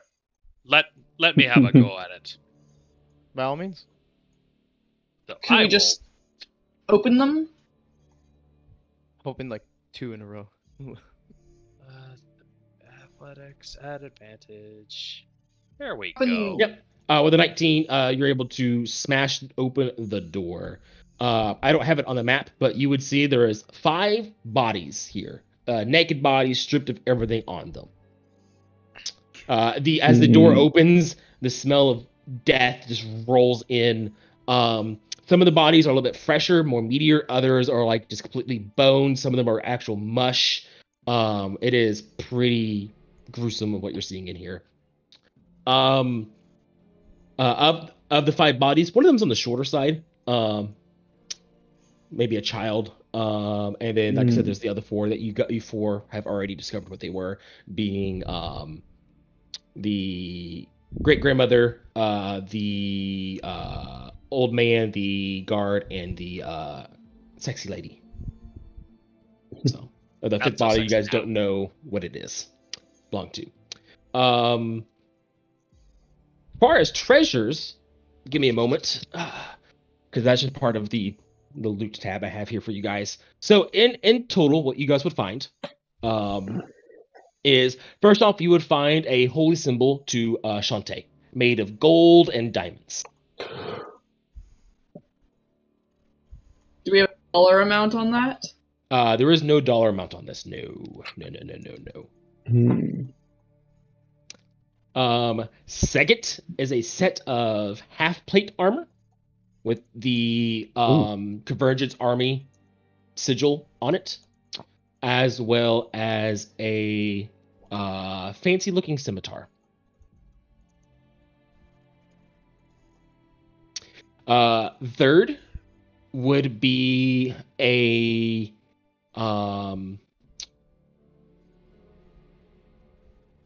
set of a necklace of pearls. And lastly would be a bag full of yellow glass. Okay. That is all you find. Okay, so I'm going to take the yellow glass. Can I cast Identify on it? You can, do you? I cast Identify on the yellow glass. Okay, you gonna do the ritual, or you gonna do the normal cast? I had normal cast. I still have 3 spells left. Alright, cool. Identify. Hold on 1 second here. Let me look at the exact wording of the spell. Make sure I give you the proper knowledge and don't give you anything extra. Yeah, so it is magical. And the properties, how to use them, whether blah blah blah.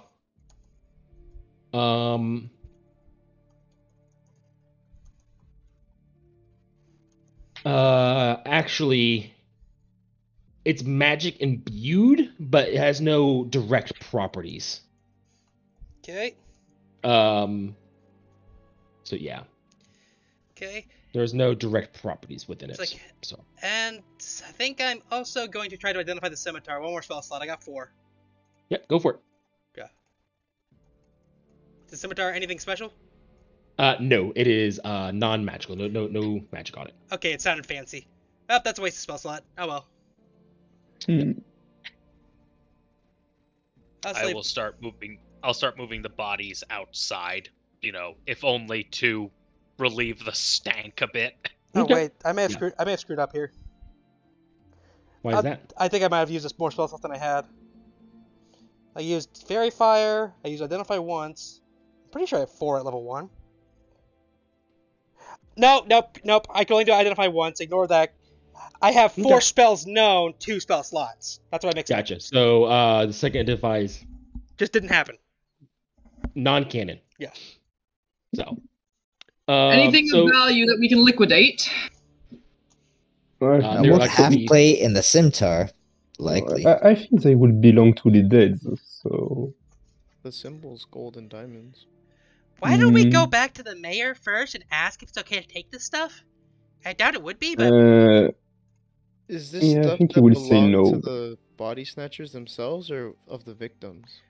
The dead people. To the dead. yeah, we learned For Patty sure. was a Shantae guy, so that was his. We know the glass belonged to Annabelle, and we know that Sarkorian was a guard, so that's probably his armor and scimitar. Yeah. Like, I think the Alright, necklace will likely go to the courtesan, and the last one, we don't know. Like, probably someone from the third town. Fine. Look, look, these guys may have been bad, but if we actually screw with the dead, that'll be more pain in the ass than it's worth dealing with if you steal all this. Yeah, I mean, it will make us same as them, so yeah. You're All not right, so wrong. are you guys going to return the bodies as well? You're going to bury the bodies here, or are you going to? What's the plan? They probably want their bodies in their grave, but I'm not keen on Yeah. carrying them. I say we just give them Yeah. a location. Yeah, That's what I was thinking. we don't really have a I'm- cart or anything to transport. I'm putting them outside so that Mhm. this house Okay. won't smell quite so foul. You put them out Um, back. I outside. would recommend Um, opening a window instead, because otherwise animals will come eat them. Yeah. That's Yeah. a bad thing. Well, Um, okay, I well, think like, it not will all be they cultures will do sky prefer- burial. I'm still getting used to this. These Fine, people whatever. like having their dead in the ground to feed the earth. See? That's also very confusing. You'll figure it out, buddy. But now let's head back to... We should head back to the smaller town. That's where the job came from, right? Lost bodies. We can stop by Snallville since it's so close. Yeah, just, all the towns will be equidistant from where you're at. Oh, for some reason I thought that one was closer. And then if we go I see back on the to map Abaddon, then we can go back to the gate pillar faster. It's your choice what you guys want to do. I vote You Abaddon know- because that's who gave us the job. We could, while we're here, take a look at that other job, the one where we're getting herbs. It is at the 4-hour mark, so Yeah. we're gonna be wrapping up the session here. Yeah. I'm in character suggesting because my character wants to go check out the druids really Mhm. badly because he wants to know if there's a rift there. Um, Can we actually so do you that? guys are, Do we have to register jobs each time, or can we do that? Can we just like keep taking on jobs, Nathan? you are allowed to take on more than one job at a time. Just know other people can complete the jobs as well. It's not a 1-for-1, thing. So if we go and do the herb job while we're here, that's fine. Oh, well, no, you have to take it before you complete it. Otherwise, you don't get the reward for it. See, so we gotta go back and take it anyways. Yep. Damn it. Sorry, Phoenix. It's not uncommon for people to take more than one job. Nathan would explain. Just be aware that someone can always, come in and complete it before you come back, and you just do all that work for nothing. Yep. So, yeah, pick and choose. Oh, wait, we get paid by the guild themselves because the body snatcher mission says like 15 gold per body we find. That doesn't It's per relate to the person. person. Yeah, so each of you would get 15 gold pieces. Yeah. Oh, okay. Okay. Never mind. Thank Okay. you. Well, I vote we head back because this was a successful first outing. What do you guys say? yeah. Are you guys going to return agree. the items? Or are you going to keep them? What are you guys doing with that stuff? No, return them. We're returning them. We're not Okay. evil, Cool. I hope. So since we're at the end of the day, we're going to kind of like fast track through this a little bit. You guys would, return the items. I'm assuming you tell them where the bodies are, try to help return them, things like that. Yep. Cool. The mayor is very thankful. And to show his thanks, he has a little gift for you guys for returning all the items as well. For each of you, he has a little knickknack. He says, my family, we're still kind of crafters. Nothing too fancy. My grandmother, she was a clean freak, and so she did invent these little fancy stones. And they're very limited uses, so be careful with them. So each of you would receive a little white stone that looks very similar to the same material the monolith is made out of. He says each stone has 10 uses, and whenever you touch it, becomes completely clean, like the prestidigitation spell. They're called cleaning rocks. Nice. I believe the Yellow House still actually sells them, but these are free for you. And each of you would get a cleaning rock. Yep. So. And 15 gold pieces. Yep. So you guys would get back to the guild house. You would return it in 6 alpha mission. Blah blah blah. 15 gold pieces per person. If anyone does need to go, I understand you can go. There's just a little bit more RP with Nathan, and then after that, we're done for the day. I can manage like 20 more minutes. Yeah, it'd be like head on out. Yeah, if you gotta go, go. I understand 100%. Go ahead and dip out. Great first session, everyone. Fantastic job. I'm glad you guys didn't steal the items. That was a morals test. So 2 thumbs up for you guys. Good job. Good critical thinking skills. Good use of your skills. I like it. You're all doing very well. Yeah. I'm going to award a couple points of inspiration real quick. One is going to go to Finnick for all of her heavy research and everything, or his heavy research, sorry. And getting the the shit other beat one out is of him. going to go, huh? And getting the shit beat out of him. Yeah. And the other one is going to go to Caius for your interactions with the military. Yeah. So that's your 2 inspiration points. Remember, you only get 1, so use them so you can get more. Yep. Everyone else still did a great job, but don't think I think you did poorly because I didn't give you inspiration points. So that is it for the day. We can conclude this session, but I am going to do a little bit more RP with Nathan if he wants to hang out for a little bit. Okay. Later, y'all. We each Later. get a cleaning stone, Yeah, everyone does get 1 cleaning stone. Yep. which has 10 uses. Which each one has 10 uses. Yep. And it, anything it touches cleans thoroughly. Not like large things, but like, medium-sized creatures or objects, more or less. Kind of like the prestidigitation spell, but just a little bit stronger. That's how the grave stayed clean. Yeah. I honestly was counting on the animal being a zombie half that session. So. That was fun. Yep. That was so fun. That was. I'm glad you enjoyed it. That's a great start to the campaign. Yeah. It was. Yeah. I like the group dynamics a lot. I like the characters so much. It's funny you picked this one. So, well, real quick, let's do the Nathan RP, then we can like banter a little bit afterwards. So Nathan, you guys get the guild house. People who had to go. So it's just be you 4 he's going to be talking to.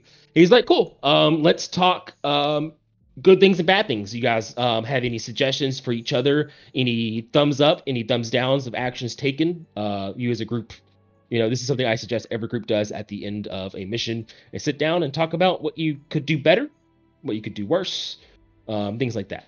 Do you think we should invest in binoculars? We seem to be really oblivious to stuff.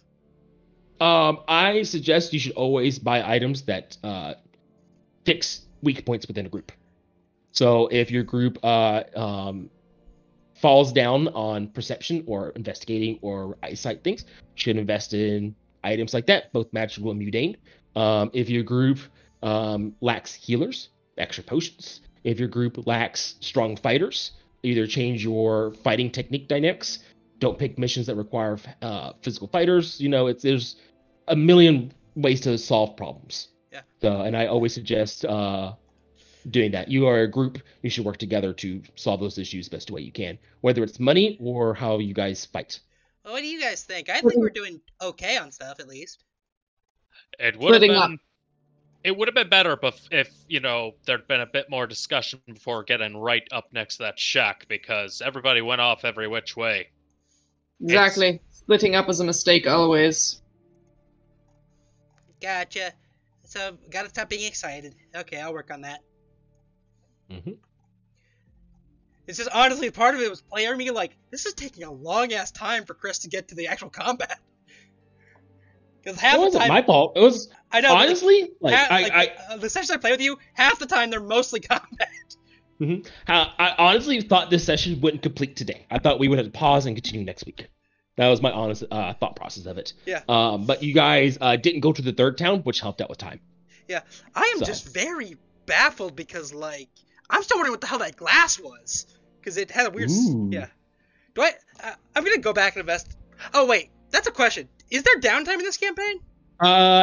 There is downtime, which there is a couple of days rest between missions, obviously, but it's not like old Pentecost where there's like, oh, you get 1 week, you get this many points, blah blah blah blah blah blah. Yeah, like I If was there's a wondering thing or if... two you want to do, your character might have the time between missions, and there'll be sessions where there's just straight up like 2 hours of us time to kill, so you can do downtime then. Gotcha. So. Okay, that's what I want to know. Anyways, I'll stop the recording there then. I think we're done with RP. Nathan would ask you why you all killed the body thieves. Why didn't anyone go for non-lethal kills? That is his only question. Honestly, I was just trying to make it easier to hit them. I didn't really attack anybody. Let's start with you, Ben. Defensively say, I attempted to non-lethally take one down in my defense. I did notice that, yes. Ben, you killed the last one yourself. So the reason why you didn't try to shoot him in the leg to question him and why they did what they did. I don't really have like a firm grasp on my abilities because I don't think you can even turn off. This is out of character comment, but I don't think you can turn off the bludgeoning. So I was just like, shit. When I rolled high, yeah. That was just unfortunate. You can do non-lethal damage with any non-magical attack. Even if it does magic damage, you can still like aim for a leg.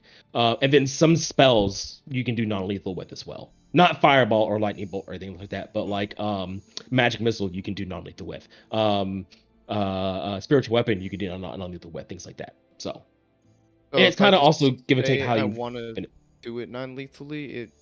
The damage won't matter, or you only do as much damage as necessary. Yep, that is correct. Unless you deal double their max HP, in which case it's insta kill no matter what. Okay. Yeah, I wasn't too familiar with that, but I'll put that in next time. That's good. This is the first good session. Like, there's no penalties. Like, I'm not like, oh, you didn't investigate the guys, so you didn't find out there's a real secret necromancer. Ooh, screws sucks with you guys. No, something like that. These first 5 sessions are meant to be lessons learned, especially for new players like you and Caius. So yeah. It's all good. It's all perfectly fine. There's no bad blood. There's no like, oh, you fucked up. This is Nathan asking because this is something I planned for him to ask if you did kill everyone. Because as adventurers, the mission itself, Nathan would point out, was to figure out why the bodies were being dug up, which was you could have done without killing everyone. And if they were necromancers, you can just kill them afterwards. They're all captured and everything. So that's what Nathan would point out, and that's like the only RP thing he would have for you guys. Unless you guys have questions for him, which then we can. Well, I just want to respond to his question, just because even though I didn't actually kill anybody, I certainly tried to. I would say, like I said, where I come from, body theft is severe sacrilege, and it can be difficult to come up to put that aside. Fair. There was no wrong answer here, Nathan would say. He was just, like I said, curious himself. So, get to know you guys. Good. So just always thinks bounties equal more money when alive, usually. So he just instinctively tries to go for non-lethal damage. That is smart. He says, this by no means, not everything should be not killed. Like, obviously, if you see a Hydra, please kill it, he says. Don't try to befriend the Hydra, all right? Don't be those guys. You don't want to be a Nazi. Actual assassin murderers, like, you can kill them. There's no bad blood. Like, these guys committed crimes, like Garlic said. They're just trying to get by, though. Yeah, they were trying to get by. There might have been a better way to solve the issue, but it is what it is. But I have a question for the background of my kid. Like, how long ago would you say from our current events to, however, in his backstory, like about how long ago did he make his pact with the genie? I'll leave that up to you. How do you want to be recent or it's been a while? I was thinking recent because he's still like level 1, learning a grasp on everything. That's why. Okay, like, so probably like a few months at the most. Yeah. Definitely then. Yeah. So yeah, that's if you want it to be a short time, we can make it short time. Make it few months. So. Yeah, I was thinking like maybe 2 months because he's still coming to terms with it, and he's not very particularly strong at all. So. Yeah, that sounds perfect. So Also came up for my backstory with how my character ended up becoming a bounty hunter. Mhm. Because I know we were kind of debating that a bit. But I was thinking maybe after the rift that destroyed his home and whatnot, he might have been like picked up or found by some smugglers / bounty hunters. Okay, And that's kind of how we got. Yeah, I'm gonna stop the recording here because it sounds like we're talking out of character stuff now. Oh, I thought you already did.